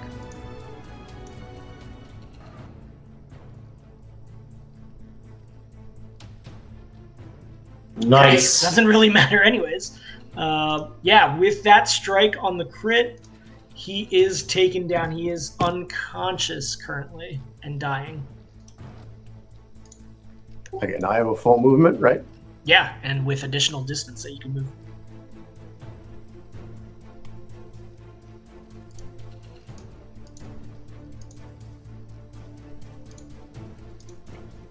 Okay.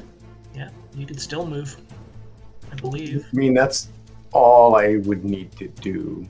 Okay. I imagine you going that effective distance, but like zigzag in a way that like avoids everybody. Yeah, I mean, I would be. Maybe I'll just do it. I don't know. Can I hide at the end of it? Yeah, I would say because you only used basically your regular movement anyways, I'll give you a hide check at the end of this to kind of duck behind this tree. And I will say also, in your hasted state, there is a good chance this guy doesn't see you. Roll it. Okay. It's got a decent roll.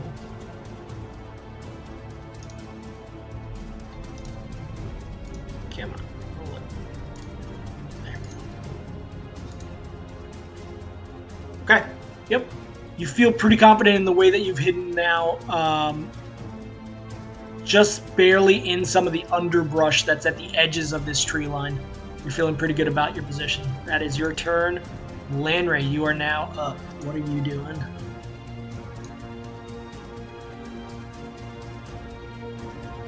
Yeah, I mean, so have we attacked the Lord yet at all, or no? Medolfir did with a reaction with his attack of opportunity, but that's it. Okay, so he's not looking rough or anything, is he? No, and Medolfir felt like his sword didn't quite make the kind of contact he's used to. Okay. I then will fire off a bunch of arrows at him. See what happens. Okay.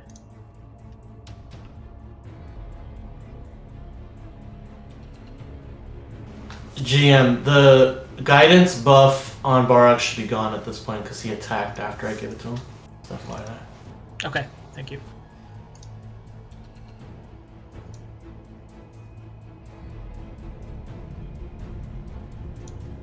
See him once. Okay. So, as you shoot your arrows off, you feel as though they are striking, but being kind of ignored in the damage that it is doing. They seem like nuisances to him rather than the kind of damage that you would hope. Yeah. I believe I'm interpreting that correctly. It should be damage reduction against each one of those strikes individually. Yeah, it's separate. Yeah. Yep, just like Medolfir's. Yeah, So those I'm arrows guessing are we not didn't doing. get silver. Yeah, those arrows are not doing what you would hope, Right. and it looks kind of annoyed. Are you doing anything else? Oh, I'm gonna maybe take a 5-foot step into the woods a little bit more to get some cover. Okay. Yep. Sounds good. Just write down an arrow count for you. There we go. Okay. All right. With that, that is your turn. Next up is going to be this wolf rushing out towards where? Let's see. It's going to rush out towards you, Medolfir. Here. try to bite you. You are being surrounded quickly by these wolves who are focused on you, not so much the rest of the group. That's a 5 to strike, so that's not going to hit you. But he is now giving flank to the other one as well. It's actually a 7 to bite on that attack, but did not strike either way. And then finally, this disabled wolf up here. Oh, he's unconscious, so he's currently dying. Nothing to be done there. Varg. Varg is now in close enough range, Midolfir, that I would say he's going to come back towards you. You can go ahead and take back. Since he's in visual contact with you, your connection is there. What is Varg doing? I think this one was the disabled one down here, GM. This one's the disabled. This one's the unconscious. Okay. Yeah. That's why this one didn't do anything at all. So, Midolfir, what would Varg do in this moment? He is gonna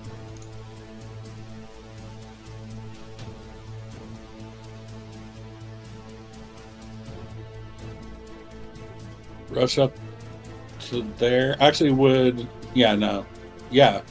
would moving from where he was to there incur an attack of opportunity from the wolf to his left? Yes, because from this spot to this spot will have been in its attack range. Okay. Now, if you just went straight on top of this dead body here, then no. Or you could otherwise... Now, if you did that, then this guy over here will get an attack on Mark. Okay. Yep. It's pretty much just jumping on top of the dead bodies your option there. Well, I was trying to set up to give him flank. Oh, I see, yeah. Now, that'd be difficult to do in this scenario. Okay, now, what are you saying? I tried using this before. I'm going to try it again. Well, you've moved more than 5 feet, so this should just be a single attack.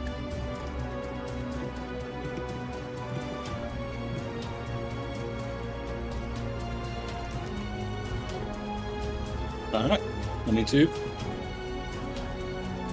Alright, yes, the 22 will strike against this wolf. This wolf is much chunkier than the other wolves in this pack. You can see now, Midolfir, that Varg is kind of going right after the alpha of this pack. Alright, well, in that case, he's going to try and pull him to the ground, too. Okay. For dominance. There's something special about this wolf. This wolf erupted out when the werewolf lord also came out of the woods. With that, he's going to avoid being tripped. So that is Varg's turn. And I will say as a free action, Barog is going to yell out to everyone, avoid the curse of their bites. The werewolves, avoid their bites. And before it is your turn, this wolf is going to take an attack against Varg. That is a 13 to strike, not a great roll. Is that enough? Nope. Varg has very good strong AC. Yeah, Varg's got a better AC than Midolfir. The big one is going to pull back and try to circle around Varg, but only with a 5-foot movement here. Now it is your turn, Midolfir. You see in front of you this monstrous, large werewolf lord. Okay, explain the action economy here too. I'm not hasted, so if I were to drop Bengrafil and pull out the silver great axe, does pulling out the great axe, is that my round action? That's your standard action, and I believe just by pulling it out, you're going to get attacks of opportunity against you all around you. So it'd be pretty dangerous. I think drawing a weapon is one of the things that does provoke that, but I'm checking. Alright, well, in that case, so I can speak with animals for 6 minutes at this point because it's 1 minute per level at level. Weapon does not provoke attack opportunity. Certain types of weapons would, but you could actually, with that type of weapon, pull it out without an attack of opportunity if you wish. But it is still a standard action. Okay. So it's a move. It's a move. Yeah. It's a move action. Wait, so pulling it out is a move action? So It's a free action. It's a free action during a move. Yeah. Or otherwise, if you're not moving, then it's a whole move. Yeah. Correct. Basically, if you do it, you only get a single attack, not a full attack. That's the Bingo. only. Thank you. But I would get a single attack, though, yeah? You would. Yep. Yeah. Okay. Then that's what I want to do. While I'm doing that, I'm going to yell out again, speaking in wolves.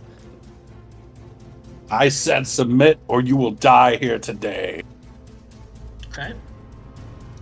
You do switch out the weapons. As you do that, give me another handle animal check. It's going to be opposed. Against this one's... Okay. Nice. You do notice that there's a moment of confusion amongst the wolves. They don't appear to have submitted in any way. They're not making the kind of motion of submitting to you as their pack leader. But there's definitely a change in demeanor as you swing back and strike your great axe against. That's against the werewolf lord. Excellent. Now, Bengrafil, when you switched out, did you sort of sheathed it back into your back sheath as you pulled out the other weapon? If I can, otherwise I'm just going to drop him to pull it out. It would be at a penalty. You're almost like taking your axe out with an offhand, so that's why I'm asking. But otherwise, if you drop it, then no, it's your main hand that's doing it. Yeah, I was, for purpose of immediacy, I was dropping it to get the great axe. Got it. So that is going to have no penalty against it. Let me just make sure that it is not carried in the moment here on your inventory. Okay. Yeah. You strike out, and that is a great strike. 26 will definitely hit and surprise this werewolf lord by fully striking for 24 points of damage. The silver cuts through as he kind of shrieks. And he makes kind of a face towards you that almost looks like looking in a mirror when you are in your rage state for a moment, and then you just kind of shake it off. Anything else you're doing? No. Okay. Barog's turn. He's going to yell out at Max to take care of avoiding this werewolf, and he is going to now use Flurry of Blows on a full attack. That's not a great roll, but he has a good BAB. Okay. With that, he is able to take down to -10, fully killing this werewolf to your south, Max. He stabs it multiple times, die, in Orcish, as he pulls out his silver weapon and looks back towards Modolfir and the werewolf lord. That is his whole turn. It's going to go back to the top, but not before the werewolf lord is going to take a bite attack against you, Modolfir. Let me double check one thing. So for his attack, he's going to do 2 bites, or 2 claws and a bite against you. That's the 2 claws. 21 to hit. Yeah, AC 16. Okay, you take 16 points, reduced down to 14. And then the second claw, you take 16 points, reduced down to 14. So a total of 24 points of damage there. And now he's going to take that bite attack, focus solely on you. Roll that one nice and public. 16 hit. What did you say your AC was? Fucking 16. God, no, good. Oh, okay. And I didn't add flank in there, so he still would have gotten it. Yeah, that's 12 points of damage. I need you to make a DC 15 Fortitude save. Otherwise, shit's gonna get real weird. Can't be a double lycanthrope. Or no, you can be a lycanthrope. You're not. Oh, he's not. Right now. Dolphier is not a lycanthrope. At this moment, at least.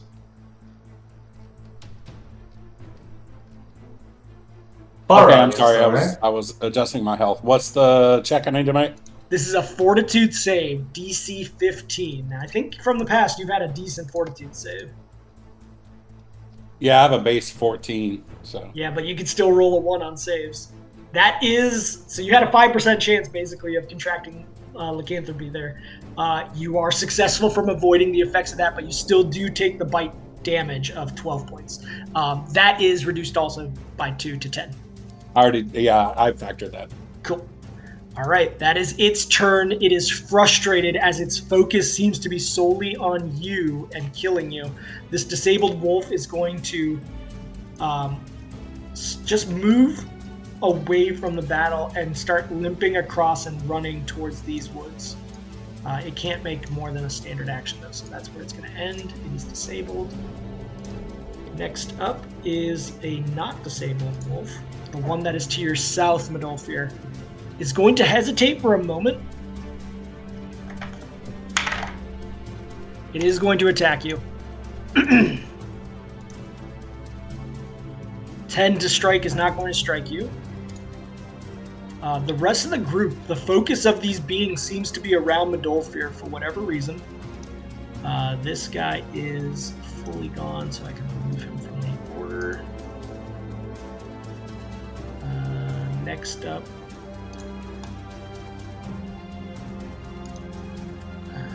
that was just attack. So Max, it is now your turn. And Finray and Lenray, you're next after him. What are you doing, Max? Alright, I'm doing something I should have done earlier, but I don't know. Didn't have the economy for it, I guess. I'm just going to cast Archon's Focus. Okay. And let me turn the buff on for that. That's good. So that's going to take you a full... No, one standard That's action. a standard action, yeah. Yep. And then I'm going to...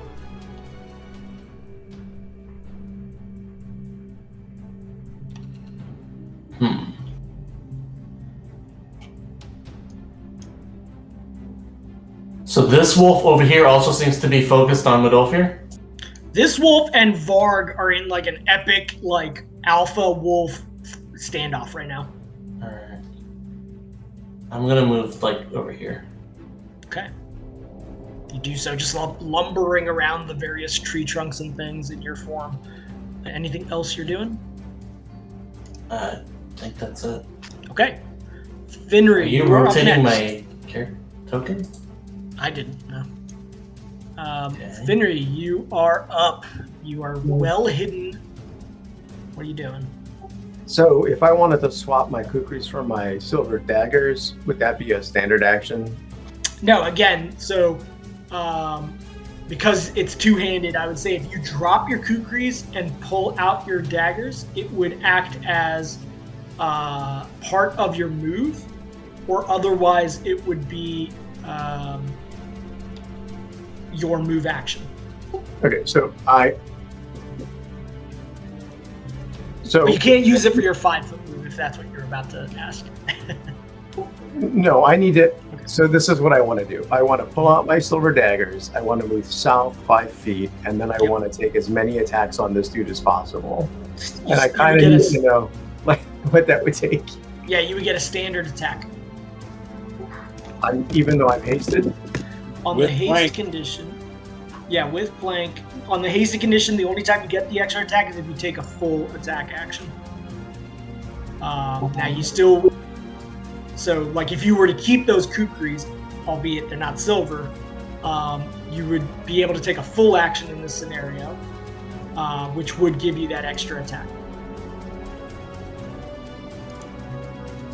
With your No, I mean, the difference for me is not one extra attack. There's a 3 attack difference between You know standard what? and full. Here's the thing about it, though. Since you're hasted, you get that double movement. I will say that because you are hasted, that part of that change of weapons is that extra movement. I would still give you your full attack after that, but it would not get the benefit of the extra attack. So it's kind of similar to how you stood up in the first place. Okay, Yeah. that is fine. So basically, you're using up the benefit of the haste to switch the weapon. Yeah, so the only weird thing is I don't think I have an automatic button for the daggers. Yes, you're going to have to roll that out. individually, unfortunately, because there is no full attack for it. So what you're going to do is you're going to do a full attack with your main hand weapon, which is one of the daggers. Okay. Is the silver dagger in your inventory? It is. I just haven't added an attack on it. I mean, there's an automatic attack thing. It's trickier with the full attacks with his 2 weapon though. So in the moment right now, I can. But wait, I'm not. Full attack -2 penalty. Add that in. Oh, hold on. I'm also going to do this thing. Mm-hmm. So now, can I do this instead of? Because this is like it's essentially gives me flurry of blows. It's just basically I get full attacks and then 1 additional attack at my highest attack. Yeah, this is a free action stance for use or a maneuver for use. So yeah, you would. Yeah. Okay, so I will do a main attack. Main attack, full attack. Which is a -2 and like a so that's a 7 and a 2. Yep. +7 +2, and then I get an offhand attack. Let's do the full main hand first. And I will say that you're getting sneak attack on this since he is not aware of you. He's flanked anyways. It wouldn't have mattered. That's true. Yeah, it wouldn't have mattered. So we'll start with the main and we'll go to the off. I'm expecting big numbers, Fenry. Yeah, me too.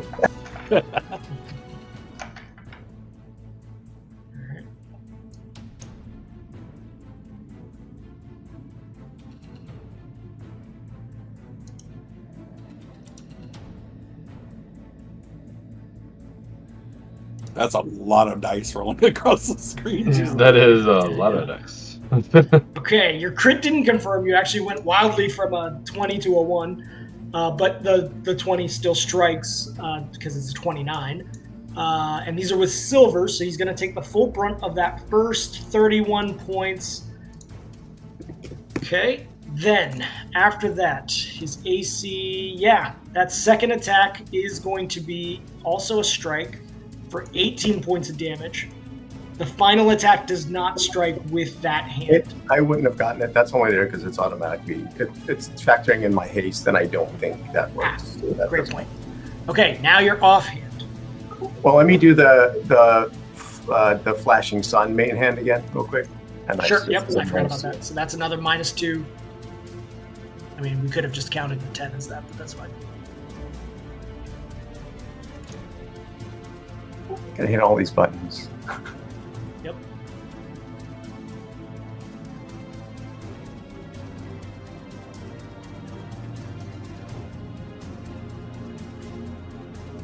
Oh, and this is at your highest attack bonus, so that's important to note. So you only have the -2, but it is your BAB. Okay, with that, lost track of your roll. It's a 14. 14, okay. 14 hits him. The 14 is not enough to hit him. So now you can do your offhand attack, if you wish. And it will be, because of your ability, or your feats, this will be 2 attacks. So roll it as a single attack. It doesn't make sense, but it should be built in. I'll make sure that it rolls right. If it doesn't, we'll tweak it again at the end. It appears to have done it correctly. Oh, no, it didn't. Okay. It might not matter, though. With your offhand, 29, and it did confirm for lesser damage. I'm going to give you the benefit of the higher damage, because that's ridiculous. This is my biggest, though, Gia. This is my biggest gripe with the Foundry 3.5 system. I don't want to see this. It should copy the rolls from the normal attack and then add the additional dice for the critical. It's ridiculous. I'm going to take the higher of the 2. Well, you know what? I'll give you the 24 roll, and then your actual additional damage from the crit confirm was what? Jesus, is that a double 20? Yeah, I rolled the other one. I think I got the attack bonus. Okay, I think we get the point here. And the double 20 I need to mark down. He did anyway.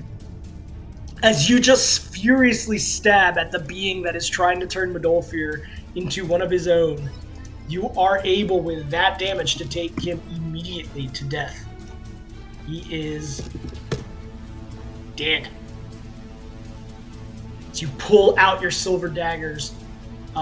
This being, how did you actually stab him to kill him? So I figure he's staring like Modolfir down and trying to like hit him, and then I jump out of the bushes like and into the air with the 2 silver daggers, do one of those ninjutsu slice 'em dice 'em moves, and just rip apart his back, including like slicing through the top of his vertebrae from the backside, and he just falls down, and I fall like I just jump on his I guess his back, whatever, Okay. afterwards. Yeah. Just dagger, just stabbing away furiously as he goes to the ground, and you are standing on his dead body at the end. Lanray, you watch Finry take him down. There's a change in demeanor of most of the wolves. They seem to like be now like kind of giving deference to Modolfir, all except for this wolf right here. This wolf right here is still focused on Varg. What are you doing, Lanray? I am going to try to get rid of that wolf. Okay. He is in melee with an ally of yours, so you can take a -4 penalty or risk striking Varg. Well, I also do have I have precise I also- shot. You do. So, yeah, Yep. Thank you for reminding. and it looks like he is within 30 feet. 30. So I Yep. will. After you, Lanray, is going to be Varg and Modolfir and these wolves, basically. So, Modolfir, think about what you want to do.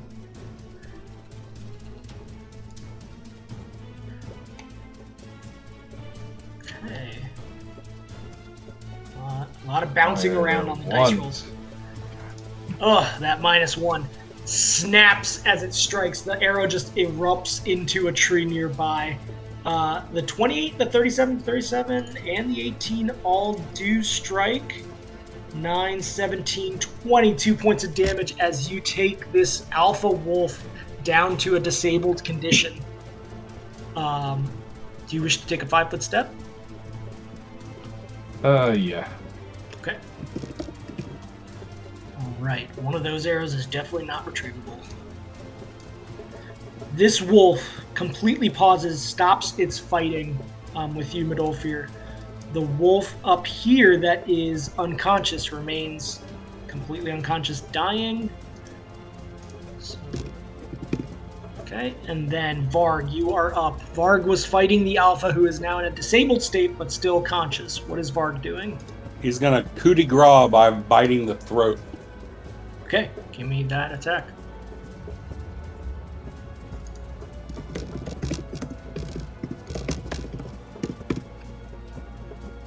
And he is conscious, so it's not actually a coup de grace. Well, he was conscious. With that, the throat attack against this wolf is enough to take him into an unconscious and prone state. As the other 2 wolves kind of look over towards what was the remainder of their pack, they completely submit, sort of like backing away with their hind legs sort of in a crouched position to you, Modolfir, submitting in front of you and Varg. You look around and you do not see any more werewolves apparent to you. All you see is these 2 wolves and the wolf that is limping away slowly towards the tree line. I'm gonna yell to him, "Return to me." In that moment, the wolf does turn around, and whatever movement it still has left returns closer towards the group. What are you doing?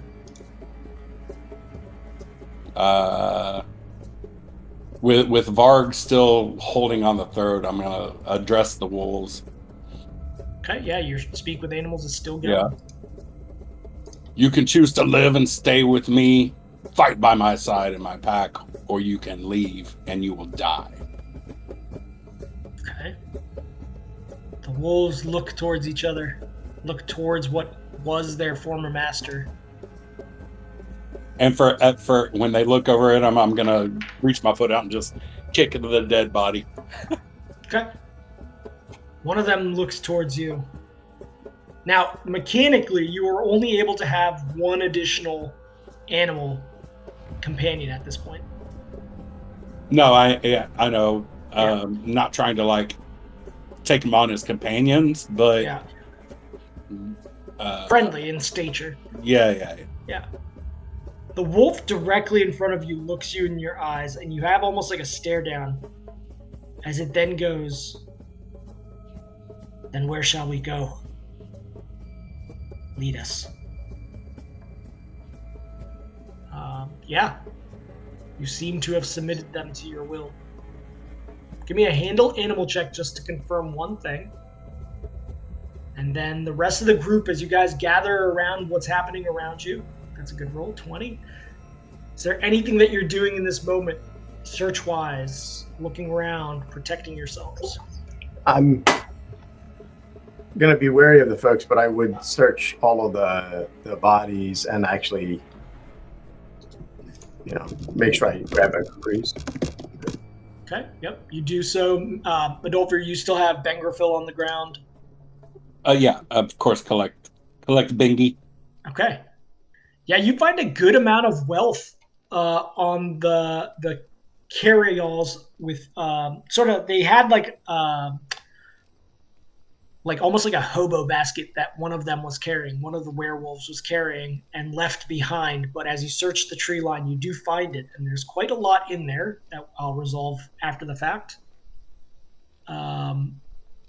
As you search the other werewolf with that 28, the smaller werewolf that attacked from the right, you do find additional loot being carried by that one as well. That you wouldn't have found unless it was a much higher track. It was way back into the tree line here, buried at the base of a tree root. That 28 was able to uncover that. You feel pretty confident that you've found everything from this particular group. The wolf eventually does die without any aid, this one up here. But these other three are alive. This one is disabled as it limped back towards Midolfir to take on sort of next orders of the pack. With that, is there anything else before session end that you guys are doing in this moment? Cure Midolfir. Okay.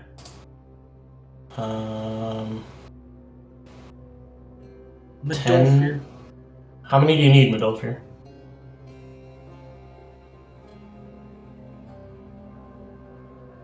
Midolfir? Yes. How many health do you need? Max just gave you 10 right off the bat. Oh, shoot. I've got. I thought he was doing that for him. No, I'm not hurt. You're the only one hurt. I am 32 plus 9, 20. I'm 41 down. After that 10? That's after adding the 10, yes. Okay. So here's another Midolfir, 8. while Max is giving you that extra health, one of the wolves, the one that submitted to you first, looks up at you and still with that animal speech capability, speak with animals going. And Finry, you don't have speak with animals, you have animal speech, which is different. He looks at you, Midolfir, and he goes, "There are others of this kind of pack. They're close. You should not go to sleep tonight here. They will not stop." And at this moment, you hear in the distance another set of wolf cries. They will pursue. They will not stop.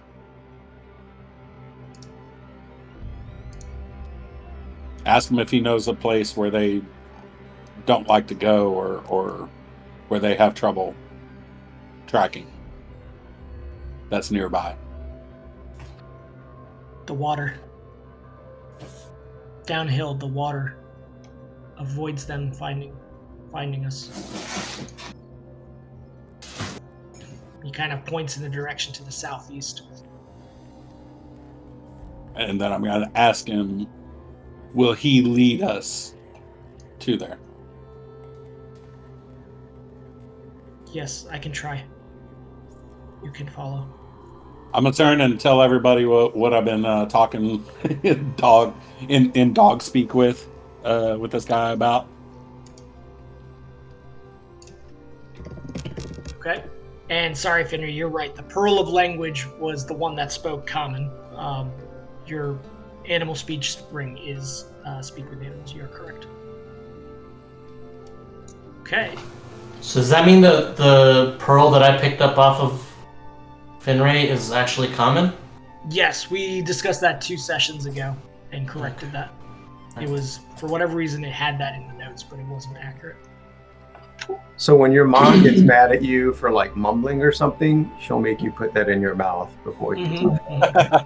It was really useful for a wild shaping druid. It doesn't have much use otherwise. Yeah. Medolfir, do you need more health? I mean, I'm at 100 now, so... Did you take the 8 I gave you? I'm sorry? Did you add the 8 that I just rolled? Yeah, that's why I had 100. Okay. I'll do one more. Okay. And as this is happening, the wolves now 5. seem really agitated, and they're like, we have to move soon. We have to get there quickly. All my casting happened very quickly because I still have Archon's focus on. Yep. Yeah. It's like within 6 seconds you were able to do all of that pretty quickly. I do put on my duster, by the way. I don't know if I said that. Okay, that's going to take you 5 rounds. But you're able to do that, like, as you guys, if you wish to be moving, you could be doing that as you're moving. Like, somebody's holding your stuff and you're putting that on. Lanray, your chainmail is more difficult. Somebody can help you don it. So we can talk about that out of session or next session. Somebody can help you don it, but it's still a pretty prolonged effort to put on armor. Max has 3 arms. I'll say that reduces the amount of time pretty good. An extra arm is at least, 3x. Let's see. I forget, when somebody actually helps you, it gets it down. If he's in what, chainmail? Chainmail, yeah. Yeah, to don hastily would be 1 minute. Yes, 1 minute, but if you're getting help, it's cut in half. And max, if 2 people needed help, you could do so with 3 hands. So you could be helping Lanray and Finray at the same time, I'd say, with your extra hands putting on their stuff, so it cuts it down in half. So Lanray, it's going to be 5 rounds for you. Finray, I'm going to call it 3 rounds for yours as you guys are moving. I look at Max and I say, have you ever thought about playing piano? I have to invent it first. All right, so we'll leave it at that. There may be a bit of a chase vibe coming up. You guys have not rested. None of you have gotten the benefits of a rest at this point. And you are being told by these wolves, Medolfir, that there is impending chasing happening. They're coming, and you have to get to the water to throw off the track. Okay, so I'm going to ask that wolf if he would lead us in the safest route he knows how to get there to try to avoid other groups. And then also before we leave, I'm going to drag the werewolf lord's body across the fire so that it will burn. Okay.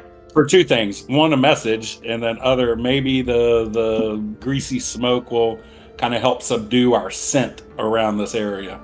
Okay. Yeah, there's this putrid smell of like burning fur and flesh as you do so. The fire at times looks like it gets dulled out by it, but then it erupts through some open area where the oxygen gets through. So it looks to have caught him on fire with all that fur. Oh, I'm sorry. Did you want me to flay his skin off? No, I don't think we have time to skin. That was just funny. Yeah. Okay. With that, you guys pick up everything that you have, beginning to don the armor. We'll see how that plays out as you head as quickly as you can towards the water with the wolves. And we'll pick that up next session. Right on, man. Good session. Yeah, good session. Nobody got struck. Other than you, Manova, nobody got bitten by a werewolf, and there was that 5% chance, even with your save, at all times of becoming one. So we'll see what happens if there's additional ones coming after you guys. Joy. Yeah, All I right. mean, I think at this point, like we know what kind of enemy we're against. The other thing I was going to say before we leave the session is we got some silver oil, right? So we should think about dropping that on some of our weapons because that's what we'll be fighting. Yeah, Landray particularly didn't have anything. I don't think. Oh no, Landray, you do have some of that silver. I do. I have silver arrows. So in game, I mean, I think Landray would not have recognized that these were werewolves probably off the bat. From the distance. And, okay. Yeah, and so that was why he shot normal arrows. Okay, fair. All right, guys. So, okay. I guess No, what do you got? What do you got? Well, no, I was just going to say is because I think the only ones that use melee weapons are me and Modal Fear, but I don't know if you can put that silver oil, or if we bought it, we could put it on Bengrafil, because I would probably think about putting it on my kukris versus the daggers, but it's not as critical for me because the actual damage I do is 100% from crit and not from the weapon itself. Yeah. So good to keep in mind, although the axe did pretty good work in and of itself. Wasn't too shabby, actually. I mean, with it being a great axe, other than missing out on the magical enchantment of Bengrafil and the whatchamacallit, the other enchantment, not Bane, but Keen. Yeah. It's still very effective at damage because it's a great weapon. So I get my it does like massive damage, when it needs to. So yeah. But yeah, how long does it last? Like if you apply silver oil to a weapon, it eventually comes off, right? With attack, right? Like poison only works for like a couple of like attack, 1 or 2 attacks with that weapon once it's applied, right? Yeah, it lasts as alchemical silver for 1 hour. Okay, so. And it also could cover 20 units of ammunition in case you're using it for ammunition at some point. I mean, lasting for an hour though, that's pretty good. That's better than poison, where it just comes off after like a use or two. So. Yep. So yeah, something to think about. All right, we'll see how the chase goes next session. Have a good rest of your long weekend, guys. Yeah, man. Everybody take it easy. Have some leftovers. Later, guys. See y'all later.